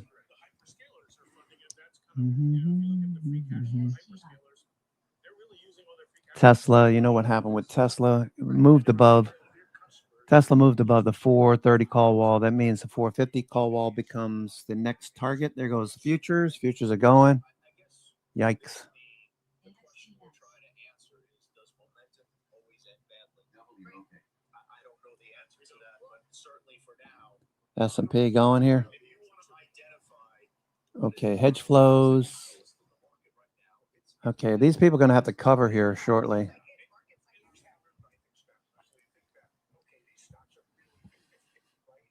because I'll see the collapse coming. I won't catch the first downtick or catch the next downtick. Futures. I won't get crushed. All right. I think it was 60%. Extending. Years ago. That's what everybody's thinking. But it never works out that way, right? It never works out. Or is it that the laggards are going to ultimately catch up to the winners in tech? Or is it that the tech companies are going to ultimately come back down to earth where everybody else is? I don't think the market can ignore a significant pullback of the momentum factor in the AI universe and still sustain the levels that we've appreciated to with the Q2 recovery. I just can't see that. All right. Well, coming up, your playbook on the financials as those stocks struggle to join the recent rally we were just talking about. The committee is ready with their top picks. Halftime is got 2 minutes. Okay, S&P up against this resistance. What do they do? What do they do if they let's look at net open interest. Okay, so there's net open interest above this level from 74.50 to 74.55. It's going to be difficult to get through this area right here. They may have to roll up if we push a bit higher.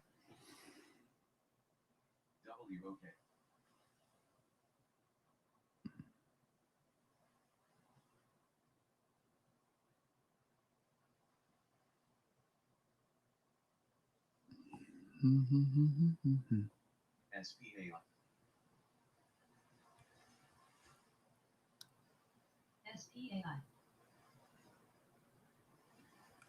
ARM Holdings. Okay, watching.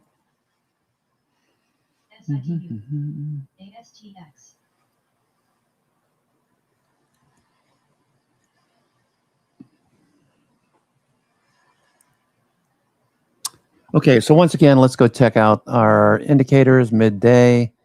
I'm your host, Cousin Benny, coming to you from theclosingprint.com. It is Monday, the 11th of May. Okay, let's look at our indicators here. Let's look at junk bonds. Junk was neutral this morning. All right, looking a little better. They're starting to buy the dip. Okay, so that looks good. Biotech's another risky asset class. Biotech's IBB. The NASDAQ Biotech ETF. All right, that looks okay. IWM, risky assets. Small caps are risky, especially when the 10-year is doing its thing. 10-year, we want to see that back off. It's just kind of sitting here. That's okay. It's neutral. So Bitcoin, we want Bitcoin above the 200-day. Note that there is a bill out there, congressional bill, that if it passes, the strategic Bitcoin reserve will start being funded or added to. So they'll be buying some Bitcoin. So we have some Congress people, one in particular, that bought $250,000 worth of IBIT. That is on this committee. Okay, so IBIT, maybe I'll buy some IBIT. We haven't taken off yet. IBIT. Let's go out to later in the year, maybe January. IBIT. January. Okay, IBIT, January. Near the money, let's do like a 40 delta, right? A 50 delta is 52 delta is 50. So let me buy 50. And what is this one? Let's see. What is this? 50. Okay, 50 and 55, 50 and 60. All right, 50 and 60 is fine. Okay, buy a vertical. Buy vertical, 50, 60 for January. 50, 60. Citi has been an outperformer this year. They had their investor day last week. I sat down with the CEO, James Frazier. I know this is a company you own as well. All right, I bought 50, 60 call spreads for IBIT. Okay, 50, 60.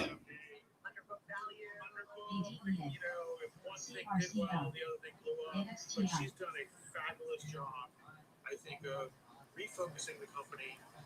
They're trying to grow in wealth. They're trying to do more M&A.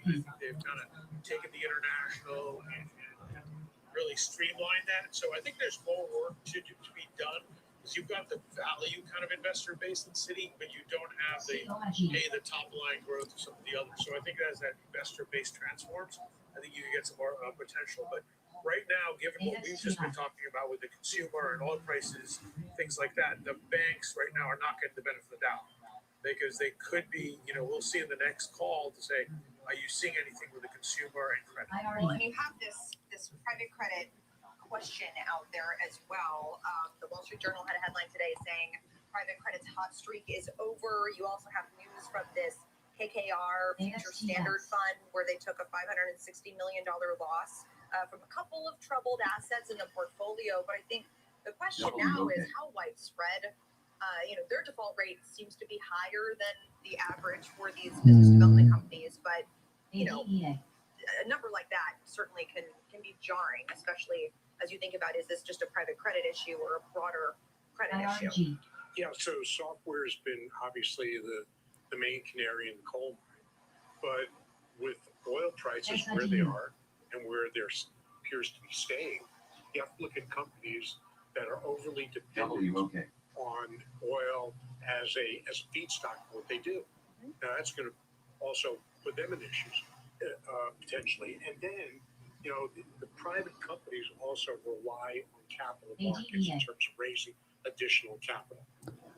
You have to question what that's going to be open to, and how open it's going to be. Right. Look, we're in the private markets all the time. We've got a portfolio of about 30 companies. And so we see it every day. Some sectors very difficult to raise capital, like healthcare, which would surprise you. Other sectors, maybe AI, defense, a lot easier. So you sort of got to parse it. Right now, it's everybody says, "Oh, there's nothing there. There's nothing there." Right? Look at the book that's solid, but then you take a look at KKR write-off, right? And you take a look at the performance of some of the others. And you're saying, do I really need to, and when you have single-digit gains, do I really need to take on this perception of risk, whether there's risk there or not? I think that's the issue. I think there's a very real threat when you look at some of the financial data and recording companies, like a FactSet, like a Broadridge, S&P Global, Moody's, because of AI. It's interesting. It's an interesting conversation about financials because just 5 months ago, financials were probably one of the more popular sectors. I know it because in July of last year, we had 35% allocation towards financials. We're down to 15% today. And it's a lot of what we're discussing here. The earnings quality for the banks were pretty good. Trading revenue was pretty good, but yet they weren't rewarded for it, except for the Goldman Sachs, the Morgan Stanley. What I'm seeing right now in terms of where the strong momentum is in the financial sector, oddly enough, it's in insurance companies. It's in Travelers, and Allstate, and Chubb, and MetLife. It's where you find engagement. Steve, that's probably why Morgan Stanley is performing so well, because of the engagement. So it's Charles Schwab, it's T. Rowe Price, it's Raymond James. And then the exchanges, CME Group, commodities, futures, BIT. really popular so far year to date. We also talk a lot about Virtu Financial, which is near an all-time high. When you see the revenue that's being generated from a lot of market makers like Jane Street and Citadel, Virtu Financial is arguably the only publicly traded market maker where you can get that exposure. So you're seeing a reshaping of the construction of the financial sector where the strongest momentum ultimately has been. But for sure, it's been a disappointing sector year to date. Well, I think part of it too is what we were just talking about with regard to AI disintermediation. Anthropic unveiled that whole suite of products last week that can do a lot of the stuff that these investment banks do, whether it's pitch books or credit analysis and so forth. And so I think investors are also trying to figure out what are the modes in these legacy financial services companies. That's probably why you're seeing the FactSets of the world and some of the publicly traded data providers really get impacted by this. But if you turn that around and you look at the alternative asset managers, for instance, the bar is continuing to be set low for these managers because there is, to Steve's point, this concern about potential contagion or spreading of the private credit challenges. And so really looking at the underlying fundamentals of those businesses, there's also starting to be some interest on the institutional side in some of these BDCs. And so you're going to get to a point where whether you're investing just in the financial sector on the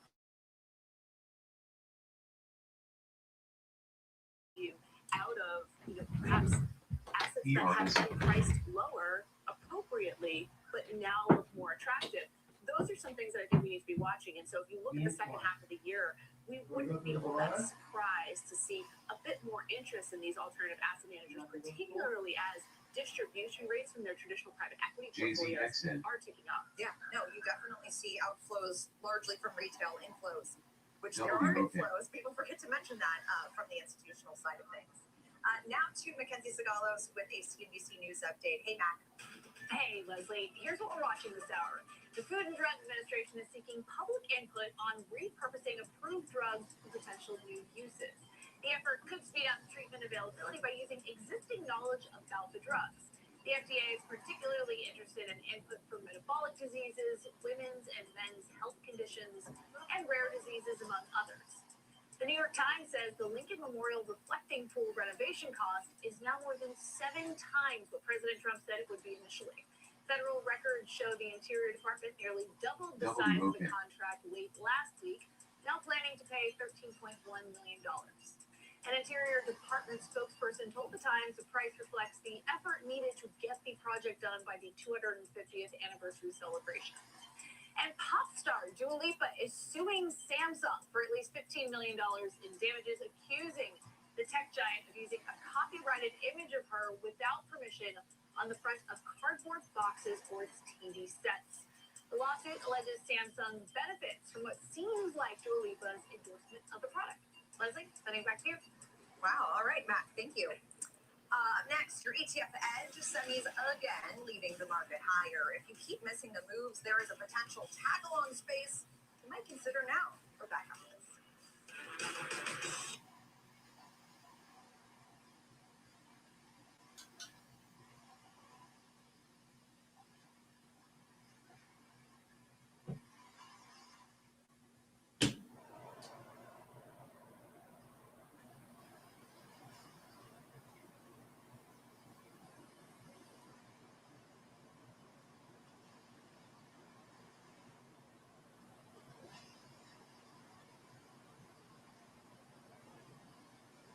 JZXN.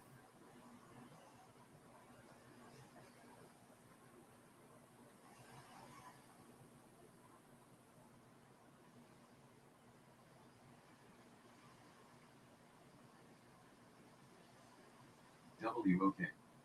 SHMD.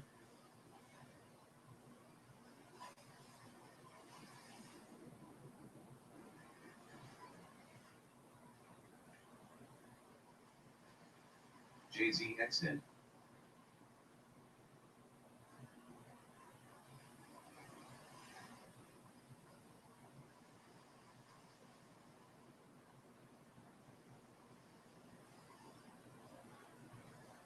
WOK.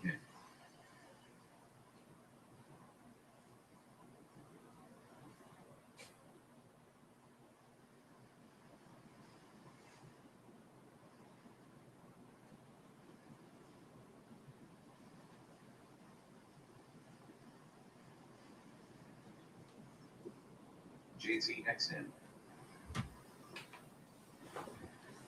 That's really coming down outside. Lots of rain.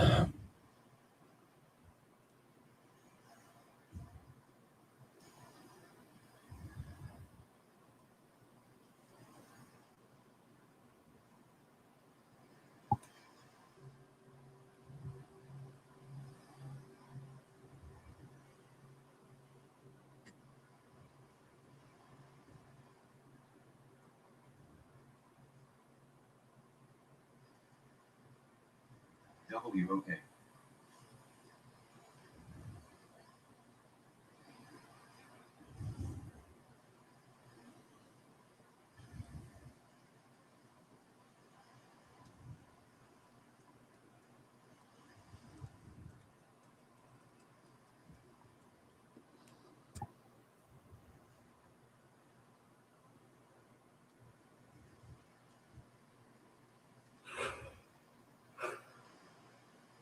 WOK. We're back on halftime report. I'm Contessa Brewer with your ETF edge. Watching Micron today drive the chip makers higher. Many related ETFs are catching the broad moves in the sector.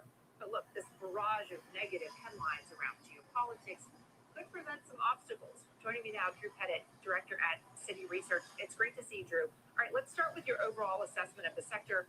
How does it relate to some of the larger semi ETFs? Look, we're still overweight tech. We like price momentum if there's earnings momentum behind it, and that's what semis have.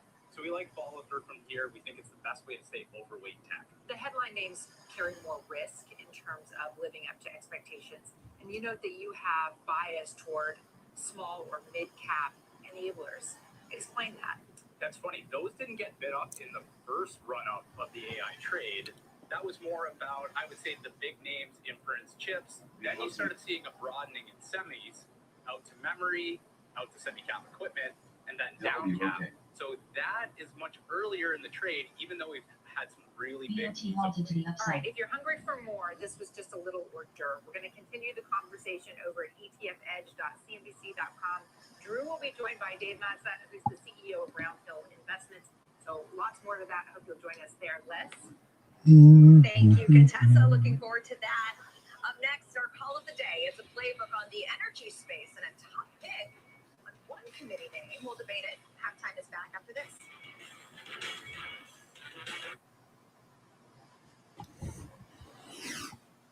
Okay, futures just came back a little bit there. No low ticks, just a little drift lower. Okay, so starting to see a little profit taking. Oracle, Tesla, IONQ. All right, so. WOK.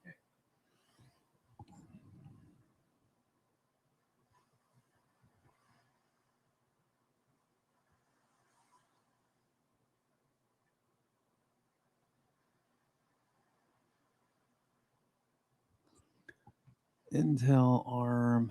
Okay, all of these have been up for what, 29 trading days?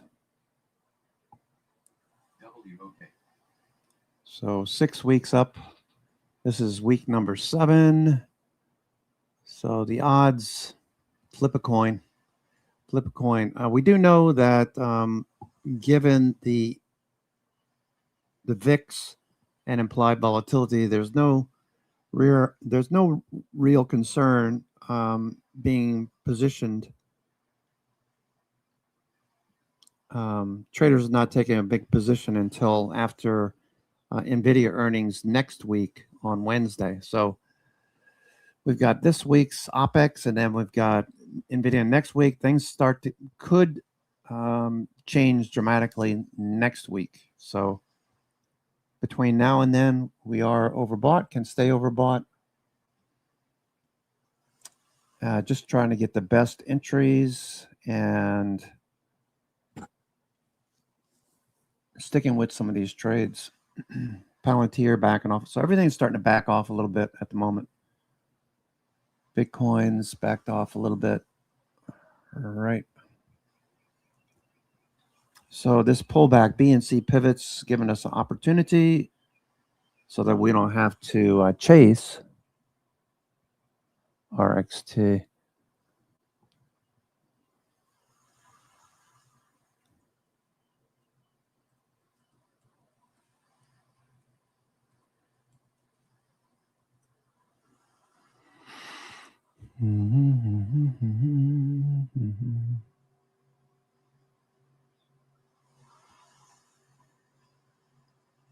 ERSO.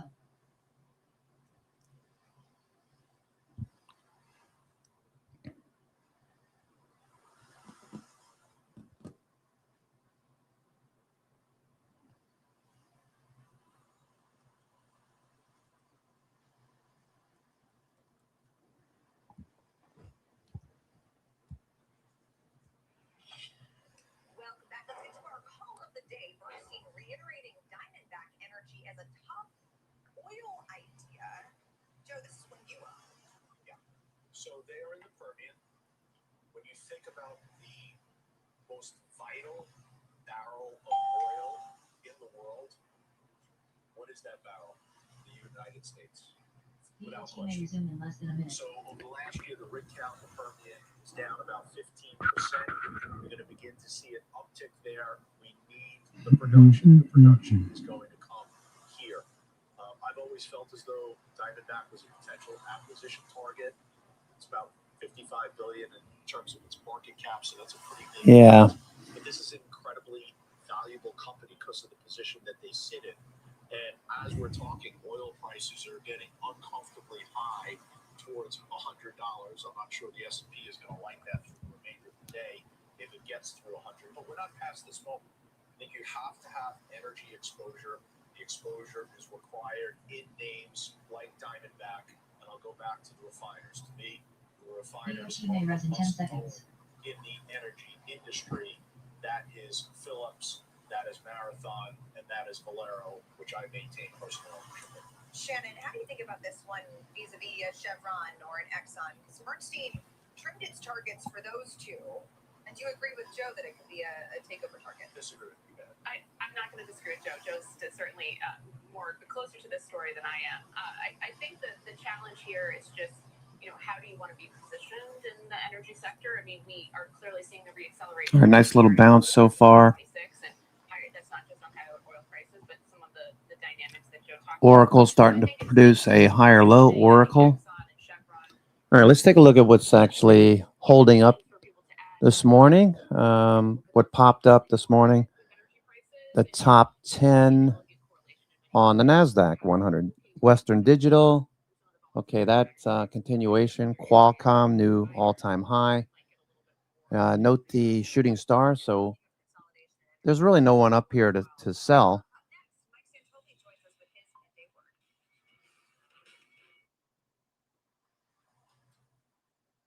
Just day traders. All right, so people taking profits on the big gap up. Seagate Technology, STX. Micron. When I looked at Money Magic, when I looked at your call walls, I'm like, holy crap, look at this. Remember when this was trading 300? And here we are headed for 1,000. Ay. That's crazy, Micron. So I did buy, rather than chasing these, I did buy some DRAM. You can see volume continues to come into this. So other people are doing the same thing, taking profits off of, say, taking half of your Micron profits off into strength because it's probably going to keep going, and maybe some others, and then putting money into here and then keeping some in cash. That's what I decided to do. In addition, let's see, Fang, Diamondback Energy being mentioned by Joe Terranova just now. Nice little bounce at the 50-day.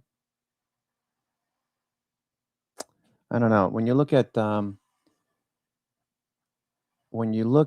energy versus semiconductors, it's really no comparison. Here is semiconductors versus energy, still hell-bent, moving higher. Okay, as these lines move higher, that's telling you that SMH before the semicolon versus XLE after the semicolon, that ratio SMH is outperforming. Okay, we want to see the same thing in consumer discretionary versus consumer staples, still rising, although not to the extent that we just saw with semiconductors versus energy. You can see the momentum here. Rate of change is about to flip over to the bullish side.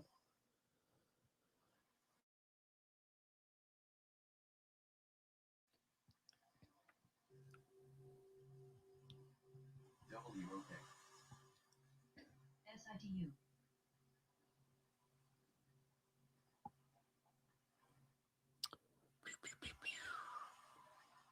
Nick, your inputs. Okay. IRD.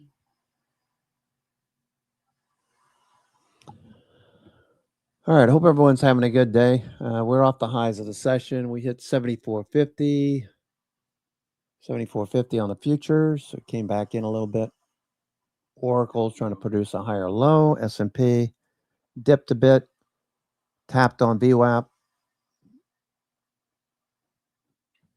This is week number 7. All right, so we were looking at junk bonds and Bitcoin and IWM and IBB. The last thing I didn't look at was breath. Let's see how breath is doing. Okay, breath. Okay, so these are all pointing lower. So that's telling you that breath is not participating. Yeah, I saw that. Yeah, I saw that, Nick. Yeah, so all of these are turned down. Let's see what the S&P equal weight looks like. The number of stocks trading above the 20-day moving average. Is it rising? Is it falling? It is falling still. Okay, so don't look at this as a negative. What I would look at it as, once we get a nice turn, that's going to be a buying opportunity. Right now we're up. This is the 7th week. Let's see what Santoli has to say. Is it or isn't it 1999? And do we expect it to get much better before it doesn't? And all the rest. I've always said we're not ever guaranteed a close rerun of that episode, but it's interesting that there are not that many instances in the past where you can see things like just exactly how vertical semis have gone and how narrow both the earnings growth and the performance have been. I'm usually not one who scolds the market for being not broad enough. But at some point, it does get a little bit imbalanced and unstable if it keeps up this way. Yeah, a lot of questions about just the technical elements of this market. Mike, would you say net, the research that you've been reading this morning and your own analysis suggests that on a technical basis, it's looking a little bit more stretched and narrow, or? Well, it certainly is. It certainly is, but it's also completely compatible with that kind of view that says, yeah, at some point, semis are going to correct 20% in the blank, and it won't really matter for the uptrend. It'll just be reloading, because we have reset this AI trade at least once a year for the past 3 years. may rise in 10 seconds. Bout of underperformance, a crisis of faith with the whole growth theme, and it's come back. So I think you can sort of confidently say, don't expect a whole lot out of this high-performing group for the short term. All right, futures still slipping a bit. So number of stocks above the 20-day are drifting lower. So this is in contrast to the zip higher in a lot of these stocks. So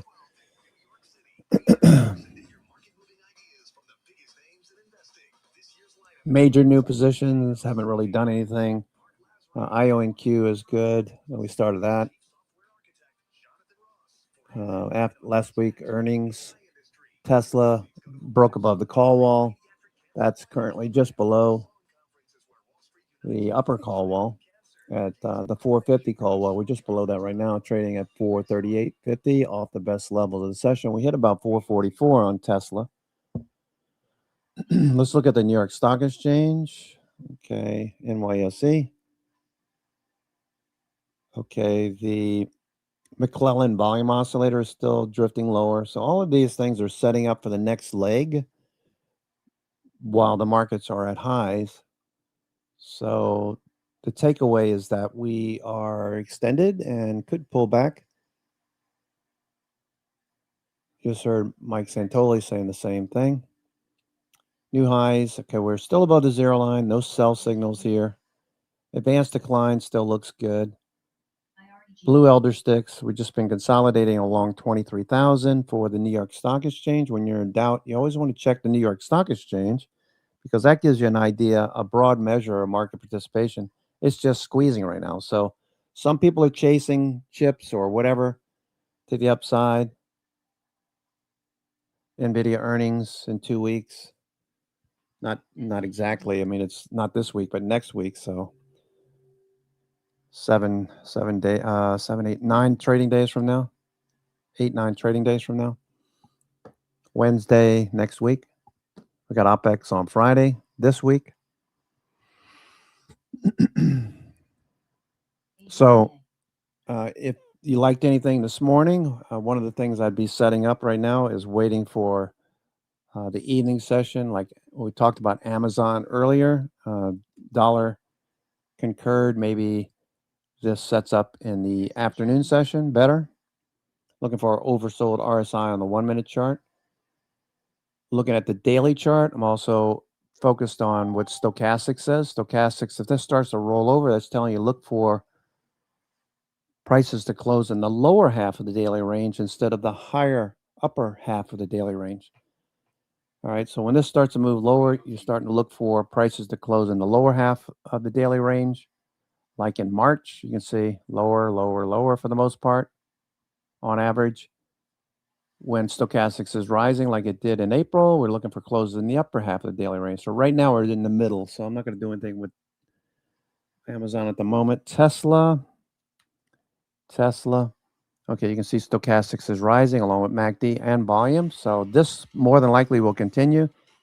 So in the case of Tesla, I would be definitely thinking about any dip. All right, if we get oversold, we almost got oversold there. Maybe one more dip. And then in the evening session, this takes off. All right, so 1 minute looks good. The daily tells me that the likelihood of closing in the upper half of the daily range is good, but we're at the high of the day right now, close to it. So I wouldn't chase it. MACD stochastics rising. Stochastics telling us to look for that close in the upper half of the daily range on average. Above the 9 EMA. 9 EMA crossing up through the 200-day. Volume starting to pick up. So looks like we could get back up to 498 to 500. I believe that's the target I had on the watch list, 500. Let's see, Tesla. Yeah, 450. What? 450. Oh yeah, okay, 450 is the upper. 450 is the upper. I'm just thinking of longer term. 430, 450 are the call walls for Money Magic. That's on the watch list. The little double asterisk is that means it's from the Money Magic levels. Additionally, I never really talk about this, but when I look at targets, for example, look at Firefly. At Firefly on the watch list, you'll notice that I have short-term resistance, which is 40, right? Short-term resistance 40. And the next level I have as a target, Firefly, is 44. 44. Okay, the reason is the average true range. So what I do is 40 is the first resistance. 44 would be the next. That would be 1 ATR. Okay, so 1 day. 1 ATR. All right. And Firefly, yeah, I have $4 increments. So 44, 48, 52, right? So 46 would obviously be a middle point there, but the point I'm trying to make is that if you look at the watch list and you look at the targets expected move, Firefly is a good example. If I just take the ATR and I give you immediate resistance and then a 1 day move, 44, a 2 day move, a 3 day move, basically, if I have enough room. Kind of hard to do with $1,000 stock. Not enough room on the watch list. LRCX is another one, right? LRCX on the watch list. LRCX. It works in both ways, by the way. LRCX, ATR. Okay. So we got the high of the day. So that LRCX, the high of the day, we took out. That was 298, right? High of the day was, all right, 298. That's the first. We just tagged 298 as I'm speaking about it. So if you look at that and then you look at the ATR is 13 bucks. So sometimes I'll round up 13 to 15. Let's see. And that's what I did with, no, I did 10. I did 10, 11, 12. Okay. So it's a multiple, or taking into consideration what the ATR is for the watch list. So I've never really explained that. You may be thinking, why are you using these certain levels? Okay, MDA looks like $2.50 moves on ATR. MDA, that's one of those space. MDA, there's a Canadian firm. It's in the space group. Okay, we're taking out the high, 37.50 looks like. We're at 36.90. ATR here is $2. So I'm just taking $2 increments on PDA.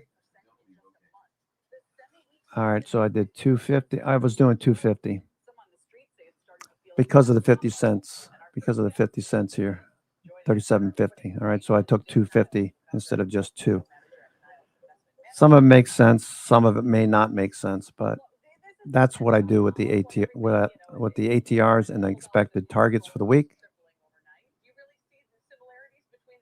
Okay, WT is another one. That's the Wisdom Tree Investments. Okay, that's following through the high of the day, 1962. ATR is about 80 cents a day, so I just rounded it up to $1, I believe. Yeah, I just rounded it up to $1. Okay, so over the week, we could see $5 maximum. So I have 19, 20, 21, 22 for targets for the week for Wisdom Tree Investments. That's on the watch list. Okay, so I'll beat that to death. All right, a little bounce here on the S&P.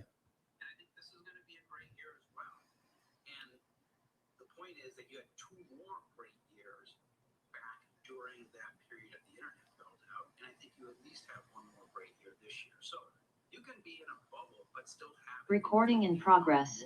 Okay, there's Brett. All righty, what's up, everybody? Today is Monday, May 11th. Hope you had a good 8 days off, probably. Everybody was day trading. It was a total phenomenon. If you're new here, welcome. Rachel, Tracy, thank you. But more important than that is what's going on fundamentally. Internet traffic doubling every. If you have any questions, pop them in the Zoom toolbar, and I'll do my best to answer those questions. Had a very major event happen at the beginning of this year, and that's basically open claw finalized on January 3rd. All right, so what is happening today? It's been tough to write some notes, I would say, because it's just been pretty boring.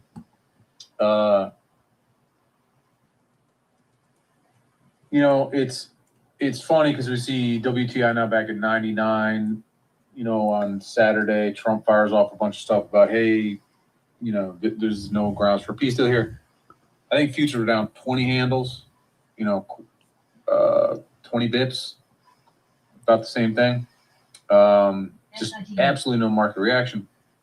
And so, you know, is what it is. And then when we come in the morning, we end up with a trace map. So if we just go and look at the founder's notes here and check the trace map, you can see this is interesting because it was around 750 when I wrote the note this morning. And here's 7,400 in the S&P. You can see there's mild negative gamma to the upside to start the day. And we know it's mainly 0 DTE because after the market closes, which is here at 4 o'clock, you can see it's purple, right? So this is 0 DTE, this swath. So that's kind of dynamic, number one. And then number two is obviously the thing I boxed. This is all positive gamma, right? Purple, there's these pretty big bars in here. And that implies market support. It implies market support, but also so suggests that the 0 DTE people are fine to short these puts. So you start the day off with this implied support. The big story is going to be tomorrow. right? The CPI, and then on Thursday we have this meeting, and I think what kind of is involved with this Iran situation. And All right, this is Brent from Spot Gamma. He's got the mic for right now. We're probably going to talk for about an hour. I'm your host, Cousin Vinny, coming to you from theclosingprint.com. It is Monday, May the 11th. It is 1 p.m., a little after 1 p.m. Again, this is Brent from Spot Gamma having the mic. oil is still somewhat correlated, but now what's happening is that stocks and oil are positively correlated. So that's weird because what was happening is war, oil would spike, stocks would drop. Oil would drop, stocks would go up, right? They were inversely correlated. They've become now positively correlated, and there is still something of a link between oil and vol, but there's this very strange dynamic now between the two because we're basically getting stocks up, vol flat, oil flat, and you would surmise that if oil goes to 150, then equities would, I don't want to say have to go down because who even knows anymore, but you think that would be quite negative, and you think vol will go up. So the relationship is quite strange. Anyways, back to this point though, zero DT traders going, look, nothing's happened with Iran today. It doesn't matter, so I'm going to sell these puts. And then we made a very clear thing here, and I just want to make sure that this makes sense, right? It's the anticipation of what traders will do. Little typo there. It's the anticipation of what traders will do, because normally what happens in this environment, you go, oh, negative gamma above Brent, I'm going to buy stocks today because we're going to rip. But in this market, if vol is contracting like we're forecasting into this Friday with OPEX, and especially now that we know that is CPI mattering tomorrow, probably doesn't matter. Thursday is the big thing with China and the U.S. meeting. And then on the same topic, if you scroll down to looking at what the market actually cares about, it's NVIDIA earnings, right? This is the forward implied vol, and it is way more elevated for this date than anything this week. And so what you're getting in here is those NVIDIA earnings take place on 5/20. So it's, 5/21 vol that's got to reflect that. So very interesting here that we get Friday OPEX. Wednesday, or next Tuesday rather, is VIX expiration. It's earlier this week or this cycle because we have Juneteenth expiration in mid-June. So that disrupts the cycle. So the VIX expiration is a day earlier. Normally it's on Wednesday. Today it's on, or this week it's on Tuesday. So the point of this whole thing is you would assume CPI is kind of a non-event. The Trump Z thing, what's really going to come out of that, at least in the short term? I don't think, who knows, right? Market doesn't think very much. So you would think that OPEX would bring some vol consolidation. And I think, you look at these numbers, right? 20 bips, 30 bips up. That's the kind of thing you would expect to see. And so back to the original point, market rallies, and then what do you get? You get some consolidation, you get call sellers coming in, and then the market just doesn't do much. So if we just wind back the market, so here we are, negative gamma, right? And then what happens? Market opens, market rallies, and then look at those call sellers come in, right? See that positive gamma comes in, and if we flip to net OI, you can actually see those call sellers step up. There's the size coming in, and we kind of build up this resistance, right? You can see that all kind of layered in there, right? So the rally, they respond to the rally with call selling right in this area that we were talking about this morning. You have this call spread up here that's for sale. So this is the reaction, right? Market rally is great. Sell some calls into that rally, and then we end up kind of going nowhere. Now, if you look at, I know this will be a question, so I'll just answer it now. What would you expect to happen? We go through the checklist. Where are the 99th percentile strikes? I hover over 99.04 at 74.30. We got 99 at 74.25. We got 98 at 74.35. So this is the resistance, right? Right there, and you can see that big positive gamma right there. What about to the downside? There's not much down here, and then there are some positions down here at 73.80. Now the gamma at those positions is small. Are they big contracts? Are they 3, 4, 5,000 size? Not really, but it's probably enough to hold the market up today. So what does that mean for me as a trader today watching market? I'm going to bet on possibly two situations, right? One would be the pinning to the big net OI area. Now, we had on Discord last week, we were talking about playing a pin at, I think it was 73.65. There was 18,000 contracts at that strike. That's huge. Today we have what? 3,700 up above 3,000. So on a relative basis, they're not huge positions. 10,000, I'm going to play that. I'm going to play a move to a strike that has 10,000 plus, regardless, right? I'm going to put that trade on to bet a call fly, a put fly, a straddle, something to bet that the market will move to a 10,000 lot. Anything less on a 0 DTE, I don't know. I mean, you can kind of add these up because they're all together. So if you want to put a trade on because the risk reward looks good and bet that we just sort of pin right here, maybe, and I would rate till maybe around 3 o'clock, 2:30 at a minimum. The reason I would say 2:30 or 3 o'clock is because you want those positions to decay and kind of get cheap. So we can kind of slide down here into here, right? 2:30 or 3. You could probably put on a $10 wide, 74.25 call fly for 50 cents, 65 cents maybe. Great risk reward if you can get it. And then to the downside, you know, these downside strikes aren't all that attractive. If we look at the charm map, you get another idea here. Again, normally where we want to go or where we're going to think is where the red and blue meet. So kind of right there, and then the downside there, there's that equilibrium. So if we just hover over where that is on the map, 74.30, and then to the downside, 74.15 or 74.10. Okay. The red on the charm map here actually means that this is selling flow for the market maker community. You know, betting that we get a 1% decline today seems very unlikely, right? It's more likely we pin to these 99th percentile strikes. If I was going to evaluate how great today is in terms of signal, I don't know, it's probably a 6 or 7 out of 10. Maybe worth a cheap shot of us closing back up in here. Again, if you see a 10,000 lot plus at some strike, then that's where you start to get 8, 9, 10 out of 10. I got to play this, right? But overall, the key point here is volatility suppression. And what do I mean by that? Today we have 30 bips of movement in the S&P and the NASDAQ. If we go to the volatility dashboard, sorry, I want to go to the index page. And I wanted to look at realized volatility quickly. So what is the idea here in the OPEX? And if you look at the OPEX effect recording, you can go to YouTube, excess returns, or look up OPEX effect with spot gaming. We talk about this where volatility, when it's quiet into an OPEX, it tends to contract over the next 4 or 5 days, right? So if you look at 1 month realized vol, there is a 10, and you see 5-day realized vol is at 13. So short dated, right? We've had some stock up moves recently that have added some spiciness to the upside. But look, you know, if you go back a couple of days here, that 5-day realized vol is an 8 or 9. So if you're doing 30 bips today, you know, that's an annualized vol of, 6, something like that. So just a quiet, trendy market where things just kind of contract, I think is what is really going to be on tap here with NVIDIA, the big thing next week. Who knows what comes out of this Trump Z thing. On this note, you know, we can talk about Tesla. We're talking about the laggards. And showing how that stuff catches up. So if you didn't catch Tesla earlier this morning, I will say before I click away to look at something else. You know, the headline now is that Iran said no, we're not going to do anything with the uranium.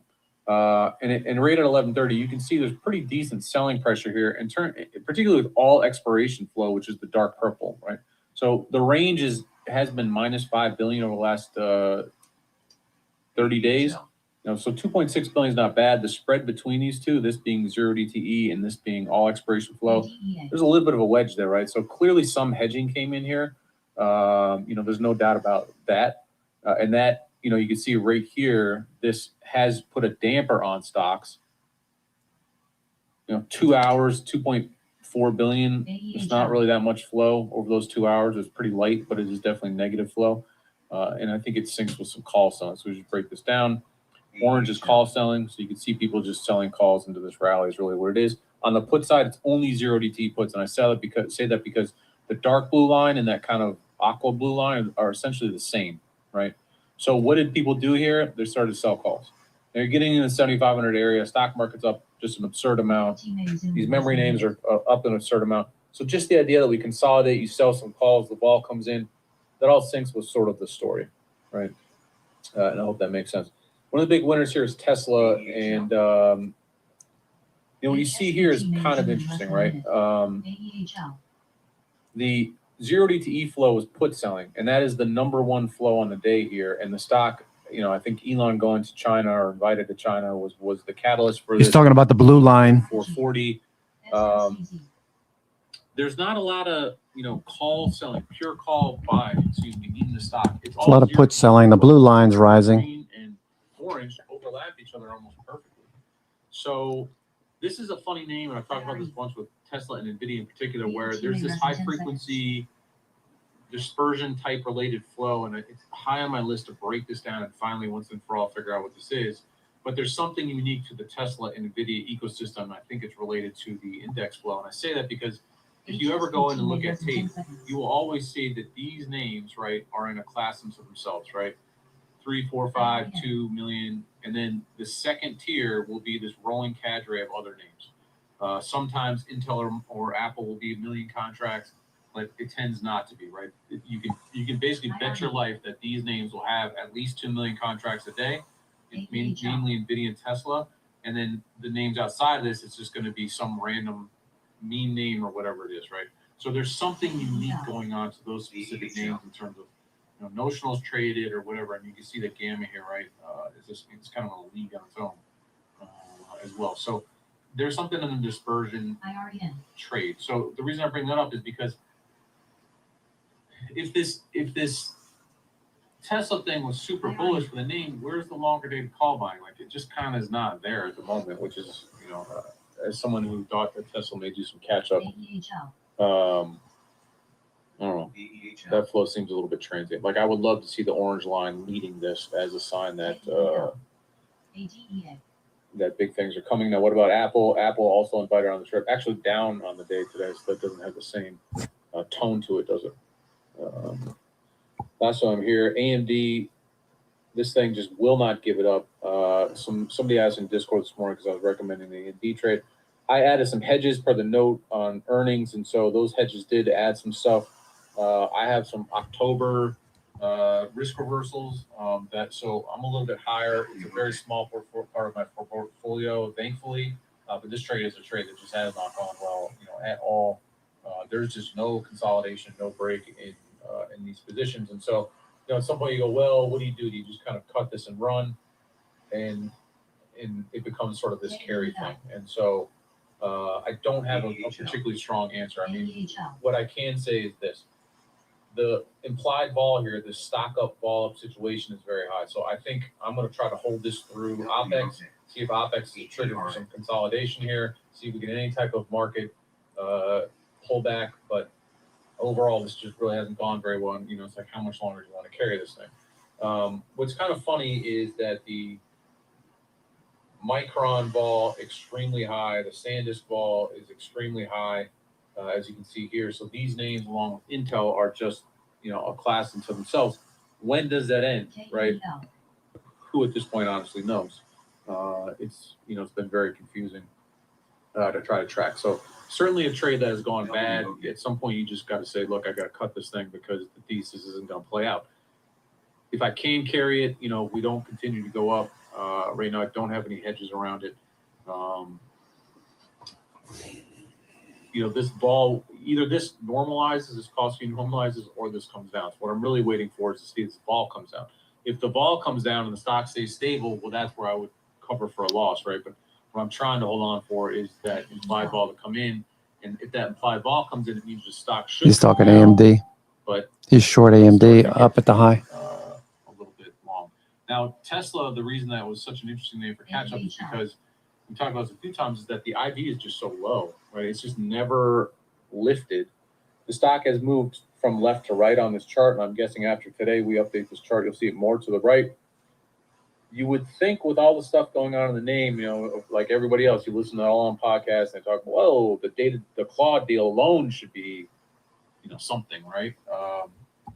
So you just feel like this thing really hasn't done the mean thing, and it must do the mean thing at some point, but it's just interesting that the ball is just so much lower than all the other names kind of across the board.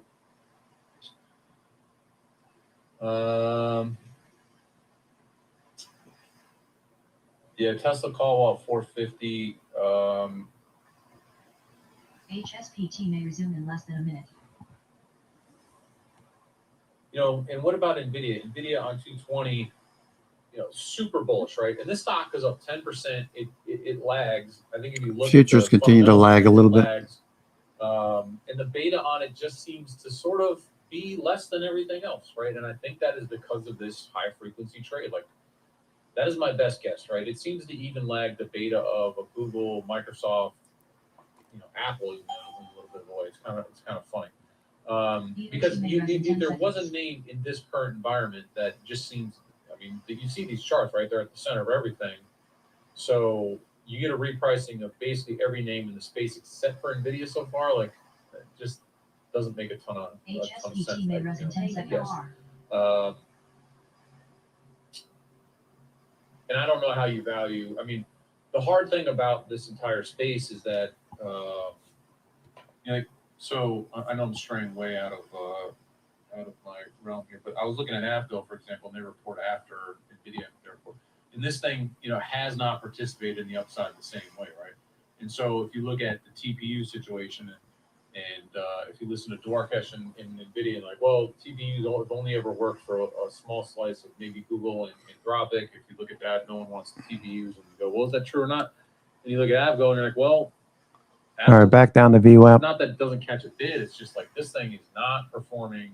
S&P back to VWAP. Earnings could change that a little bit. Could this just listening to Brent over at Spot Gamma? Could be. Everybody right now is in on one single trade. And I think that's what makes it difficult. Is this stock up ball up thing where these names were up 15% after being up 15%, after being up 15%, after being up 15%. Now they're up 7%. And you go, this is almost $1 trillion company. So what stops that?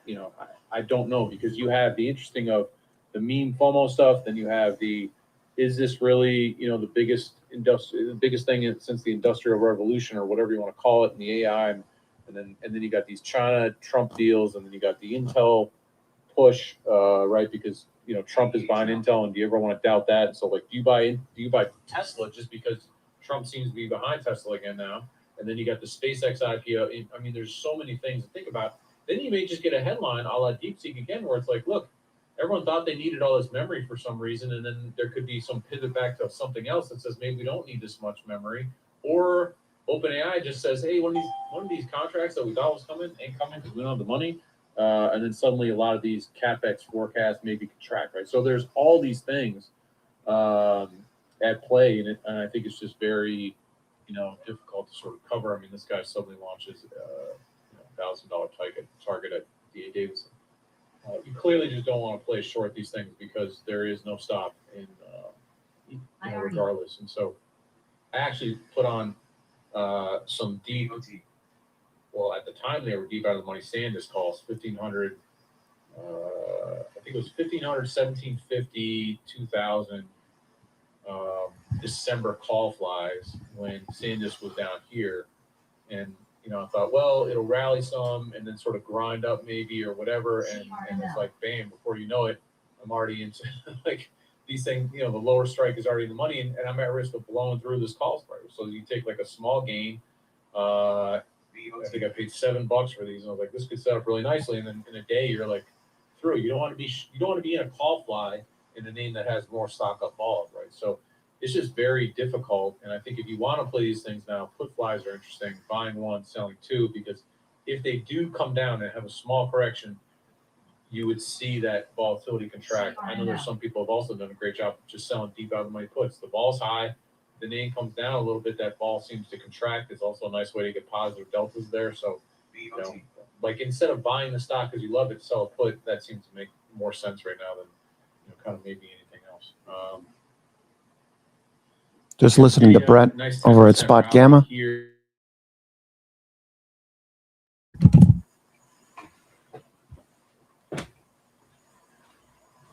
Oh boy, one day we'll have this this thing updated here, I promise. So term structure, you see the king, right? And this is going to get more bid up as we get to next week. So I think it's a little early to check earnings, but right now what this is saying is, the vol should increase for next week. We got to go through you have to imagine that the Trump Z thing would have some kind of NVIDIA impact, positive or negative, I don't know. But just with the products that NVIDIA can sell over there, who knows? We'll see what happens there. And then what is the position? I mean, it's very clear. This is only 1 month skew. But it's very clear, right? This is bid and this is offer. So there's a risk reversal, right? You're selling puts and buying calls. That's how the market is positioned in this name. And that,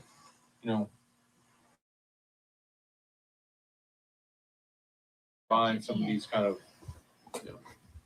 25 or excuse me 250 275 calls, they're expensive. So what do you do in that situation? It seems like a call fly would be the only way to play, like buy one minus two. I think positioning for something a little bit longer dated, if you want that upside, maybe is what makes sense. But these calls are rich, and historically buying expensive calls is not always a great angle. Now expensive calls can differ, right? You can have calls that are the most expensive ever. Look at that risk reversal rank, 99%. That means that the calls are richer to puts relatively than 99% of the time. The IV rank at 58 is also quite high. So in a normal environment, you would say, I cannot possibly just buy naked calls in this situation. It doesn't make any sense. The implied vol is too high. We're too bulled up on the right side of this chart. This is not a normal environment, right? Which makes it not only from the chip situation, but also from the Iran war situation where, oil's testing 100 again. You go, this is not normal. And at some point this matters, right? And at some point this matters, right? And then nope. But I'm boy who cried wolf at this point. So, yeah, two other things. Shout out to a friend of the firm here who said that there is a tax situation going on in EWIs. I guess there's capital gains. There's a capital gains holiday coming up. And so that may be accelerating the bid here in EWI. So I have to kind of look into that a little bit more. But this thing has just been absolutely vertical. And then what about these Chinese names? There was, I think there was some Substacker saying, look, this stuff should rally in the Trump Z meeting. I don't know. Could these names rally after? Well, they could not, who knows? But are the options well priced? I think that's the question, right? So let's take a look at KWeb. Or here, look at SKUs. Our nice little bounce in the S&P so far. Apple and Microsoft responding. Meta starting to bounce. Tesla and IONQ hanging out at the highs. Nvidia turning back up. The vol surface is looking strange here. These are bid, right? I mean, if you look at the last 90 days, what I would guess or what it looks like is the same situation here, right? The puts are being sold, the calls are being bought. Have these stocks not had the same run as the American stocks? I think that's a safe thing to say. Are they value? Quite possible. The calls aren't super cheap, which makes me feel like there's some other people possibly leaning into that way. If we go and we look at Equity Hub and just check and see what KWeb looks like. Curious to see if people are long calls. Yeah, it's a lot of short. So if we break this down to open, just look at these long calls here, right? 30, 35, 32. This is all long calls. There are some puts in here. Probably people that had these puts on from a long time ago, and these names, the name has come down. But this looks like a lot of long calls from 30 and sort of up. Positive news out of the Chinese. Could that lead a nice 10% rally in the space? I mean, it certainly looks like that. The calls seem a little bit rich. So can you lean on something here where you go look at 40? There's some short puts or short calls above. So maybe just playing a move through into 40 would make sense. So you could do something like, long the 30s or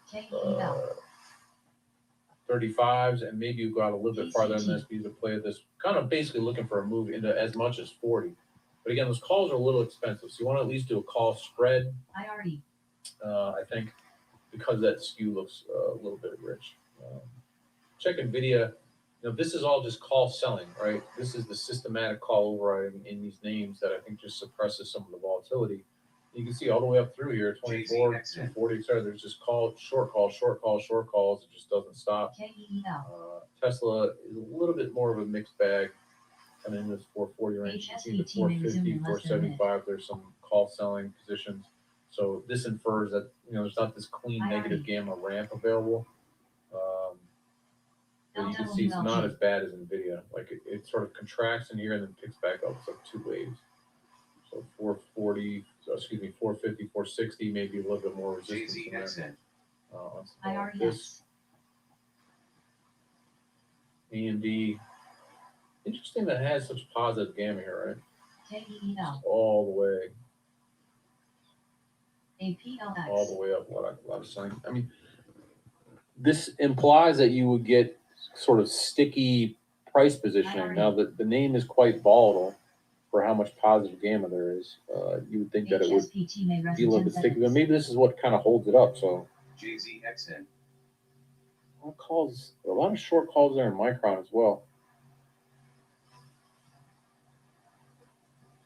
I mean, you get up over this 850 is a giant call strike there. What this is inferring is that traders are selling, or big funds are selling calls here. That doesn't jive with the price action at all, right? And that's what makes it kind of curious. LWLG. You think about the dispersion trade, just swaths of short calls. Maybe you end up in this situation where we had a call just about Matt Cashman, where they own these expensive calls. The market makers are clearly long these calls. These aren't massive positions, 20 lot, 30 lot, etc. And you add up this gamma, $30 million. It's a decent amount for a stock like this.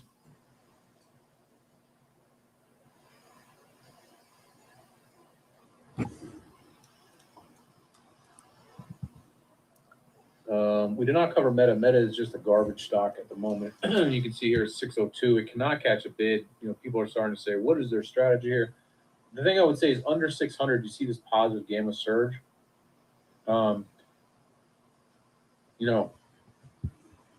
don't know anything about the stock in the AI space. Not enough. I mean, no one paid. IONQ trying to go here. IONQ. Here, let me switch gears here for a second. Go here. IONQ is trying to go again. IONQ is about to go again. This is all straight puts, right? Puts, and they're positive values, 4,000, right? We're just looking at SanDisk. SanDisk calls are 37 lot, 600 lot. Now these are thousands of short puts. Dealers own those puts, traders sold them. So I think that this stock at 600 might be one you could buy and just wait and see. And it has a tendency historically to kind of do this, right? Like it sells off and everyone's like, this is the dumbest, worst stock ever. And then it has just these vicious catch-up rallies. So, JZXN. Buying here with the stop at say 580, something like that, I think it makes some sense. It's kind of hated, but I think in a lot of these rallies, and Microsoft falls in the same one, you have this situation where everything takes off and it's like, well, I can't own the names, the number one names anymore just because they're so bid up. What's the garbage that I can then roll into? And you're like, well, Meta and Microsoft are trailing, significantly. So let me go take a look at those. And that's what the data I think says there. That's what that gamma says. Same thing with Microsoft, right? You can see here under 400 in particular, 415 kind of rate in here. It's a lot of positive gamma. And that's it's $100 million of positive gamma. So I think both these names may be worth a stab. Here, Coinbase over looks like 200 maybe could run. Here you see up 6%, and into 230, see this gamma flattens out, so 230ish. That seems like a valid spot. Bloom Energy, this has a lot of positive gamma around here. It's not a bad amount of positive gamma for the name. All right, S&P continues to rally back up. This is another AI. IONQ looking good. S&P. Just listening to Brent over at Spot Gamma. Such an interesting thing. A lot of short puts, a lot of long call. Dealers long calls, long puts. So traders have sold puts, sold calls across the board. There's just something funky going on here. May resume in less than a minute. Something funky going on is all these biggest AI names. It looks like market makers own these, own calls.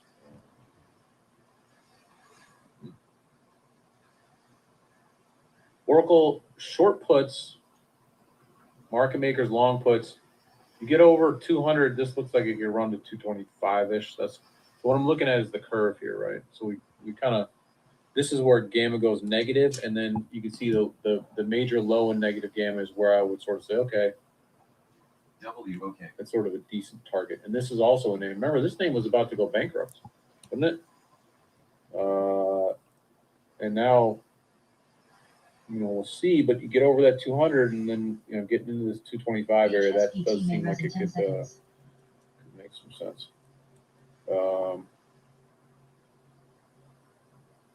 Yeah, maybe they did address the issues.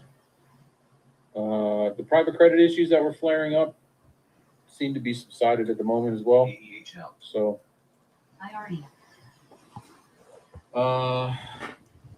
Robin, you want to know specifically on, I think 450, it looks like even, for right now, 450 seems like the thing that makes some sense. I think if you get into here, you kind of expect some mean reversion maybe. So,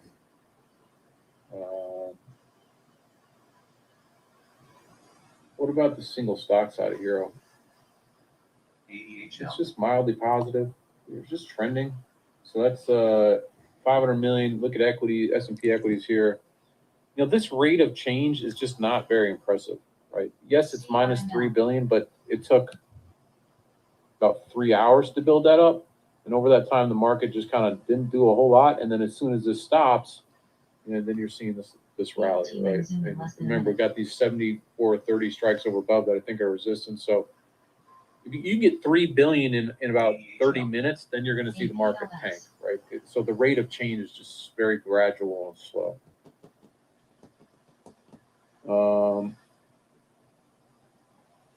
Chris is saying sometimes the trace gamma percentile for a strike can be higher than another when the actual gamma exposure is lower. I have not seen that.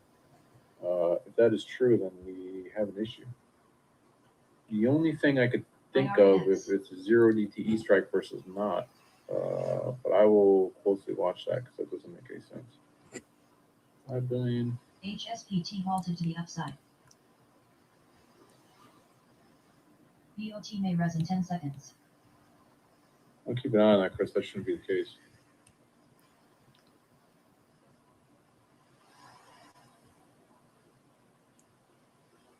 Positive gamma below. These were puts, I believe.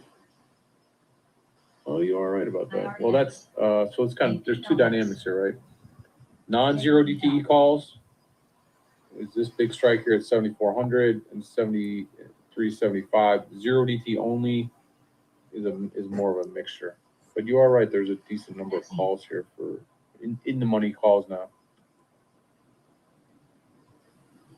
Would Iron Condor still be safe from this Friday OPEX into next Wednesday VIX expiration? That's what I would think, that we would just sort of trend sideways here. I think. All right, S&P continues to rally back up. That's looking good. So S&P 500 rallying back up to the highs. So what we were saying earlier, what Brent also said was that most likely we were going to stay pretty much in a low range, not a big dip or anything like that until after OPEX or after NVIDIA earnings. After that, things change. Implied volatility calculated to increase right around the NVIDIA earnings date, next Wednesday on the 20th of May. All right, S&P back up to the highs. All right, looks like we're going to break out again. This is it, right? There's just not much going on. Hero S&P 500 versus equities. S&P 500 is the index flow only, so that's SPY, SPX, ESF, and then the equities is all the stocks in the S&P 500. So that is what the difference there is. The stability gauge, why is it so low with all the positive gamma? Stability is based on the stats from the last 90 days rolling. And so we've just had a very wild market over the last 90 days. And so I think that's what that is a reflection of. And the idea here is that normally you would assume positive gamma means the market is stable. We haven't had a 90 plus percentile day of positive, stable gamma in a while. And so, I would think that we would start to get a more stable market as these positions grow larger. If you hover over the map, and it depends on where you are, we're only 80th percentile of positive gamma on the day. That's not really that much. If you look here, you get $44 billion of positive gamma at exactly 530, or excuse me, at 350. So maybe we need to adjust the stability gauge here a little. You can see what the problem is, right? Is that you get this big difference in localized gamma. So I maybe have to sort of think about that. Is there a way to find out in the future which extra strike has huge volume? Well, you can forward the trace map if that's kind of what you want to see and see how the positions change. So here as we go into OPEX, you can see the negative gamma starts to build above. Positive gamma in the general area remains stable, but the issue here is that what happens? Every day, new 0DT flow comes in. So it gets a little tricky to forecast exactly what the gamma is going to do when it's such a 0DT heavy market. Because this, you go, oh, great. If we get into, Thursday and we get above 74.50, this market could rip. Possible, but what happens every day? 0DT people come in. 0DTE people come in and so forth. Raj is asking, what's the proper way to use delta pressure? You see many times SPX is delta pressure. And EW. HSPT may resume in less than a minute. So what's the difference in calls or puts at particular GEX strikes? Honestly, very little. If you are trading gamma, you don't care whether it's a put or a call, really, right? Positive gamma means you own options, negative gamma means you short options. And the hedging flow locally, let's say within 1%, doesn't matter all that much. So that's that. We started off with scalps. This is the big resistance for today. Do you want to sell here or here? WOK. That's starting to get a little fine-tuned, but if you're long, then this would be your sell area because this 99 percentile strike, and I would bet on a fade, right? Do I love the idea of this fading? Not really. So instead, what I would prefer to do is, okay, if I'm long, I want to sell here because of this strike, and if we're graced with a little micro dip, then I would want to buy a call fly betting on a close right here. And I don't think it's the world's best end of day play because this is a WOK. that I started off the conversation with. There's about 4,000 at this strike. Like they're in there. When there's 2,000 or 3,000 contracts, 99.0 percentile, it's decent. If we had 99.8 percentile gamma, then that is the difference, right? Then it's like I have to bet. I feel compelled to have to bet on a pin there. So that's the idea of how I would want to play this out. If I'm graced with a move down here, I want to bet with a cheap call or put fly structure that we get back in there. Maybe I'll take a long futures position instead if that's what I trade. That's the general idea of the way that I would look for that setup on a day like today. The other one is Hero, right? We talk about seek and destroy a lot of times, and so with seek and destroy, it's saying, well, what is Hero doing? So I turn on S&P 500, you can see here, right, that Hero's been absolutely bid, and then it looks like the game is unwinding. So someone is closing some of these 74.30. See that wick? I know that because the gamma shouldn't reduce because the S&P is at the level, but yet the gamma is going down. So I have to be aware of that. But I think this is going to be resistance. Awesome. What is my confirmation that this will be resistance? Hero goes down. So I'm going to see this first before price moves. I think. So S&P goes up. If Hero starts to sell off, then that's my cue that yes, we are actually going to use this as resistance. If we hit this area and Hero just keeps going up, 1 billion, 2 billion, 3, 4, 5, 10 billion more. I don't want to short a market that has that positive Hero going in, right? So that's the way that I would use these two indicators to break this down. So what is my trade? My perfect trade setup is going to be market sells off a little bit into here. In this time area, the 0DT call fly betting on the upside should be cheaper. 60 cents to get a $10 wide call fly betting that we pin this area. Great. So see this come down. Here it comes down. Here it kind of flattens out as we get into this zone right here. I put on my call fly +1, -2, +1. And then hopefully we have that end of day. Okay, LO. If your line is different, it's probably because you're on S&P equities. I guess. IREX. the stacked above and below here is, this is resistance, and this is an area of fluidity. So what does that mean? Market could easily trade down through this level to, I would say that. So if I wanted to short the market here because I was compelled to think we're too high on the day, then I would be fine shorting here, and if Euro comes down, my guess would be we'd hit this area, right? That would be my target. It's called 7,400 because there's negative gamma here, which means that there's no support and resistance really. Right? And then if we did hit this area, I would look for Hero to bounce at the same time as my confirmation to take that short off. Or if I wanted to buy the dip, maybe I wait until we get through this red zone, and that's where I would buy the dip, or maybe this is where I would sell some put spreads or something like that. WOK. I just explained this one. So let's make sure everyone is clear on this.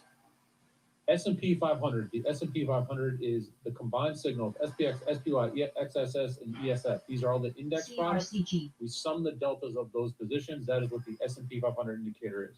S&P equities is the aggregate of all the underlyings. What does that mean? JP Morgan, Tesla, Apple, Nvidia. We add those deltas up. Now, the S&P index one will get bigger in size, 3, 4, 5, $10 billion.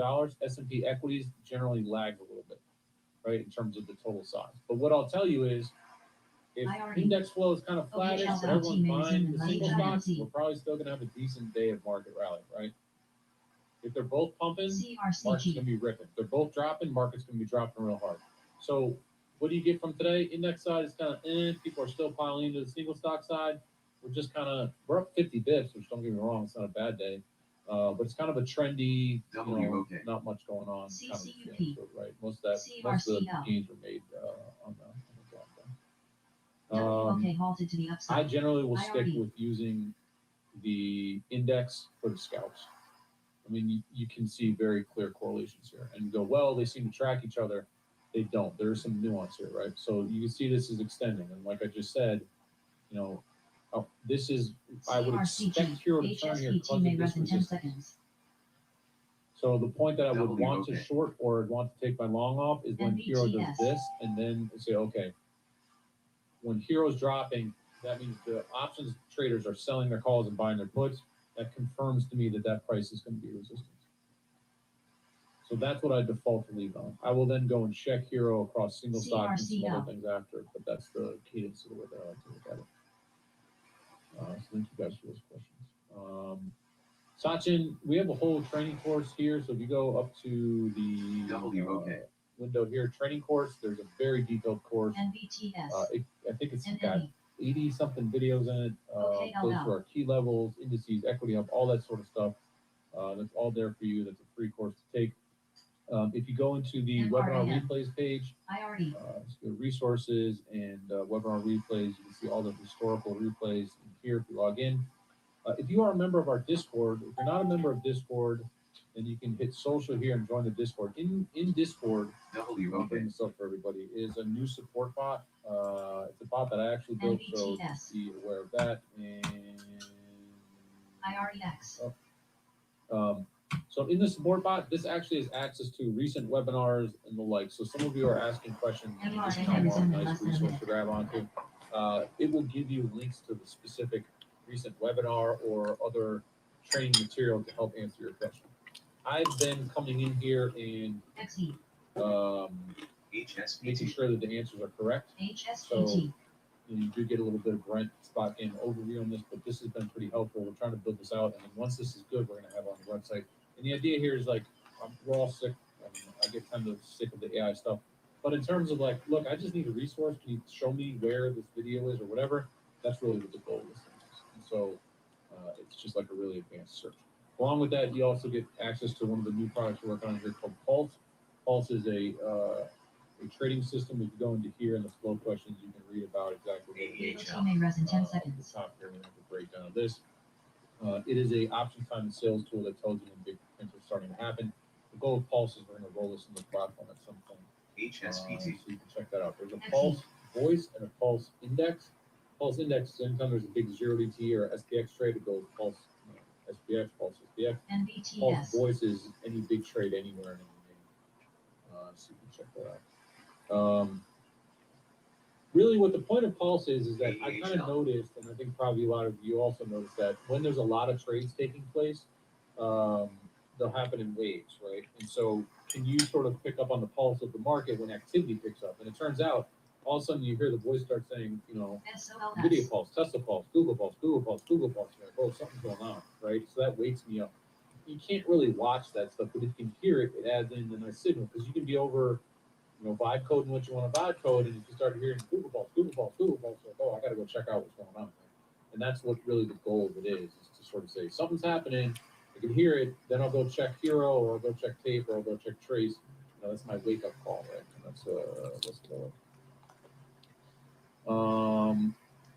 how can you talk about a big sell-off? So also in the OpEx Effect podcast, if you're a spot gamma OG, you know about this signal. If you want to know when I will basically load my portfolio full on short is when we break 8 in this core 1M indicator. CRCL. The core 1M indicator is a very simple way of saying when have we gone full ridiculousness in call buying, and we've just gotten so far over our skis, right, that we have to break. And so core 1M is SIBO 1 month correlation index. Anyone can pull this up. I'll get into the weeds if this happens of exactly what's driving this, but if you think like, hey, when does all this call buying actually play into the fact that we're totally overbought on a macro level? Like forget the idiosyncratic AMD, SanDisk, whatever, like those are relatively small cap names. I mean, they're mid cap, you get what I'm saying, right? Before we have the full broad AI just ridiculousness, right? So if Tesla catches this bid and Google and Nvidia catches this bid, then what will happen is this core 1.8 will go down too low. Also, if we get a China-Iran deal and that ball can actually get sold off, that will accelerate this as well. When core 1M goes under 8, what it tells you is that the call buying, the bullishness, the dispersion trade, all that, you know, kind of all wraps into one sort of trade. But when we get under 8 in this metric is when the market has broken to the upside. Now, not broken as in like a breakout, a trade breakout, like broken as in CRCL. This thing is busted and we're going to have a correction. And so what tends to happen if you just play around with this, when we get under that 8 level, that's sort of the bat signal that we're so overbought that we're going to have this correction. And truth be told, we really haven't hit that level yet. If we get an Iran deal, that's going to contract, and there's still some room to the upside here. As kind of wild as that sounds, maybe Nvidia earnings are just more amazing than anyone could believe, and that unlocks this upside. Or maybe China deal comes through, or maybe an Iran piece of paper signed, like we're good. What happens then? VIX goes to 15, market's going to go higher. NVTS. So, you know, but you can see here, right? And if you look at what were the SPX returns of these moments, they're pretty nasty, right? And so if we break this, I'm probably buying 2-month S&P puts or 2-month fixed calls, something like that, or 1-month fixed calls, 2-month S&P puts, something like that. That would be the idea. Put call ratio is 0.59. I think we are, you know, you can make an argument we're in overbought territory. But, you know, in terms of the pure option signal, when VIX is at 18, not that particularly low. Core 1M says call buying, not particularly like squeeze the market too much yet. So I'm just not quite seeing that options signal full ridiculousness. It doesn't mean we can't. I mean, here's the other problem, right? Every time oil goes over 100, no one cares. So what is the situation at which we just break? Now, the longer in time we go with this Iran Strait closure, you know, the worse the situation gets. But at what point does it actually matter? I don't know. It's such a you never go full ridiculousness. The other R word gets people upset, so I've been straying away from that. SMR. You know, like let me show you chart I was looking at. I was shows. I have a hard stop today at 3 o'clock, everybody. So just look at that.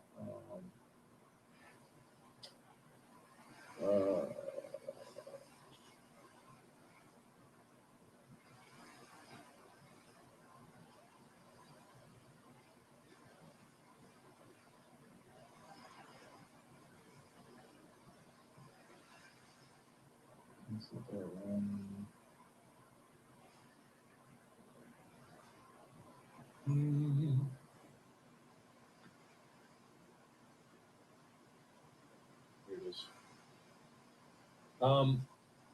So there's a lot on this chart, right? And but this is the put call ratio for S&P index. Look at that, right? But it's been doing that for the whole year. Iran situation happened. No one really bought puts. So what is this, right? That's the put call ratio. What is that? Look at the single stock put call ratio. Well, what is that exactly? Into the teeth of this Iran war, right? NVTS. I have some theories. I really don't know, but like something, structurally, this is like a flow thing has changed, right? It's just very odd, and that's a multi-year situation. Zero DTs were launched right around that time. Is that what that is? Maybe. We're adding more zero DTs in the single stock space. There's more ETFs than ever. There's more options overriding than ever. So, it's just it's very, very strange. Now look at this, right? This is multiple years here. This is put open interest red in the S&P. It has hit a high, but the calls are threatening to sort of break out. And that includes zero DTE, which is 60% of the flow. But the point is the same, right? There's a structure that is changing. So I think when people are like, let me quote like Goldman had this chart about zero DTE gamma or S&P gamma high 66% of that was zero DTE. It's just noise. It's noise. It's different because if all that flow is due to June call buying, you'd be like, oh, market's gonna rip. And like market's been ripping. No one wants to hedge, and then you got this weird zero DT dynamic, which is a little bit interesting. So anyway, Sachin, I didn't say thank you for joining and welcome and everything like that. In terms of the actual delta pressure from Trace. Look, this is it, right? We turned off of this, but people are asking about the scalp. There we are at the high, and what did Hero do, right? You will see this happen time and time again. We hit the resistance, and the deltas change in the resistance range, right? And so if you were long into that strike, and you see that Hero react fast, you go, great, that's my signal to take the sell. And get it were you long to catch this rally and all this sort of stuff. It's not necessarily easy to make sure you were long, but if you were long into this, congratulations. And this is just a very clean and easy sell stop. When do I sell? When does Hero stop going up? Okay, great. Delta pressure. So what delta pressure is telling you is that market makers have to sell stock into this, and they're buying stock into this. So what is that? That's positive gamma, right? Market rallies, they have to sell. Market dips, they have to buy. So I can look at this map. Now, what's interesting is as the course of the day goes past, they seem less supportive, right, of the market here. There's a bunch of buying, but as the positions decay on a relative basis, it seems like it's going to drip off kind of a little bit. So this seems like all else equal, pretty good resistance here for the day. I don't love the dip buying here, just based on that. Watch, this gamma is reducing. So this big strike that we're all paying attention to, they're closing it up. So while I'm thinking this should be a resistance, and since we've been talking, we go, this is resistance. Well, the position is half the size now. So do I want to bet on that strike pinning anymore? No. Why? Because my entire thesis for pinning was based on this huge positive gamma strike. Now, there's still some gamma there. This strike actually went from a positive gamma to negative gamma. Okay. So I'm reluctant. Still 99th percentile. But again, if there's 20,000 lot, I'm like, okay, I'm betting on that pin. You cannot change my mind on it. Here, it's like a little bit weird. Also, why did Hero drop like this? I guarantee you it's when these positions close. Hero is sub-second reaction, whereas Trace takes a minute, right? So look, let's see here. Let's go to net OI. WOK. And we'll wind back.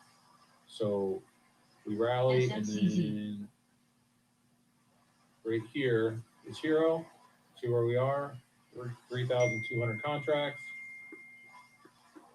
There goes Hero. Hero just lost what, $2 billion of delta. We're at 3,200, and then we play it forward. Look at there, all those contracts were gone, right? See that? So what Hero is doing is Hero's giving you the heads up that the position's about to change. And then when Trace changes a minute later, like, okay, I know exactly what that flow was. So that's how you're gonna put those things together, right? I'm gonna get a phone call that I have to take it to, so I'm gonna say goodbye now. I'm gonna abruptly hang up when the phone rings. Big news to be here in a minute, and so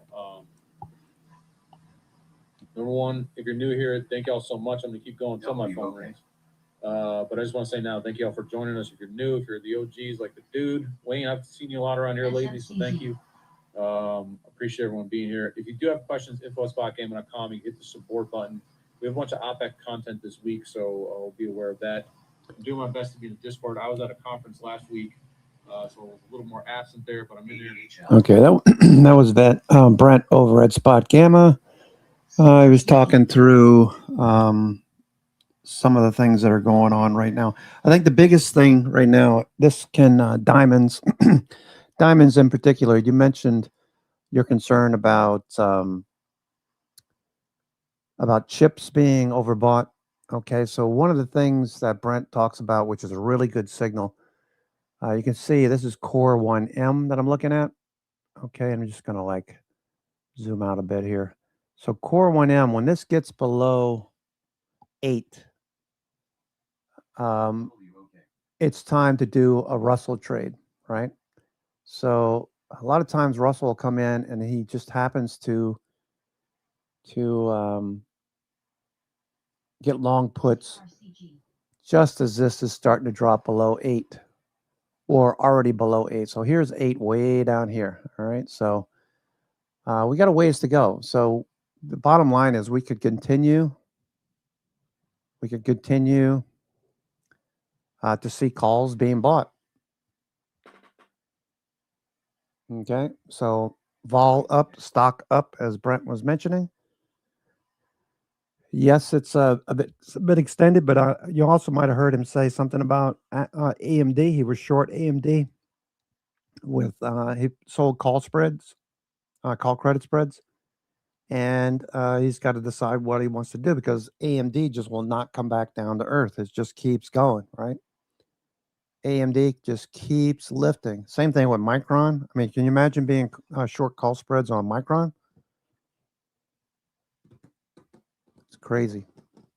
I sold this at 540. Here it is up at almost 800 now. It hit 800 today. So nice to see these things continue. It's kind of like a Mondo trade, right? You get 100% or 200 or 500%, and then you see it go up another 500 to 1,000%. I'm not picking on Mondo. It's just he seems to have that happen quite a bit. Okay, Apple turning back up. Apple turning back up. Okay, let's go see Apple. If you're just joining us, I'm your host, Cousin Benny, coming to you from theclosingprint.com. It is Monday, May the 11th, and it's the 2 o'clock hour. So this is generally the time of day where you look for institutions to show their hand if they're interested in buying, if they want to push things even higher. This is a time of day for them to do it usually after 2:15, the evening session. This is when professionals come in. A lot. So Apple turning back up. Okay, so if you got the oversold condition, all right, so David, there you go again. Here's Apple. David. Oh, I was telling you in the afternoon sessions, generally the better time to do this particular trade setup. Okay, what's the setup? The setup is, okay, are we bullish on the daily? Is stochastic rising? If that's the case, then you can expect prices to close in the upper half of the daily range. So what does that mean, Benny? It means once we have the day's range, especially in the evening session, you can start to pick up on oversold RSI and for prices to move higher because stochastics is rising. Okay, you can see stochastics embedded and rising. Okay, so right now it's embedded, so that's the same thing. As long as it's rising, when it starts to roll back over and move lower, you can see what happens. Like over here in February, rolls over, stochastic rolls over. That's telling you don't expect any kind of bounce. So you wouldn't trade this kind of setup with stochastics dropping. You do the opposite. You'd get short at the high and then ride it to the low.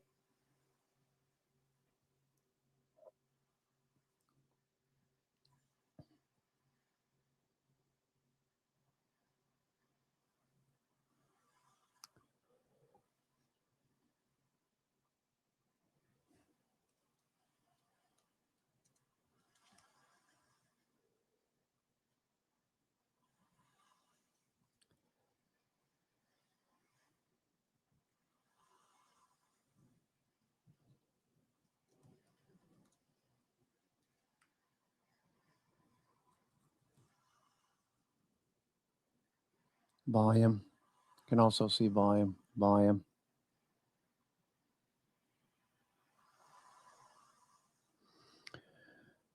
Okay, so it's raining outside.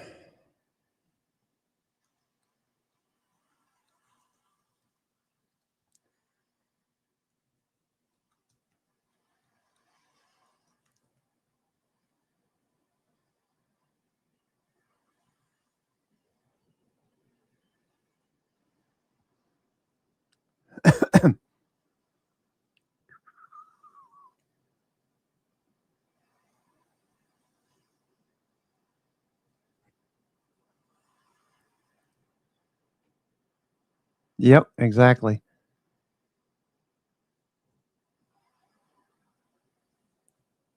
Tesla. 450 is the call wall. Tesla. 450, next call wall. Above 430, dealers had to buy shares.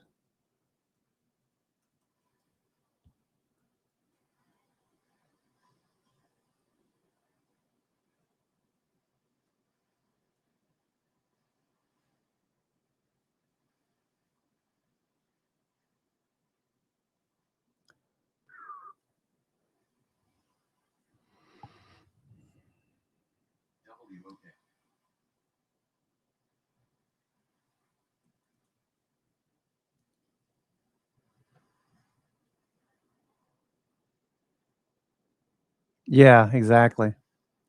Absolutely, 100%.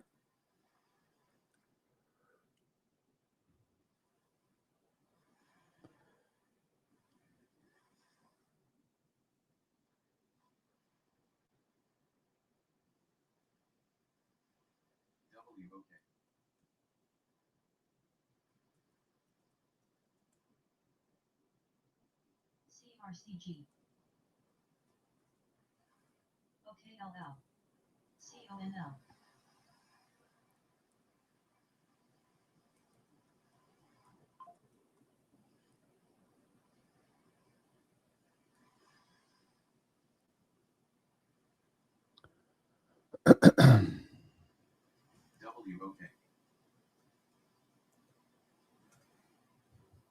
RTW.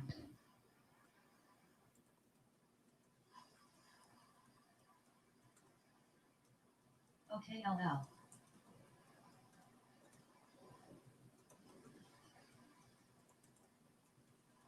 CONL.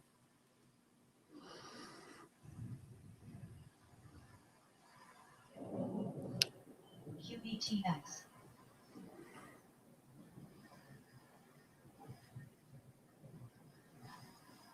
RDW.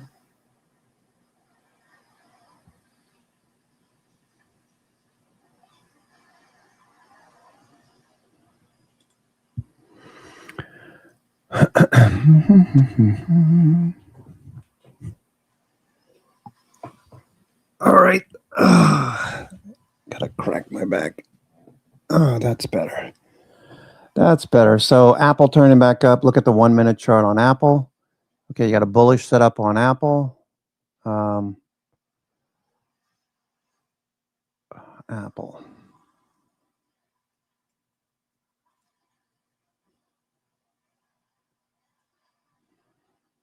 Okay, LL.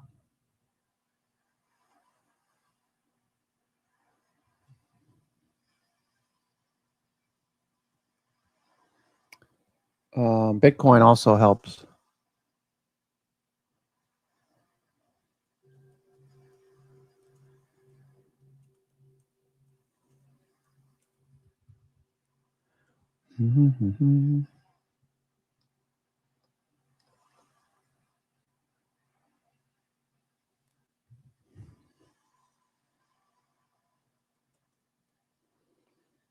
Okay.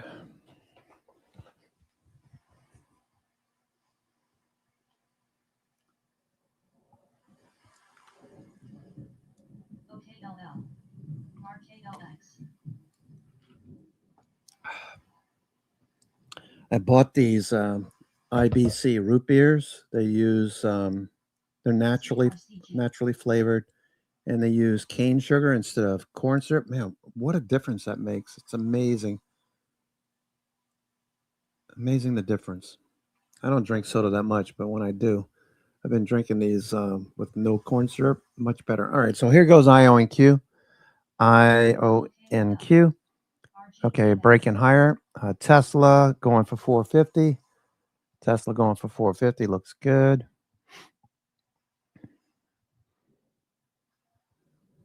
Okay. AAOI. What happened with the AAOI? Did it pull back in? All right, so it's going to turn back up. AAOI, down a little bit on that entry. So I do want to add to that one.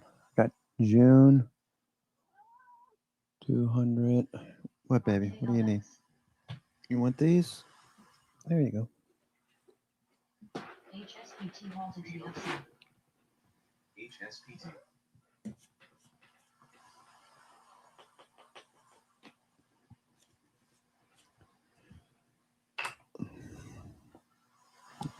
Right there. There you go. Right there. Look. There's your catnip. Catnip is like cocaine to these cats. I mean, I put it down and she just jumps on it and starts sniffing. HSPT. Itches her nose.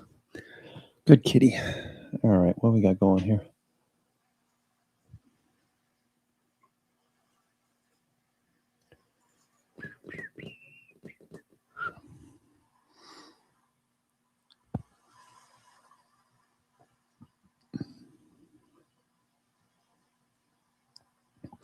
All right, AAOI. All right, there goes Microsoft. Microsoft on the move. Okay, oversold stochastics. Okay, it doesn't work as good when stocks are just kind of sitting there consolidating. You have to be really cautious where you enter in a 1-minute chart. You know, stochastic is still, you know, it's at 50 trying to rise. So you could get some good setups here. Meta, same thing. Meta consolidating. Stochastics not quite turning up. So these are a little bit more risky compared to something like, say, Apple. Apple, which is bullish. Stochastics rising embedded. So the 1-minute chart works. 1-minute chart works really well. Hold on one second.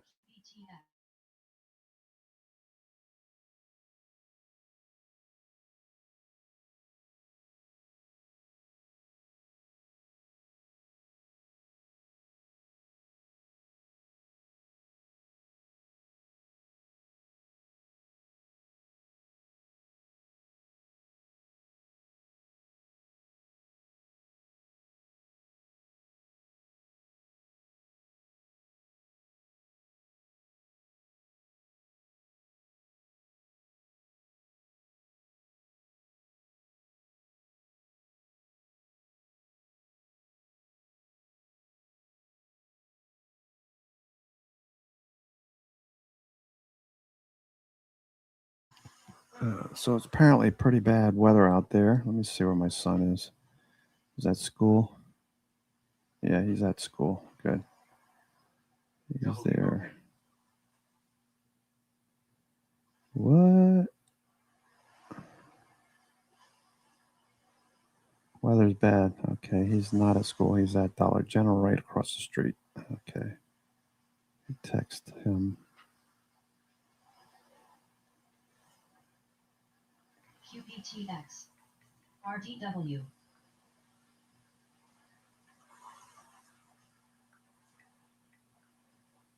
WOK. SMR.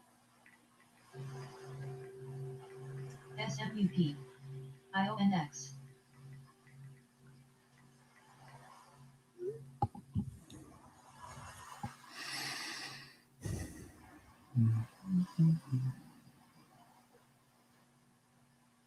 QPTX.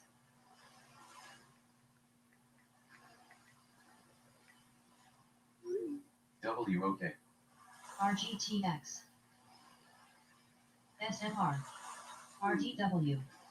IONQ. IONX.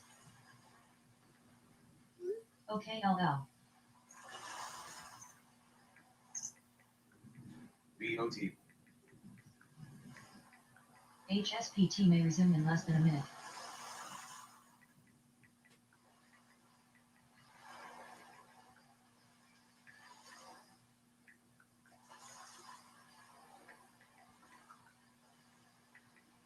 YMAT. SMR.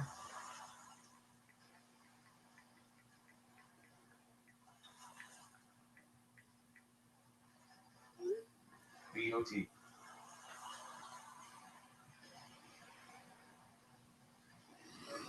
All right.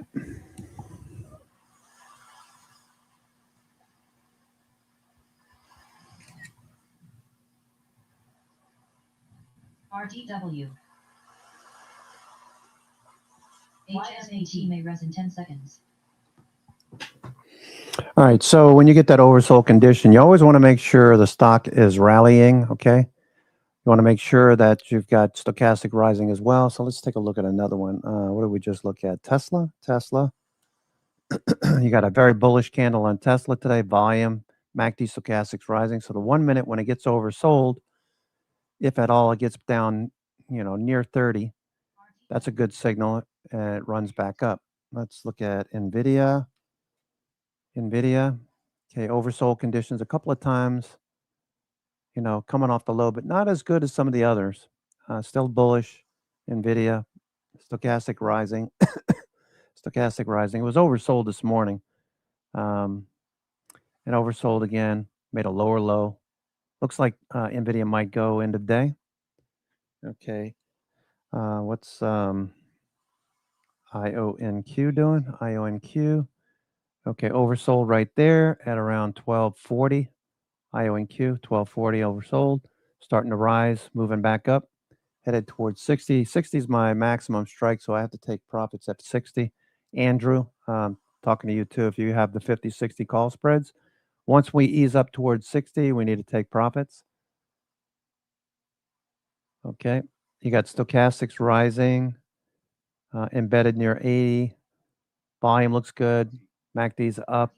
RSI is right. I might actually take some profits into this. And if we get any kind of dip tomorrow, I will re-enter. Okay. IONQ. So the 50-60 call spreads that I have, I got to take some profits off here. Let's see. 57.84. Can I wait a little bit longer? I'm just contemplating. Do we dip at all? Okay, it's a pretty good run today. 50-60 call verticals. Okay, I might cash these in. I'm going to cash these in. That way I can buy something a little closer than January. 2, 3.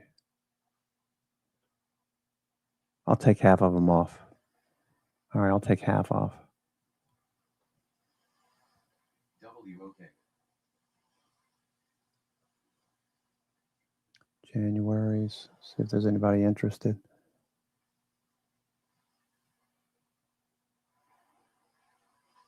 Okay, this looks good. IONQ rising. All right, I'm going to hold out just a little bit longer. Actually, I'm going to lift my bid to 4. Cancel, replace, make it $4. $4, good till cancel. See if I can change this before they take my bid. $4. Okay, changed it to $4. All right. IONQ approaching. Max profit on 5060 5060 call vertical. January. I am offering to close at $4. Limit good till canceled. I'll buy more August.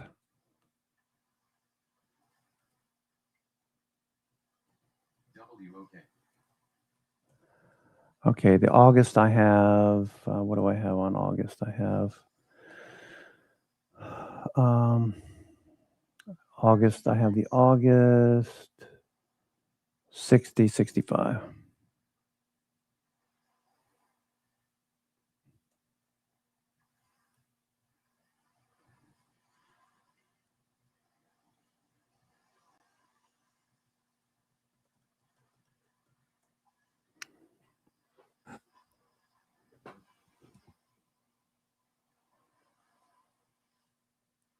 OKLL. UMAC.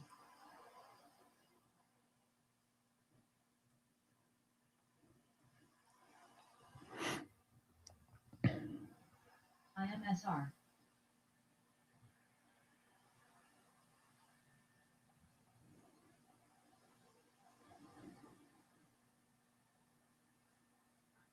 NRGB.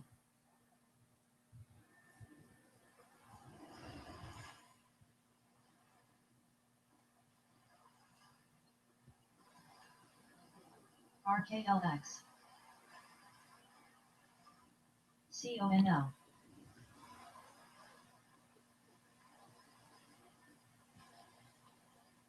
WOK. IONQ. TSLL. LQTA. CRCL. RDW. IMSR. CCUP.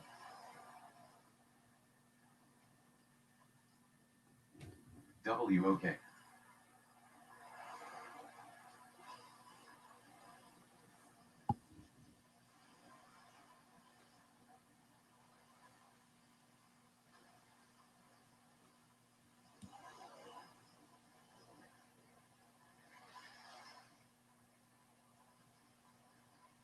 CRCG. CCUP. RDW. RKLX. WOK. QBTX.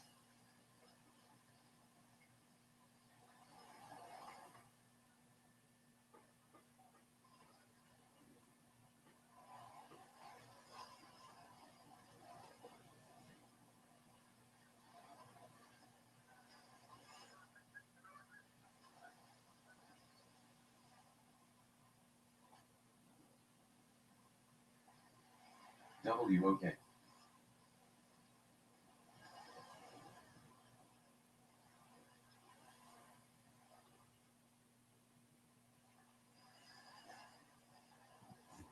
LUNL.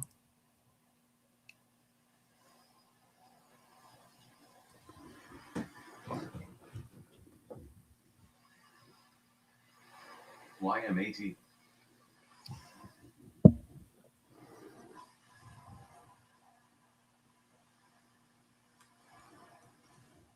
WOK.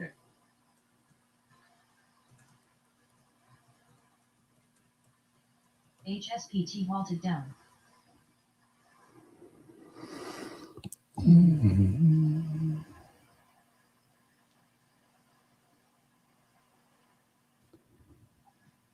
YMAT.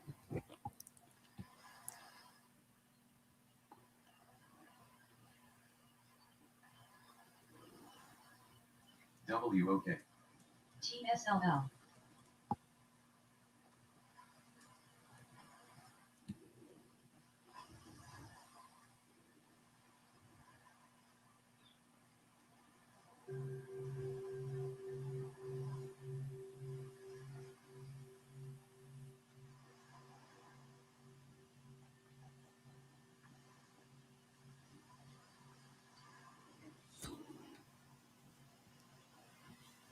WOK.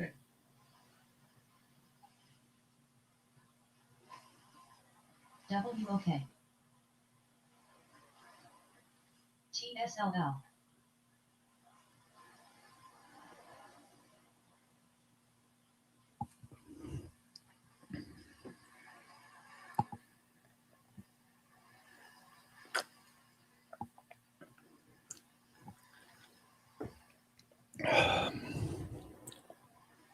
WOK.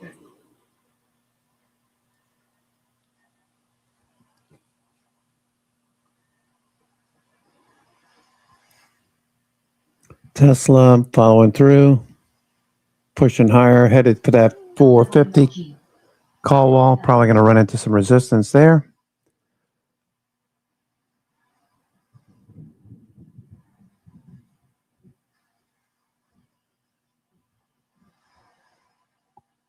WOK. IONQ looks good.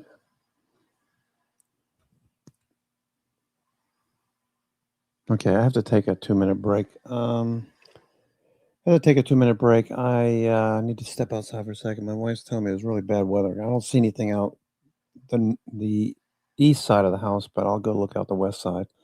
I'll be right back.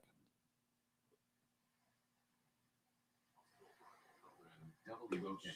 Is going to expand the scope of access to actually make commercial space even more of a commercial market. So where are you in this whole process? I know you're planning a test launch later this year. Correct. So we've got 2 missions on the horizon. First one is for later on this year, which, as you said earlier, is going to demonstrate space to Earth power beaming with lasers. So this is a project that we started on when I first started the company, and all of these ideas stem from this core idea of space, in particular, lower orbit, being this very unique environment for generating LWLG.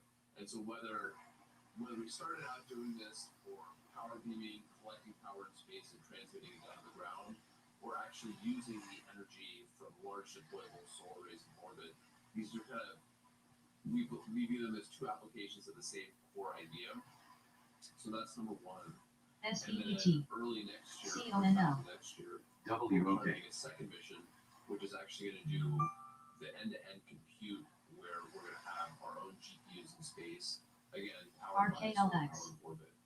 And these will be 2 of, we believe, a handful of missions between now and our target launch for our first in-house built integrated data center rocket program, which we're setting an aggressive goal of doing before the end of 2028. You guys are partnered, you mentioned the GPU space. HSPT may resume in less than a minute. How do you, I imagine you can't just like take the stuff that works on Earth and put it in space, right? You have to make some engineering tweaks to it to make it work in that environment. So what's the major challenge or problem with? I don't know what she's talking about. I don't see any bad weather. All right, so here we go. It's still going. Okay, IONQ still moving here. Very bullish price action. You can't help but get hooked on this follow through in many of these stocks, but taking profits off in the strength makes sense. IONQ, we've got the January 50-60 call spread, and we're approaching quickly the 60 strike.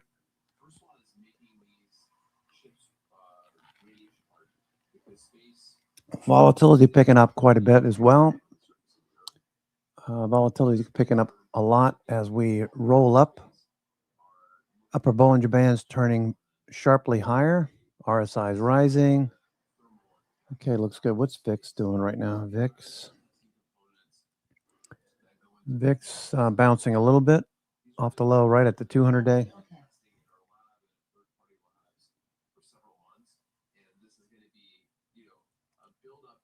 Sophistication to be able to deploy this at really meaningful scale, and that meaningful scale is relevant because the thing that is calling for here is really substantial access to compute in orbit.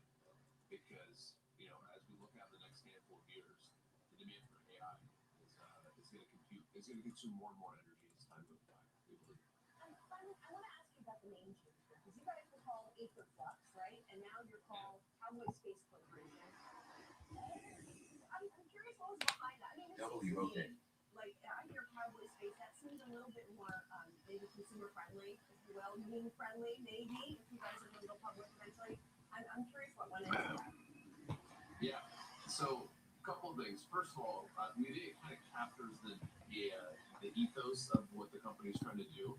I mean, we're trying to trailblaze our own path in space. We're announcing today this kind of bold, ambitious plan to actually build our own rockets to do this. And so we like it from that perspective. I also think that it kind of has a level of cultural relevance that we're excited about. Flux was a name that we started out with. Still love that name, but I think that the scale and ambition of what we're doing, we think that really captures it. And we've got a mission statement that we're excited about, which is to power humanity to the high frontier. So a little bit of that southern twang in there. Gotcha. Next time you got to wear your hat when you come on to talk about it. I know. I grew a mustache for it. So there you go. That says, like ASTX. I think it's on brand. Thank you so much. Good to see you. Appreciate it. Thanks so much for having me. Coming up, we'll take a look at some of today's trending tickers. Stay tuned for watching Market Catalyst.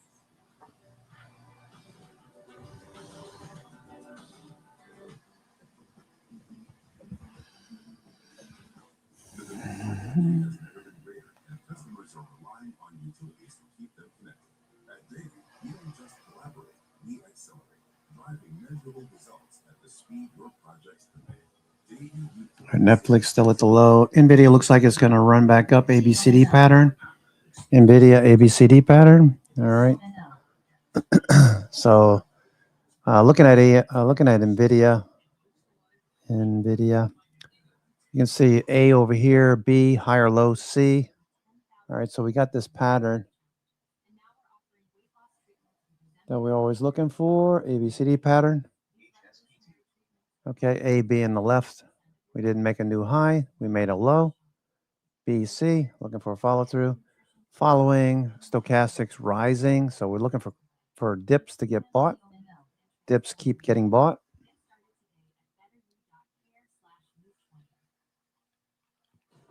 Okay, may resume in less than a minute. IONQ. IONL.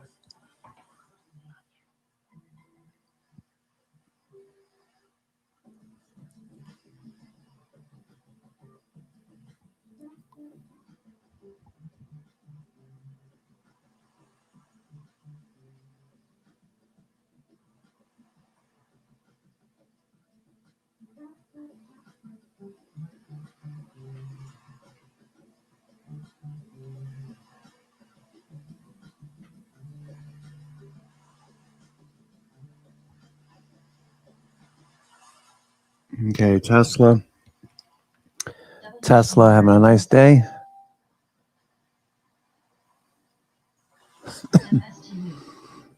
Tesla.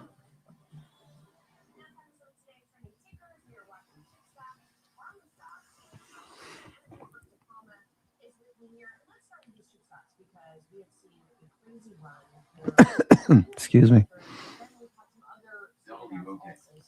Looking at Intel, Qualcomm, Micron, just as three examples, they all opened today. Yeah, the momentum has been there. Yeah, the momentum has certainly been there when you look at the stocks that we've seen over the past month. So, for example, if you look at Micron, 6 months ago, that stock was sitting on $240, and now it's running high at $780.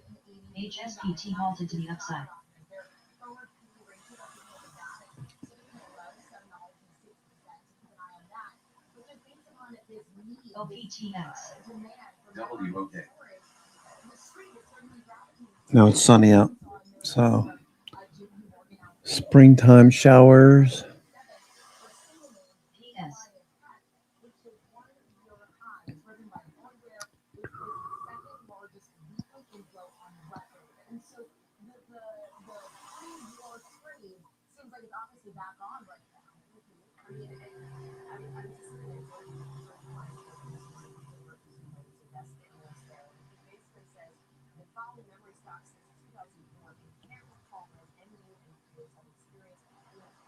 WOK.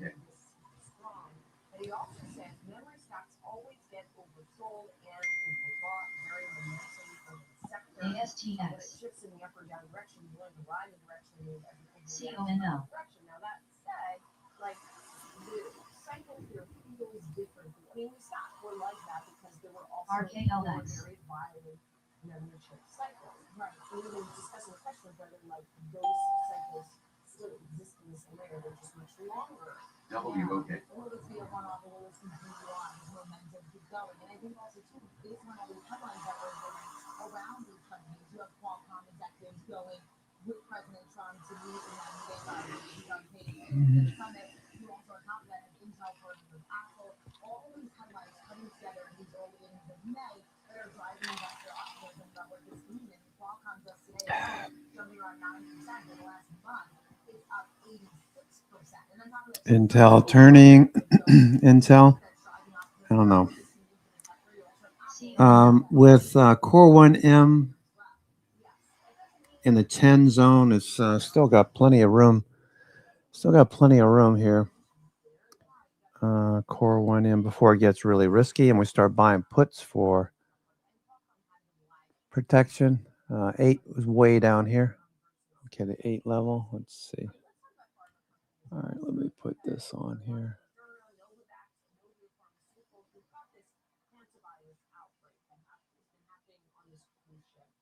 The Americans were on the ship, have landed in Nebraska. They're at a quarantine facility, at least those that were seen as being in close contact with infected individuals. And now there's some speculation that, and I guess Moderna has said that it's trying to work on some sort of treatment. Right. It's still in the early innings, and yet today we're hearing this strong reaction from the street about what this can mean, and could this mean that there could be a cure soon, and will this ultimately prevent another, say, coronavirus? And that's what the investors are weighing in. All right. So we still got room. We are making lower highs and lower lows, though. That is one thing to observe as well. Microsoft and Apple just turned back down.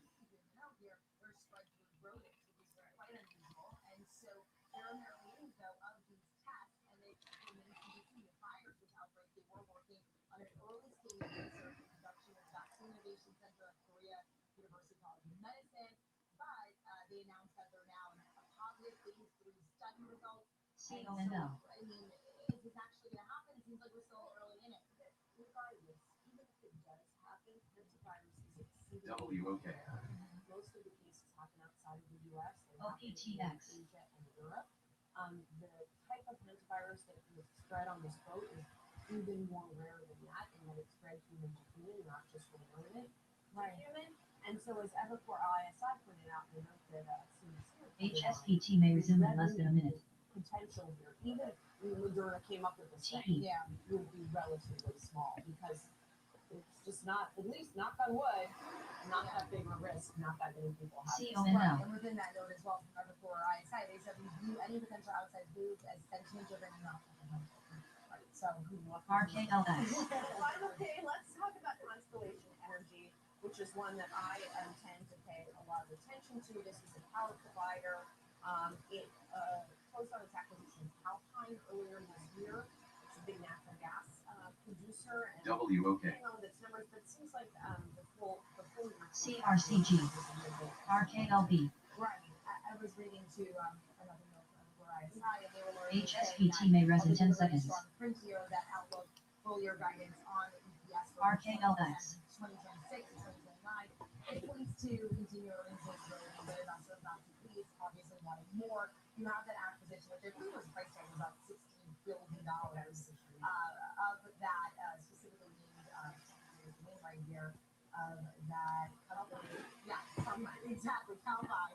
And so when you think about that price tag, obviously lots of momentum behind here. We need to see exactly how this all sort of plays out here. Also, too, the way that they're positioning themselves from the data center builds out, that's certainly the street intrigue as well. Yes, the stock has, the stock had ripped along with a lot of the other power and utility names, but it is down about 15%. Okay, futures continue to drop off here. Futures. Okay.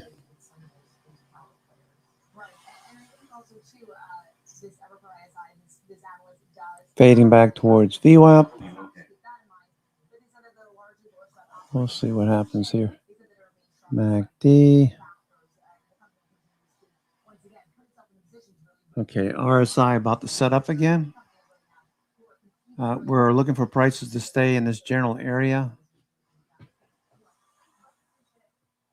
Like to stay above 7,400 would be good for today's close. We made a new all-time high for the past 4 trading days. Okay,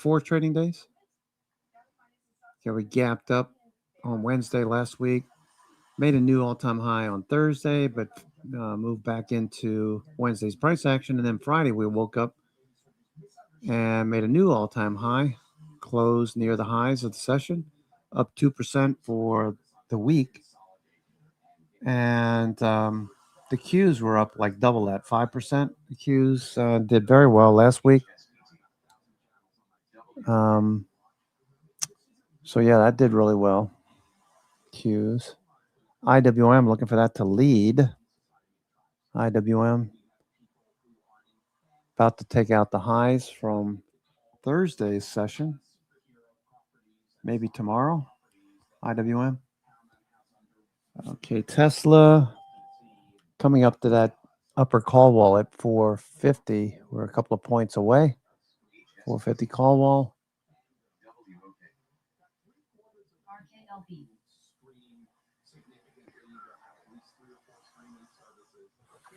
450 call wall.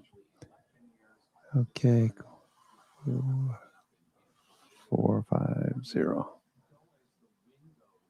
Okay, 450 call wall.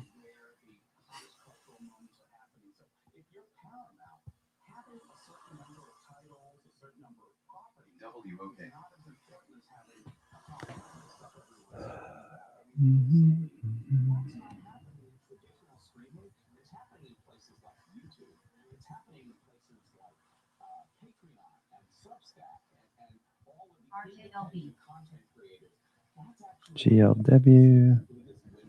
Firefly, that one's off a little bit.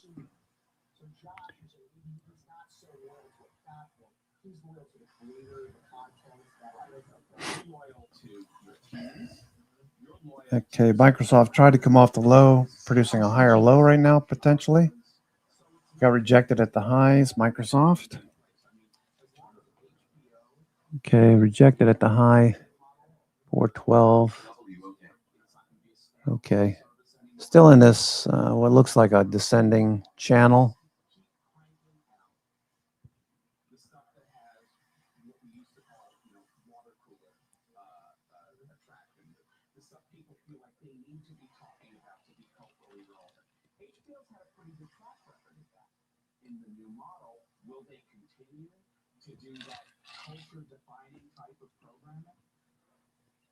Remains to be seen. Wide open.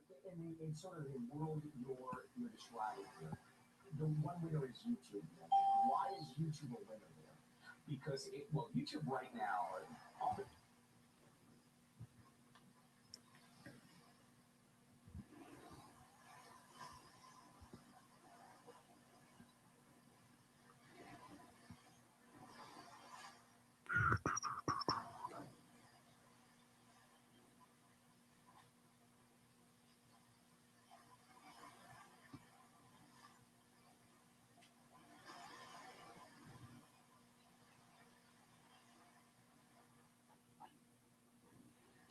RKLB.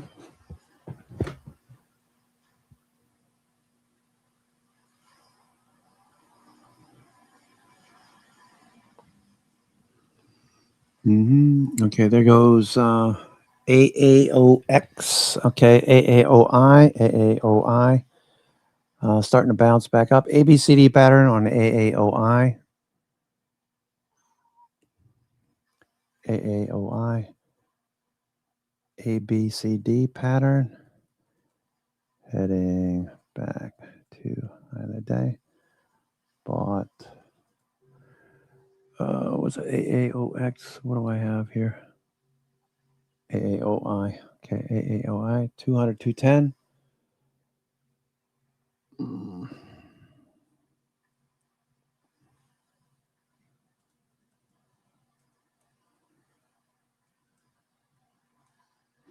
And that is for when? For June. June.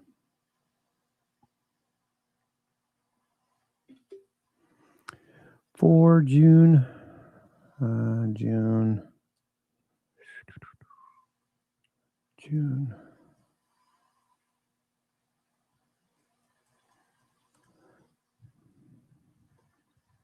All right, so we just formed B and C pivots and continue to move higher, AAOI.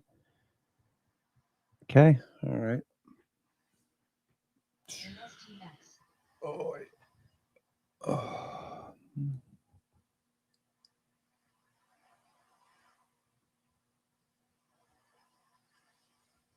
RKLB.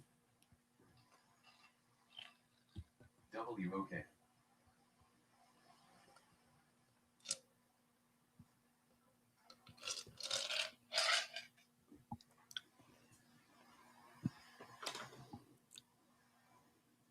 BOT. ASTX. Okay, AAOI.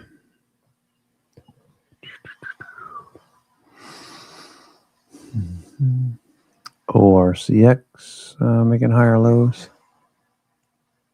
Okay, AMD. Coin, Palantir. All right, Palantir looking a little better, right? Palantir rising. Palantir is rising. Bitcoin looking a little better. ASTX.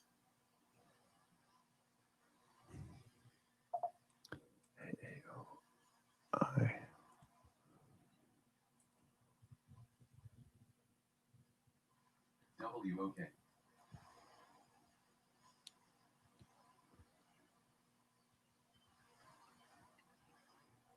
Palantir. All right, Palantir looking good. Palantir coming off the low this morning, making a new highs. Palantir breaking higher. Palantir.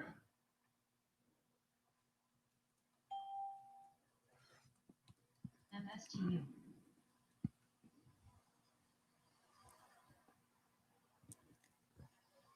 ARM Holdings. STX. Okay. Yeah, it's right above the 21 day. I'm waiting to see if it's going to touch it and bounce. So it's going to take a couple of days for that to happen. Netflix starting to turn. Amazon. Okay, Amazon, I just kind of waited on Amazon because it wasn't really giving me much. Let me see. Amazon. Dollar had thought maybe Amazon in the evening session would be better. We get oversold. We're right on top the 9 EMA.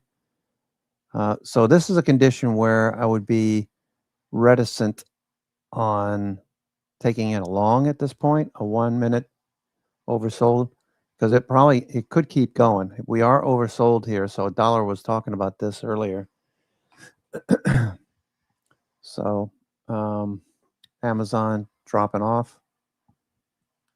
What is going on here? Why is Amazon jumping around like this?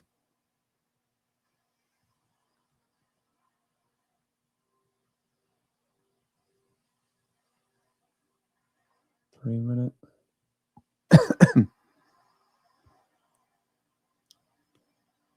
Yeah, Amazon. I don't like the way Amazon's set up right here. RSI is dropping on the daily. We're right at the 21 day. Sellers from the high of the day. Stochastics and MACD are rolling over.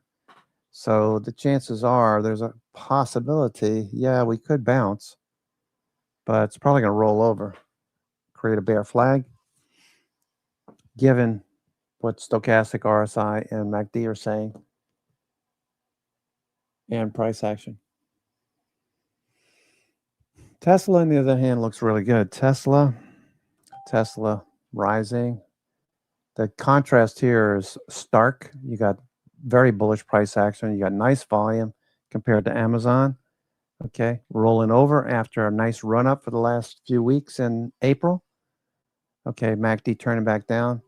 So, yeah, Tesla is completely different setup. So I'd be more apt to take a Tesla 1 minute chart setup when oversold conditions hit, like over here this morning. Okay, at 10:30, this turned. Nice rally. Right now, we're just waiting to see if there's anything else worth trading. Meta, let's see what Meta looks like. Meta. Okay, stochastics oversold and turning up. What does the daily look like? Daily. See, again, here, RSI's drifting lower on the daily. Price action's at the very low. Stochastics rolling back over along with MACD. So I would stay away from taking Meta. It might work. It might work. But the setup's not complete from my perspective. And futures continue to drop off here. S&P. Futures.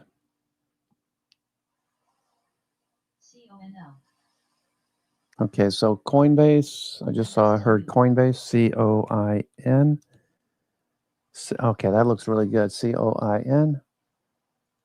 Okay, so your Bollinger Bands are starting to open up. This looks very similar to IONQ. You got tight Bollinger Bands. Prices are moving through the upper band. So if you look at IONQ, same thing's going on. Consolidation. We're ripping right through the upper Bollinger Band. RSI rising. Volume picking up. Stochastics and MACD turning. So this is better as far as a 1 minute chart would be concerned.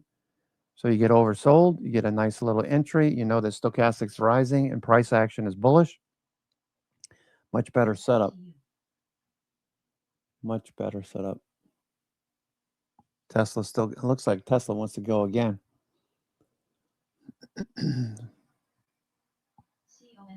So Tesla, obviously, they got some drivers with robotaxi and the AI expansion. We've got at the end of June, early July, supposed to be SpaceX.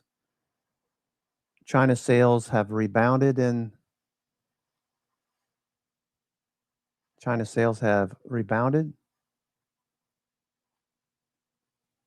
Tesla shares gaining momentum primarily due to optimism surrounding its physical AI transition, specifically in robotaxis and humanoid robots, and significant sales recovery in China. In addition to that, once this news hit, we started to move through the 430 call wall. It was tantamount that dealers buy shares in order to hedge their short positions at 430. So that ran up as much as it could. And then we dipped a little bit or consolidated into 1 o'clock. Now we're rising, making higher highs, higher lows. We're going for that 450 call wall. Tesla has a 450 call wall overhead. Okay, Palantir is still going here. Palantir. Tesla. This is Palantir. Palantir. All right, coming off the low. Tesla. Okay, here's Tesla. Okay, Tesla going for that 450 call wall. We get above that 450 call wall, this could rip the bears to shreds. More than likely, given how much we moved today, we're going to run into some resistance. Dealers have an incentive to keep prices below 450, so that's what we're watching for. So if you have shares, you can always put shares back on. Thank you, Corey.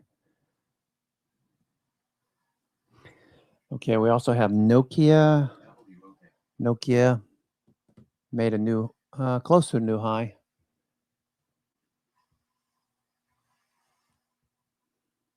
But definitely a nice reversal there for Nokia.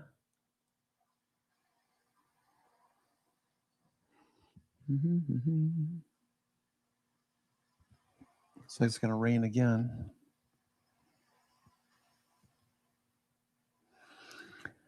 Oh, is everybody having a good day? I'm your host, Cousin Vinny, coming to you from theclosingprint.com. It is Monday, May the 11th.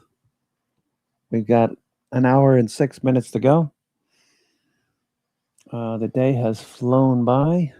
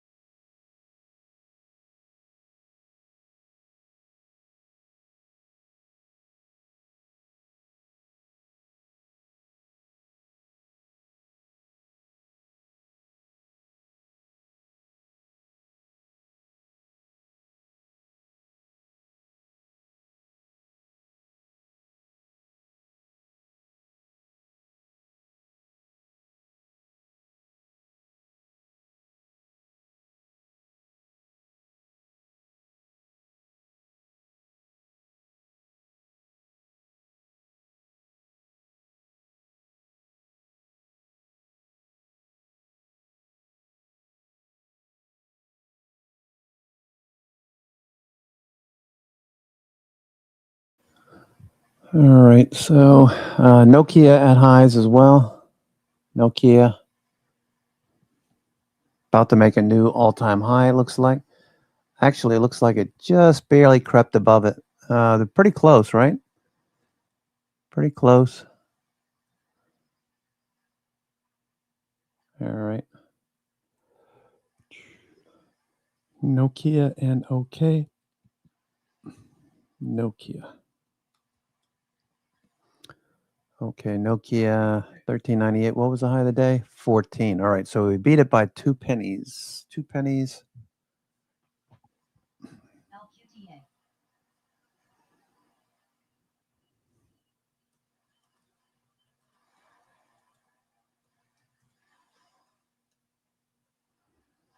PL.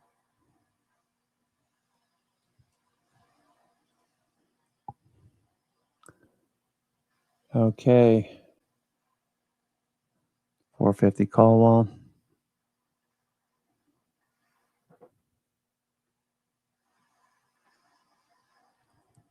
WOK.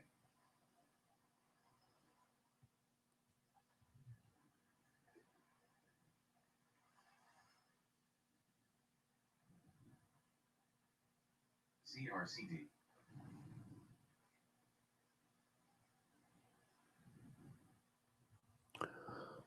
All right. Nokia looks good. Nokia, all right, made a new high, new all-time high by 2 pennies. The high of the day was 14. Previous high, 1398. Company forecasting sales would increase or double what they had coming into 2026. They've upped their targets for sales to double. CRCD. Futures continue to come back in. Futures, S&P. Okay, that we're down below VWAP now, starting to pull back. Futures are still up 15 handles, 16 handles on the day. Not looking for a sell-off or anything like that. But we are retracing much of the gains from the day.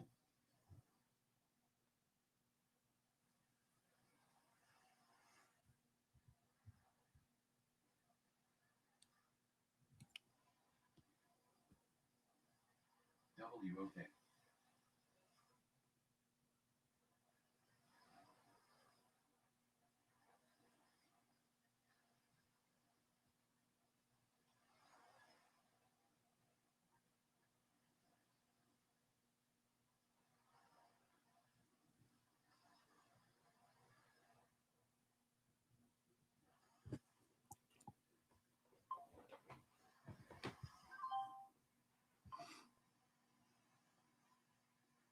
WOK.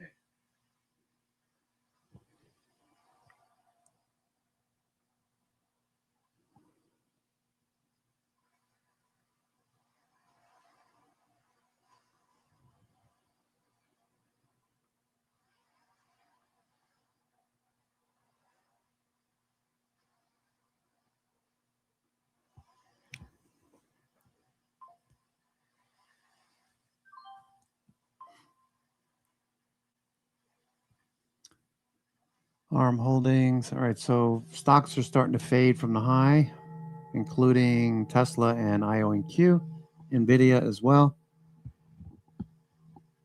We should be pretty stable up here, so this pullback most likely get bought. WOK.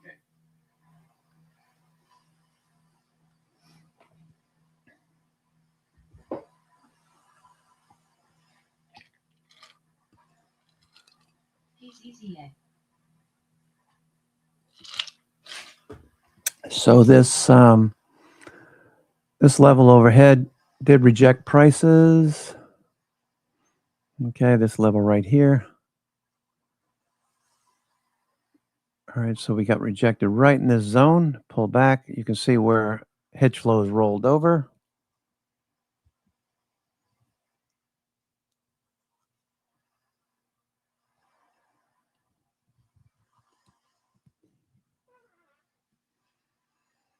Okay, S&P. All right, so we got some negative gamma there. Let me zoom out a little bit.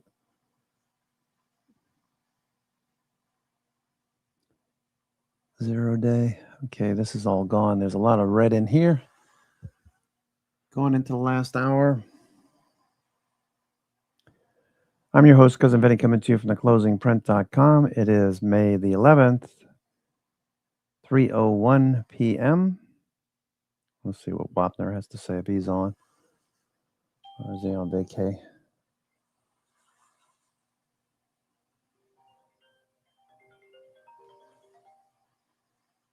moves have been enormous. I don't think you want to necessarily chase them. You want to hold them. But look, I think the AI CapEx cycle, we're in the second inning. I mean, we're going to see about $800 billion this year, $1 trillion next year. They're not slowing down. And so you want to own what I call the food chain. And the food chain is what we're talking about. It's the data center infrastructure. It's chemicals and commodities. It's the grid. It's power.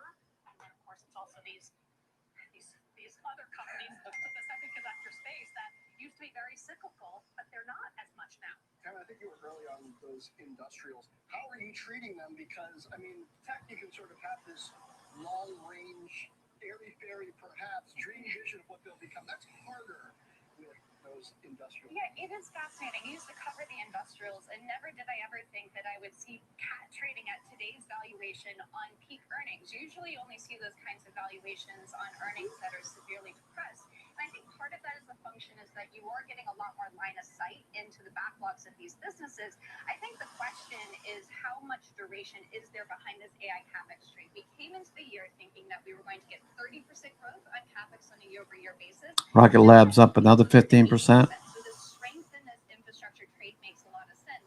How much more upside is there to those numbers in order to propel these stocks in their next leg higher? And the duration of it as well, as we looked at 27 numbers that are nearly $1 trillion in CapEx from these hyperscalers. You ever think like someone like a Vertiv would have 89% earnings growth, or Quanta Services and 50% earnings growth? I mean, these numbers are astronomical. It's all about the backlog because that gives you the visibility for the next couple of years. And Scott Wren, I want to bring you in, even though you're not literally here sitting with us. How long can this data center derived trade separate from everything else, including a consumer that seems increasingly stretched with this energy shock going away? BOT. I think it could go for a while, John. You know, we 5 weeks ago or so when we went underweight energy and we went overweight tech, never in my wildest dreams that I think we're going to have the kind of run that we've had in this short of an amount of time. I thought we were going to get here, but I thought it was going to take a lot longer. And, you know, Cameron mentioned, you know, industrials. We really like industrials. You know, I can't tell you how many times over the last 30 plus years, we played the buy cat at 60, sell it at 120 kind of range, and here we are, you know, $900 plus. And so I think that these old school, you know, you look at industrials, we like utilities. You know, those have some legs on this AI trade. They're not as cyclical as they used to be, not nearly. So I think you have to kind of go with the momentum and go with the flow. As a good friend of mine, this portfolio manager said, this is a YSY market. Earnings are coming through. If we can get the straight opened up, I think that, you know, we would probably have yet another surge that would take us a little bit higher than this. Why ask why? That reminds me of those commercials from a couple decades ago, Stephanie. But when things start going down, inevitably people will be shaking their fists at the sky, saying why. And it seems like every move higher is deserved, every move lower is a theft. How should investors think about the exposure right now that the market has to sentiment devaluation? I think you want to be careful. You don't want to chase for sure, but as long as the economy is growing above trend, which it is, the Atlanta Fed tracker is at 3.7%, and underneath the surface, the labor market is good. We got pretty good data last week across the spectrum in jobs. Of course, this CapEx cycle and the consumer. Yeah, I do worry. All right, so Palantir looking pretty good this evening. Palantir recovering somewhat from its losses last week. Palantir trending. Okay, so we got 3 or 4 bullish candles. Debatable. Need to get above yesterday's high this week. Ultimately get back above the 21-day, then the 50-day, the blue line overhead.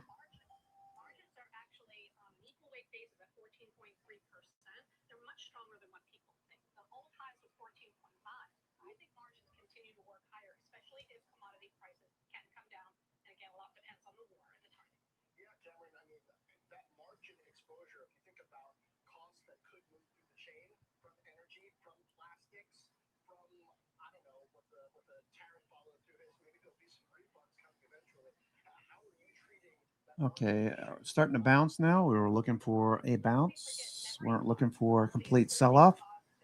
There goes AAOI. AAOI starting to giddy up now. The optical networking connectivity part of the AI build-out, very hot. LITE as well. And GLW, among others. There's a few other names out there that other people are trading. There's an ETF too, I believe, that is in the optical. Let's see what that, if there is something here. Optical.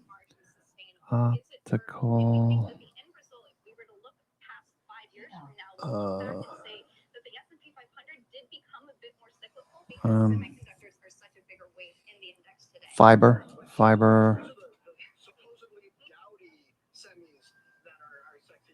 HMMR, fiber no. Fiber.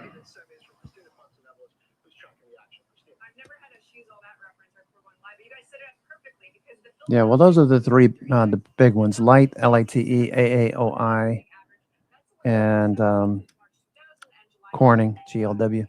So AAOI is trying to break out. Okay, once this goes, it'll pick up some implied volatility pretty quick. Palantir, like we said, Palantir. Palantir, PLTR, Palantir. Okay, AAOI. Tesla turning back up. Tesla. Headed back up, Tesla.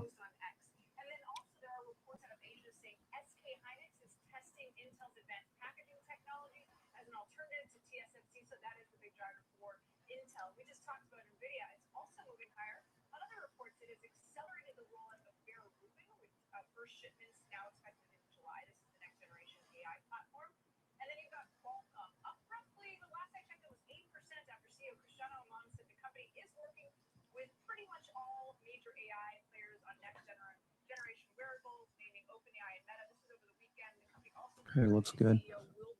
Looking good. All right, so NIMO is flat at minus 6.8. SPY is making new all-time highs at 740.79-ish. Core 1M is hanging out around 1050, so that's not a concern right now as far as calls being overbought. They are overbought, but they're not so exceedingly overbought that we'd be immediately thinking about taking put hedges. Once Core 1M, once it drops below 8, okay, you can see 8 way down here.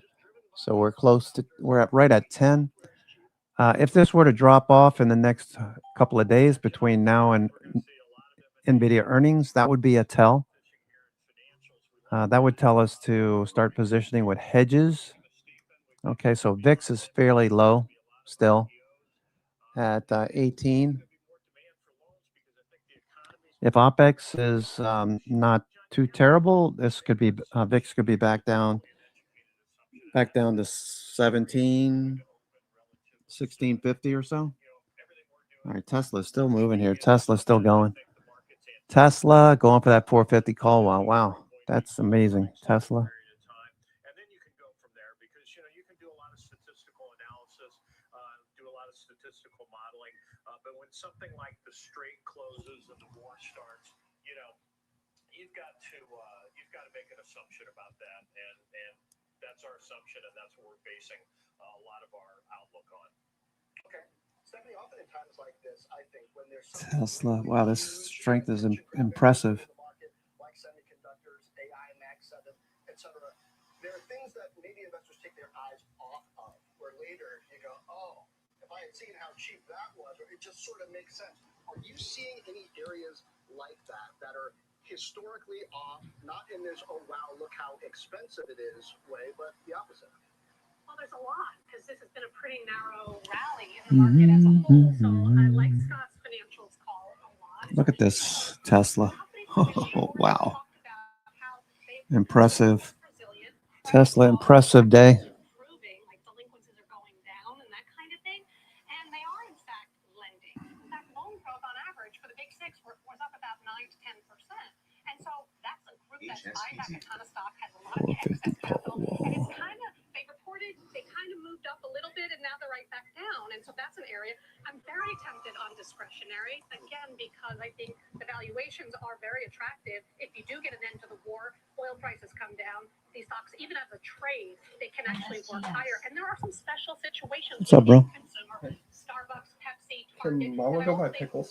I kind of want to eat pickles like right now. What are the high net worth folks do well to look at Okay, bro. this period? Whether it's people are scared about private credit, maybe some things like that. What do you think are the opportunities? Well, I think that we stay very disciplined around quality. It's very easy to chase into some of these high-flying names. And one of the things we were looking at today within SMID caps is that a lot of the areas that have led the market have been areas that don't have any earnings or any profitability. So for us, it's about staying disciplined through the cycle. And we think that that allows us to not chase the hot dot higher because that's typically where you see the sharpest crash on the other side. And that's really important for tax-sensitive investors where you really do want to be able to compound value through cycles. Scott ran finally earnings season. Stephanie Link called out margins as something she's watching. What are you watching? Well, I thought you have to watch margins, Sean, especially when you've seen these kind of earnings numbers. And so, for us, we want to see these cyclical companies largely tied to AI in the industrial sector continue to really come in with strong earnings. And of course, you've got to have the tech companies coming in because the expectations are very high. They've knocked the cover off the ball this quarter, and we think that's going to continue.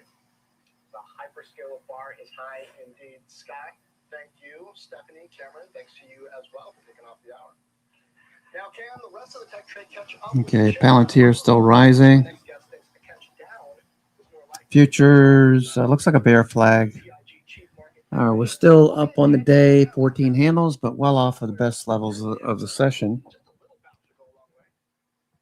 John. So, yeah, I think the conversation to this point has been, how extreme the move in tech AI semis has been, but I think the conversation really needs to be shifting on, not only when will that rally exhaust itself, but why can't the rest of the market do anything as AI has been moving up? And, to put a couple statistics around this, the S&P as of today is 8% above its 50-day moving average, yet there's only 49% of S&P 500 components above their own 50-day moving averages.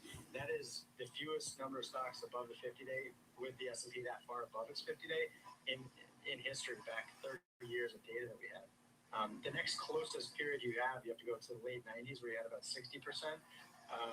And so, there's a lot of stocks that are really not participating. And, there's a difference between when tech's leading and everything's moving up and tech's moving up at a faster pace, and when semis are doing what they're doing and the average stock is actually moving sideways or lower.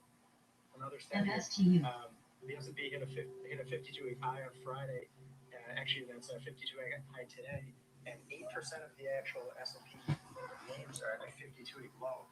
That ties the all-time record in late 1999. So again, it's not just that names aren't participating; they're actually moving lower at this point. Yeah, which is a situation that would seem Tesla. to cry out for diversification. Tesla, very impressive. Nokia. Okay, we're up there at 14. Looking good. Doubling their sales forecast for 26 going forward. I believe last year was like $8 or so, 8%, 8 to 14%. This year is something like 16 to 28%. Rings a bell. So sales increasing, doubling what they've seen in the past.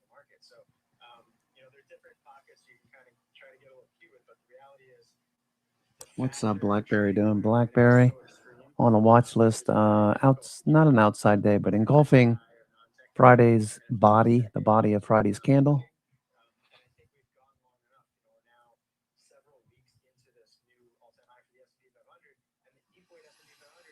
Oh boy.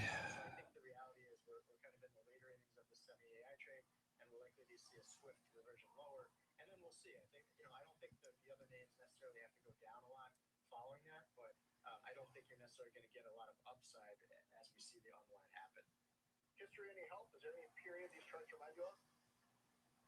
Well, again, there's a lot of analogies to the late 90s, of course. And I think from a pure price perspective, that you have to at least appreciate, some of these.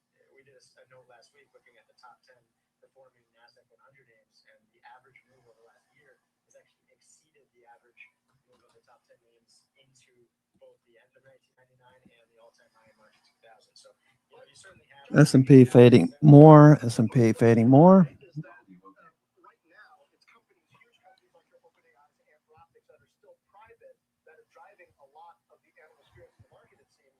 Whereas, back in the day, it was public companies with crazy valuations back in the late 90s, maybe a little bit into 2000, that was driving that. Is that functionally any different, or because the companies that are moving so much higher have real revenue and earnings, or does the fact that it's startups, private companies driving that still make the public markets that much more exposed? No, I think that's a good point. That markets are never exactly the same over any two periods. I think what we've been saying is that given the fundamental backdrop is arguably better now, that likely means just on the tail end of this, it's not going to be anything like we saw then, right? I mean, the NASDAQ and the semiconductor index from 2003 went down 85, 90%. So I don't think we're looking at anything like that. But just for perspective, just to get back to the 50-day moving average, for instance, on the stocks, that's looking at a 25% drawdown. So I think that's a very realistic possibility. Even if the fundamentals are still quite strong here. That would be a real kick in the shins. Dr. Krinsky, thank you. Thank you. Well, let's get back to Christina Partsinevelos. Let's look at the biggest names moving into the close. Christina. Let's start with Corning shares because they're higher after Bank of America added the glass and optical fiber company to its U.S. one list of top investment ideas. Shares are on pace for a 6-day win streak. Remember, just last week after NVIDIA said it would invest up to $3.2 billion in the company, and that's why shares are up 10.5% today. Applied Optoelectronics also getting a huge price increase from Rosenblatt to $220 from $140. These analyst calls are really helping the entire networking space, specifically within optical, including Lumentum shares. Those are up also in news. The optical networking giant is set to join the NASDAQ 100. Shares are up 23% today and have run up more than 180% this year, of course, amid the AI data center boom. Meantime, shares of Trade Desk lower on a downgrade to reduce from hold at HSBC. Several firms have really downgraded the advertising tech stock since its last earnings report just last week actually missed expectations. Shares down 7% today. All right, Christina, thank you. And we are just getting started. Up next, Microsoft S&P still fading. Stands today in the Musk versus Altman trial. We're going to take you live outside the courtroom after this break, and we are live from the New York Stock Exchange right now, and you're watching Closing Bell on CNBC. Zone Conference, May 12th in New York City. Be there in person to hear market-moving ideas from the biggest names in investing. This year's lineup includes Jim Chanos, David Einhorn, Mark Lasry, and Orlando Bravo, plus NVIDIA's chief architect Jonathan Ross for his insight on what's next for the AI industry. All proceeds go to Memorial Sloan Kettering's Pediatric Cancer Fighting Program. The Sloan Conference is where Wall Street unites to fight childhood cancer. For tickets and more information, go to sloanconference.org.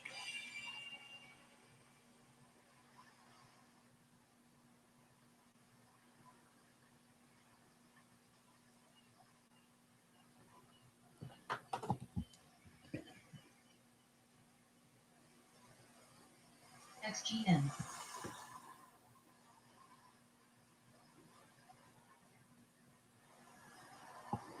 All right, S&P continues to fade.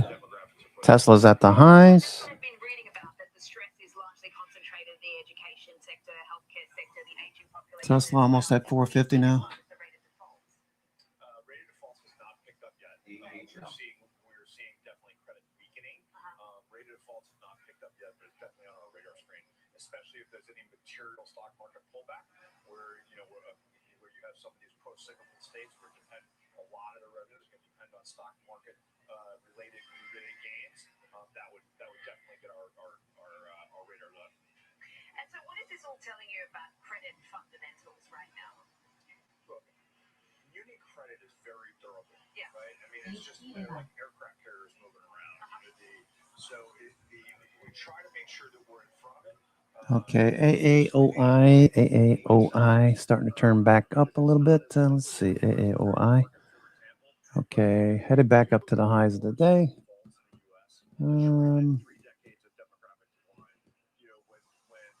Apple, Amazon, Meta, Google, no follow through.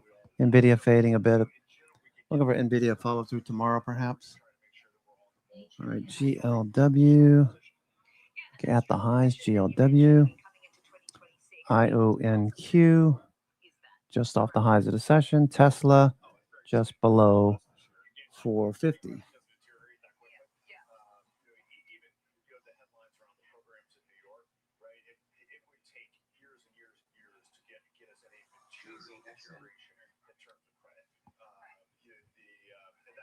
That's on everybody's radar screens right now, as it should be. But there'll be no material change in the near to medium term. Okay. And when you say be selective, I mean, where are you seeing the most demand as far as the flow of funds? Where would you avoid? So we like revenue bonds over geo bonds right now, where we have very distinct forms of revenue that we can point to and that we can measure. We like transportation, toll roads, airports. We like the flagship universities, the larger ones, even despite the noise last year around policy, potential taxing endowments. Those are very, very strong credits. So that's where we're headed right now. How does all of this factor in a sort of highly political year like a midterm? Well, the good things for us is we get to look at numbers, right? We get to measure policy and react or plan beforehand. We don't have to take necessarily a policy view. Right. But yeah, look, it's gridlock usually is good for bond investors, right? And we absolutely have to try to anticipate how policy would change if the Republicans were to lose the House or the Senate, or if they were to lose both. What does that mean then for the presidential election 2 years later? So look, it's a fascinating time because that changes the fiscal picture in a fairly significant way. Yeah, and you mentioned transport. It's interesting because we pass over these earnings every Okay, we've given back quite a bit of today's gains. We're still up 11 handles going into the close, 12 handles. A lot of stocks reversing back up. Many are not, though. Apple, Amazon, Google, Meta, no follow through on those. Tesla looking good. Top 10, Qualcomm, Micron, Western Digital, Seagate Technologies, MSTR, Tesla, with Bitcoin's trying to push through the 200-day. That would be nice to see that.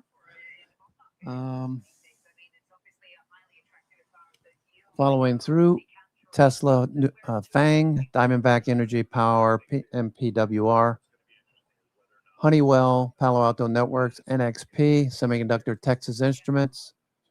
That's the top 10 on the NASDAQ 100. LITE is number 1 on the S&P 500, followed by COHR, GLW, Corning, VRT, CF Industries, Fox, Qualcomm, Micron, and Fox A, and Coinbase rounding out the top 10. Coinbase looks pretty good. That's been rounding up this morning. Coinbase at the highs. Nice follow through push off. Rocket Labs had a good day today. Rocket Labs blasting higher. Crazy follow through today. So a lot of the space related names like ASTS, Firefly, these are all pushing higher.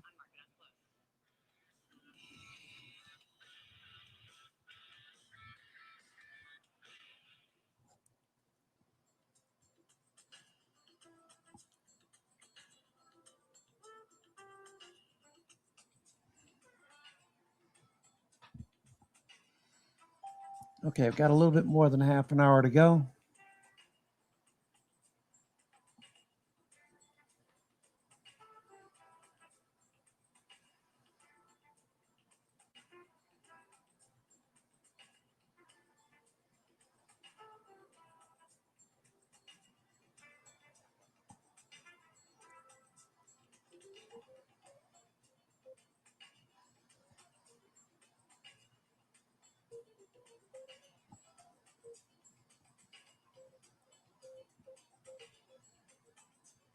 WOK.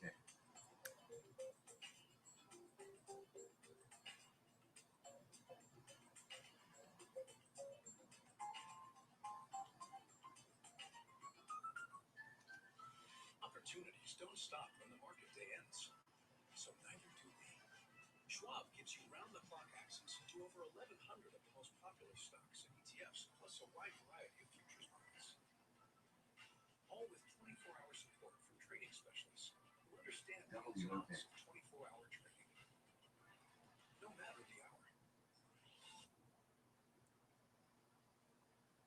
All right, a little profit taking. Futures still drifting lower. It was a good start to the week, though. Good start to the week with the S&P 500 making a new all-time high.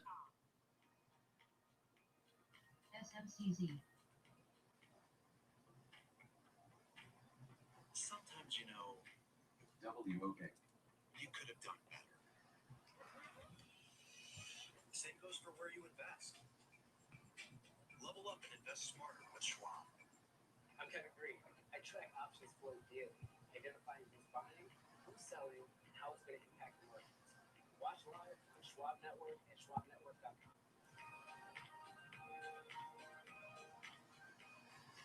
I'm Alex Coffey. And I'm Jenny Horn. This is Next Gen Investing, where we track the trends shaping tomorrow's market. From tech to energy, crypto to consumers, focus on what's driving investor sentiment right now. Clear analysis and forward-looking market coverage every trading day. This is a favorite price level for this stock. That could certainly be a short to near-term catalyst. Next Gen Investing, 1 p.m. Eastern. Only on Schwab Network.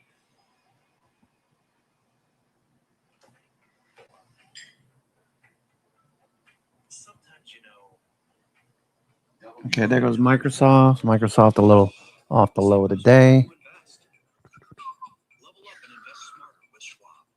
Okay, Microsoft turning back up. S&P is trying to bounce. Microsoft. Looks like Microsoft might actually push off of this level. MACD stochastics rising.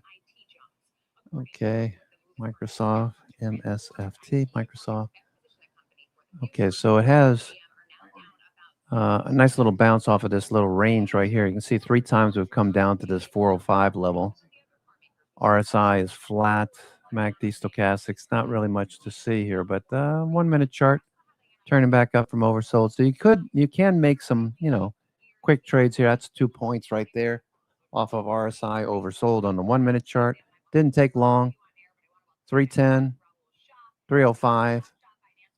All right, here it is. So 20 minutes, 25-minute trade. Not bad.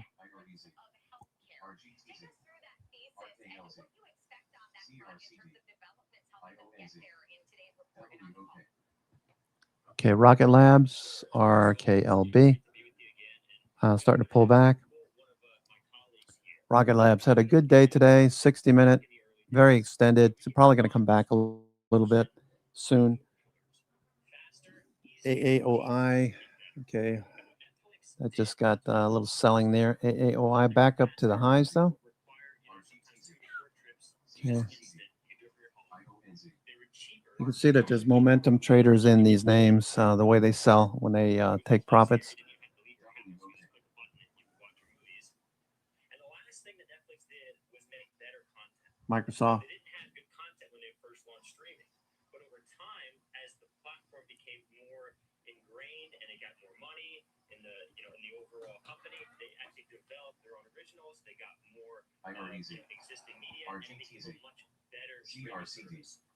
And it's the same way. If you look at traditional healthcare, it's faster than traditional healthcare. It's easier than traditional healthcare. And it's cheaper if you factor in the cost of health insurance. Our last checkbox to tick off is better. And that's ultimately when the market wakes up and starts to re-rate HIMSS dramatically because it's extremely mispriced right now.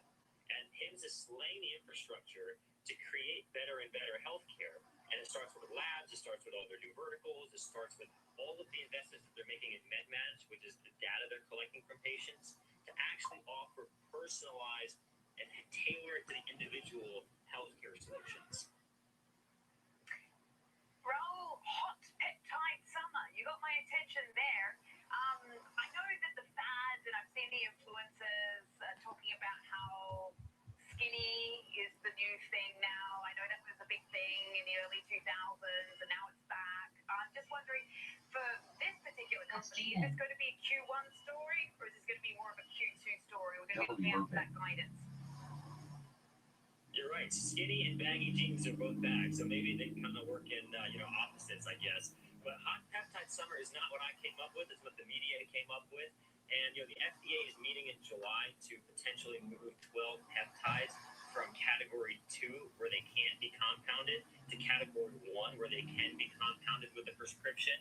Peptides are kind of all the rage. All right, Apple turning back up. Apple turning back up. Going to see a huge benefit necessarily in 2026. Starting to push a bit higher. But you will see that beyond as peptides get moved from category 2 to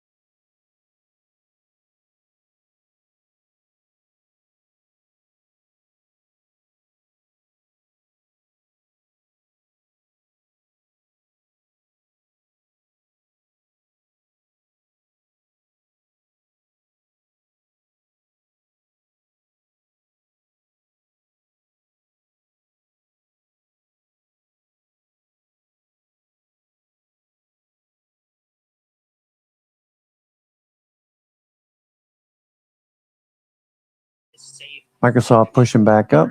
Looks good. Microsoft. Okay. What's Amazon? So Amazon never did turn completely. Amazon. Okay. Microsoft did, though. Microsoft turned. Nice reversal. Daily. Okay.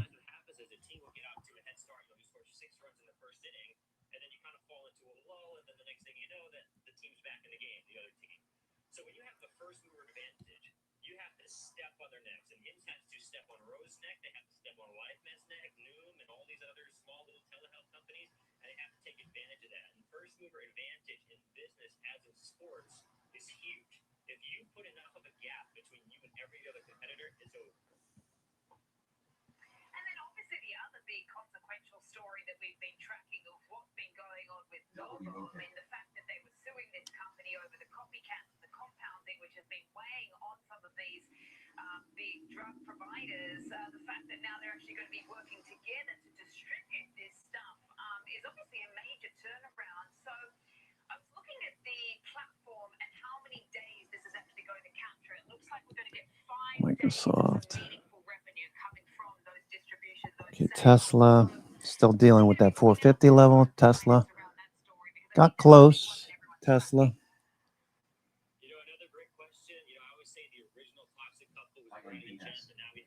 Okay, Qualcomm, new highs, Western Digital, Micron, all of these in the top 10. Seagate, Tesla.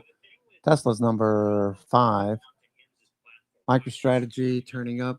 Okay, we're trying to get above the 200-day moving average.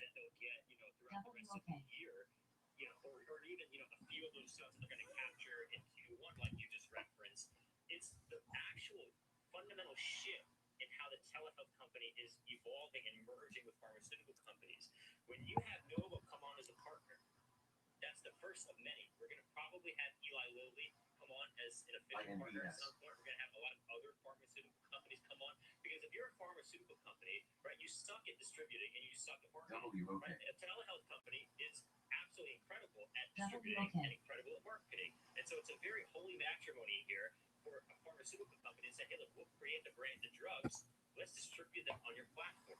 And, you know, Hims is going to reap not just a lot of sales from the Novo products, but also a lot of other pharmaceutical products. It's going to widen the company's moat, and it's going to ultimately increase revenue, and it's going to increase profits. Even though the margins are going to be smaller, they're going to wind up selling a lot more, and they'll make it up in volume. And so long term, you know, they're going to make a ton of cash off of this Novo deal and all of the other deals that are going to come as a result of this very first branded partnership. International acquisitions, you know, as well here that we have to talk about and sort of what their strategy is going forward. They've got Eucalyptus, they've got Zava here. Are we seeing him move its focus away from being U.S.-centric and more of a global play in terms of an entire pharmacy, a global logistics play, or do you think they'll stay with this U.S. focus?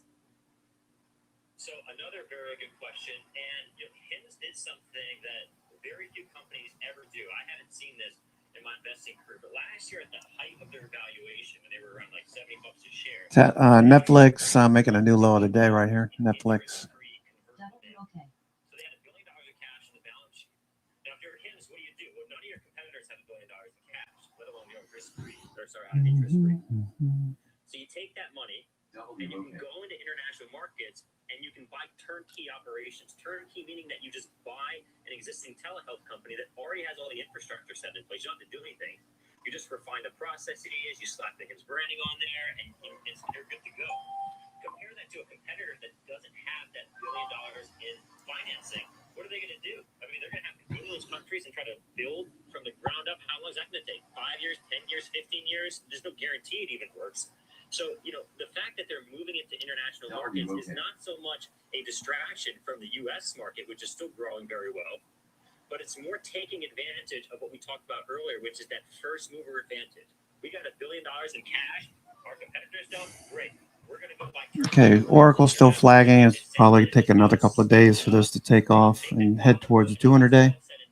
We're going to monopolize this industry, and we're going to be top dog in, you know, a very sort of fragmented space. It's going to be like, you know, Hims is all the way up here, and you've got all the other competitors out there kind of fighting for number 2. Well, Raul, Raul, really appreciate you being with us ahead of those earnings. We have to stop it there, but really appreciate that deep dive we took to take a closer look at what we might expect today and also where they might be heading in the future. Raul Shah, CEO over Doc Shah Financial, thanks again for being with us.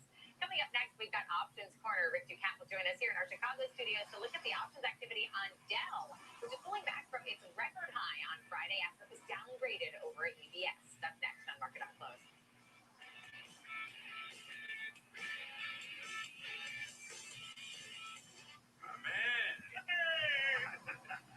Sometimes, you know, you could have done better. Same goes for where you invest. Level up and invest smarter with Schwab. Kick off the morning with the data and the decisions moving markets. Morning Trade Live that breaks down the macro moves and driving the price action from Fed policy to global growth to inflation prints and geopolitical risk. Smart, fast, and always live from Wall Street to your screen. Morning Trade Live, where the markets meet the macro, weekdays at 10 a.m. Eastern on Schwab Network. AHL. Last year, my dad had a stroke. Big shock. Didn't see this person that I've always seen as a force in our family, the vulnerable. Wait, had a stroke? Yes. Now we're in the car together almost daily. I started to realize, what can I pick up from my dad? He's been with Schwab for a long time. Jim, my financial consultant, I probably met 20 years ago. Jim's really been there to answer any questions I ever have. Makes a huge difference when you have someone that actually cares. I'm Kevin Green, and I track options flow daily, identifying who's buying, who's selling, and how it's going to impact the markets. Watch live on Schwab Network and SchwabNetwork.com. WOK. Trading at Schwab is powered by Ameritrade, giving traders even more ways to sharpen their skills with tailored education. Get an expanding library filled with new online videos, webcasts, articles, courses, and more. S&P still drifting a bit lower. All right, we've got 17 minutes to go. 17 minutes to go. Okay, Tesla, Apple, Microsoft, all of these just, I've had a good day. Look for these to follow through tomorrow. There's no reason to think the market's going to roll over and die in the next week or so until NVIDIA earnings next Wednesday. After that, we'll start to reassess, but we'll start to look at Core 1M and make sure that that's where it is. Core 1M staying above this 10 level is good. Okay, so as long as it stays above 10, if it starts to drop below 8 down here, that's where we'll be getting very bearish at that point. For now, though, we're up here, so calls are expensive, but not overly expensive.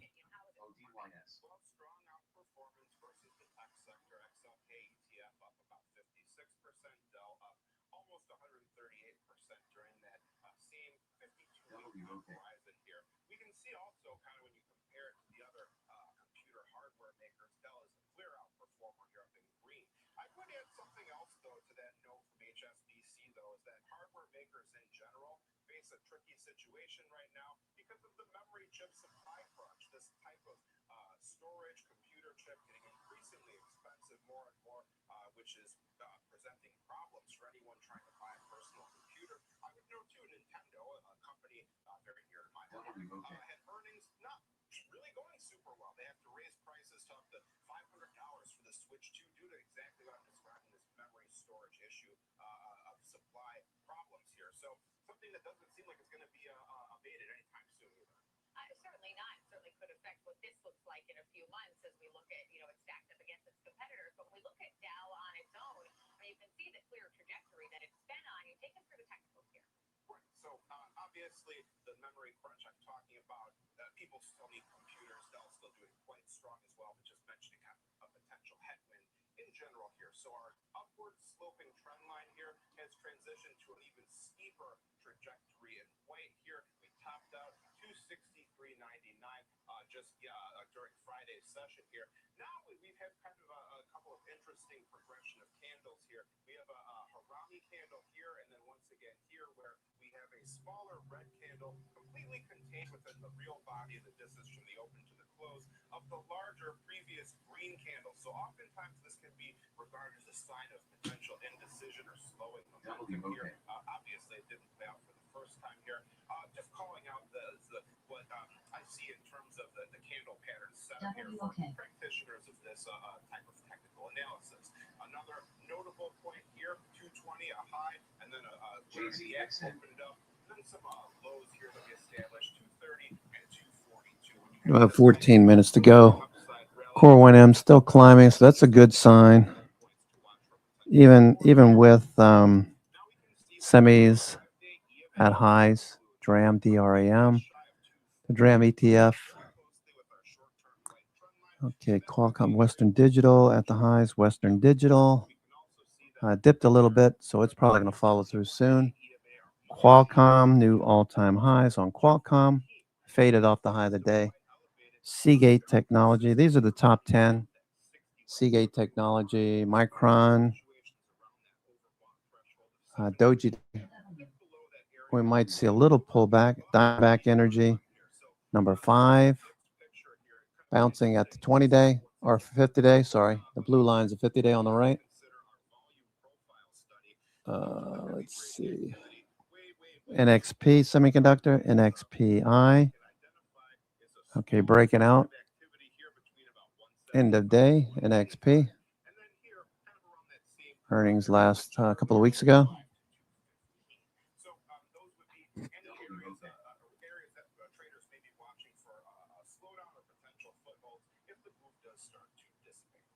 And in terms of the options action that we've seen, how did it look today, with this note coming out, but also with that move and now the pullback that we're seeing? The sizzle was 1.8 roughly, so 1.8 times the 5-day moving average of options volume here. Still not the most actively traded name, though. About 88,000 contracts were traded at the time I checked here. Roughly 70% of those were calls.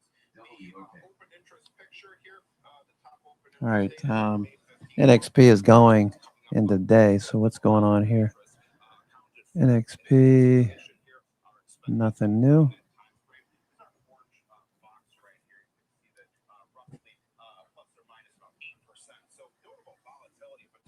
NXPI going. Big trade I did see was a longer dated one, January 21st, 2028. So the 2028 year, they sold 1,250 of the 300 calls. They bought the same amount of the 220 puts. They sold the calls in order to buy the puts. So net bearish play for $1.5 billion credit received overall. So an interesting, unusual trade there too.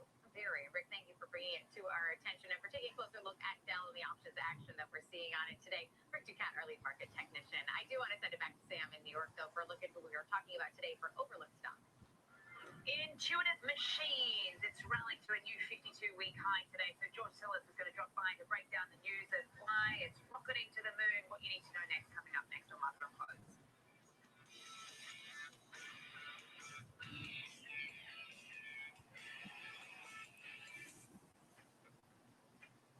Sometimes, you could have done better. Same goes for where you invest. Level up and invest smarter with Schwab. From the most iconic trading floor in the world, this is Opening Bell with Nicole Pedalides, live on the floor of the New York Stock Exchange. The countdown, the setups, the stories that make markets move.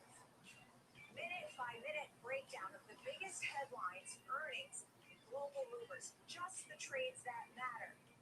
As the bell hits and the markets react in real time, Opening Bell, live at the NYSE, right when it counts.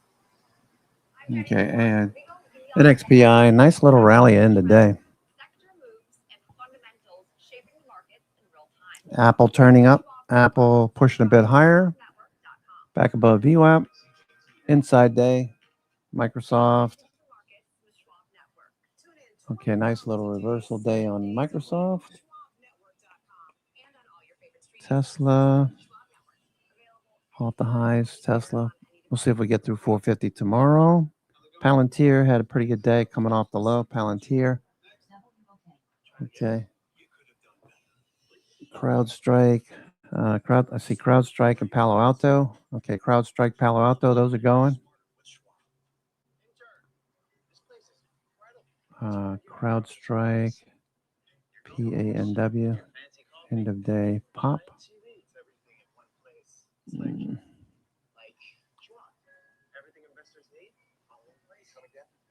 Okay, CrowdStrike, Zscaler, not so much. Palo Alto Networks.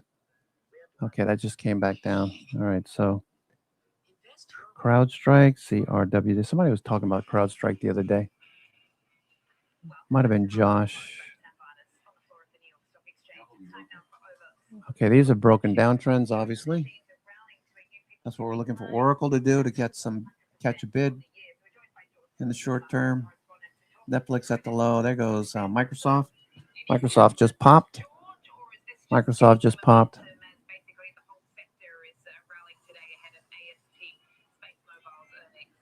Mm-hmm. I think it's the latter, Sam. I think if you look at Lunar as well as our two machines we're talking about today, and ASTS, Fly, FLY, a lot of these space stocks have been moving higher. There's also, the SpaceX IPO, which is sort of imminent, and I think that's a positive catalyst for this group. But not to mention the overall market since late March has been phenomenal, and these groups are high beta names, and they've also participated in that regard. But nonetheless, there is growth here, so I'll talk about that in just a sec. But for those who don't know, Intuitive Machines really is a Texas-based delivery and transport company for payloads in space.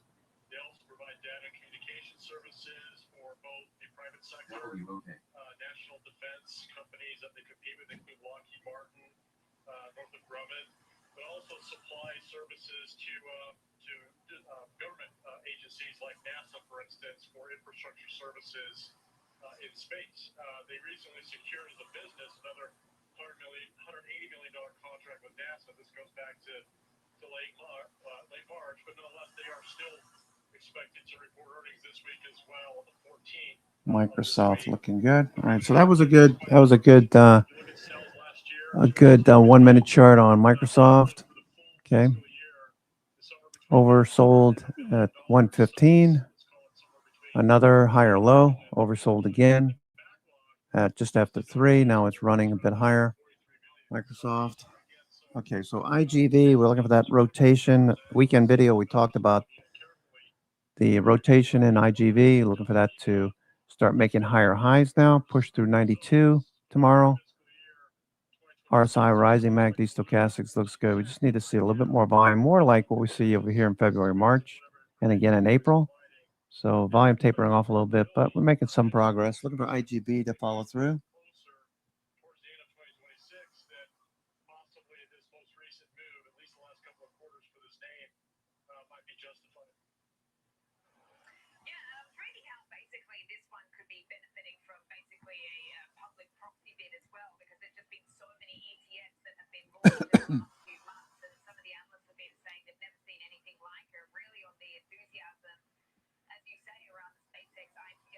Coming up that we've seen, for instance, the UFO ETF, which has been hitting records. I mean, what is it telling you about the overall space as far as validation for this segment, George? Does anything else stand out to you about that one?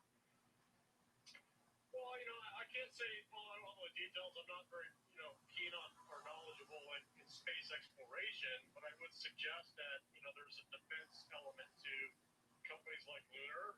Like I said, they did secure a contract with their subsidiary, Intuitive Machines subsidiary, did secure a defense contract partnership with L3Harris. So again, I think that's a catalyst for these names. We have to consider the S&P, a little dealers closing positions, starting to see some upward movement in the S&P now. S&P turning back up towards VWAP. Futures still up 16 handles, looks good. Okay, VWAP right there. Made new highs today. Hope everyone has a great evening. It's 3:54. We got about 5 minutes to go. 5 minutes to go. 3:54, 3:55. Coming up to 3:55.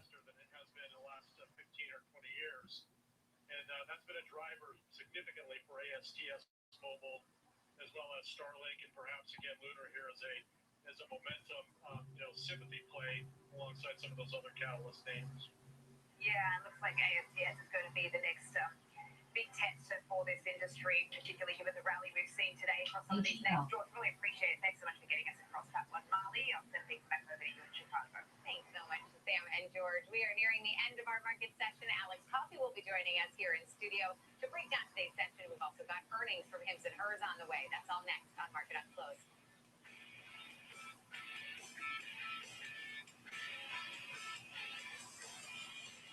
Real-time access, data-driven analysis from U.S. equities to global macro matters. Schwab Network connects the dots. Watch live, subscribe free at schwabnetwork.com. Opportunities don't stop when the market day ends. So neither do we. Schwab gives you round-the-clock access to over 1,100 of the most popular stocks and ETFs, plus a wide variety of futures markets. All with 24-hour support from trading specialists who understand the ins and outs of 24-hour trading. No matter the hour.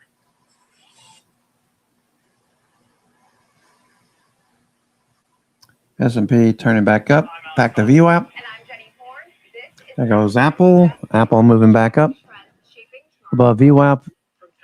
All right, inside day. Maybe we'll get a follow through tomorrow. We got an upgrade. Wedbush target 400. Dan Ives. There was a big trade on Apple earlier, 12,000 contracts. 12,000 contracts trading earlier. Apple, the September 350 calls. Same goes for where you invest. Level up and invest smarter with Schwab. Morning movers brings traders the biggest headlines to start the day, from volatile overnight swings to the earliest analyst calls. Get your watch list ready. 8 a.m. Eastern, morning movers only on Schwab Network.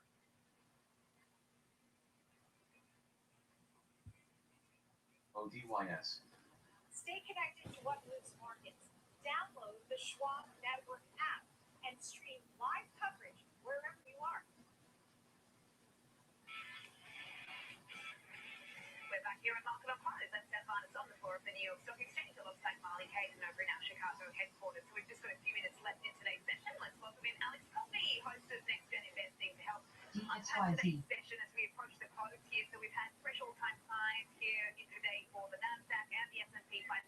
I mean, as you and I were discussing, Alex, earlier this morning, pretty remarkable in the face of things, given you have higher oil, higher yields, a bit of a higher dollar, and a VIX at 18. Just walk us through your thoughts on the session. Yeah, I think first off, we can kind of comment on the geopolitical and the energy complex story. Look, I think for the past month and a half, this market has been willing to look beyond it. And Okay, a little bit more than a minute and a half to go. S&P, some of these stocks coming off the low, turning back up. S&P, Microsoft, Apple, Tesla. A little fade there. All right, looking good for tomorrow. AAOI turning back up. All right, AAOI looks like it might break out in the day.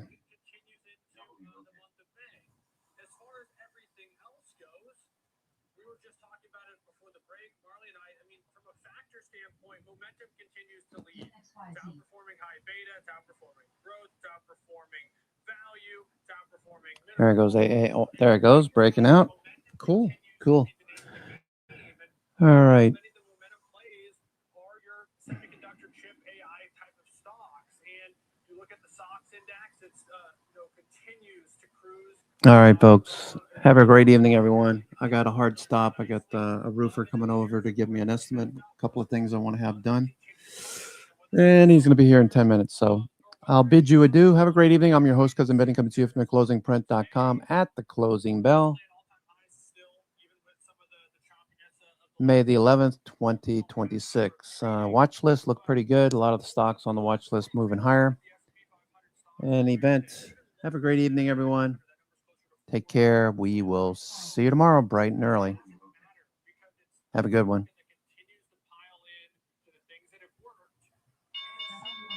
And that's a wrap. Take care. We'll see you tomorrow. Ciao.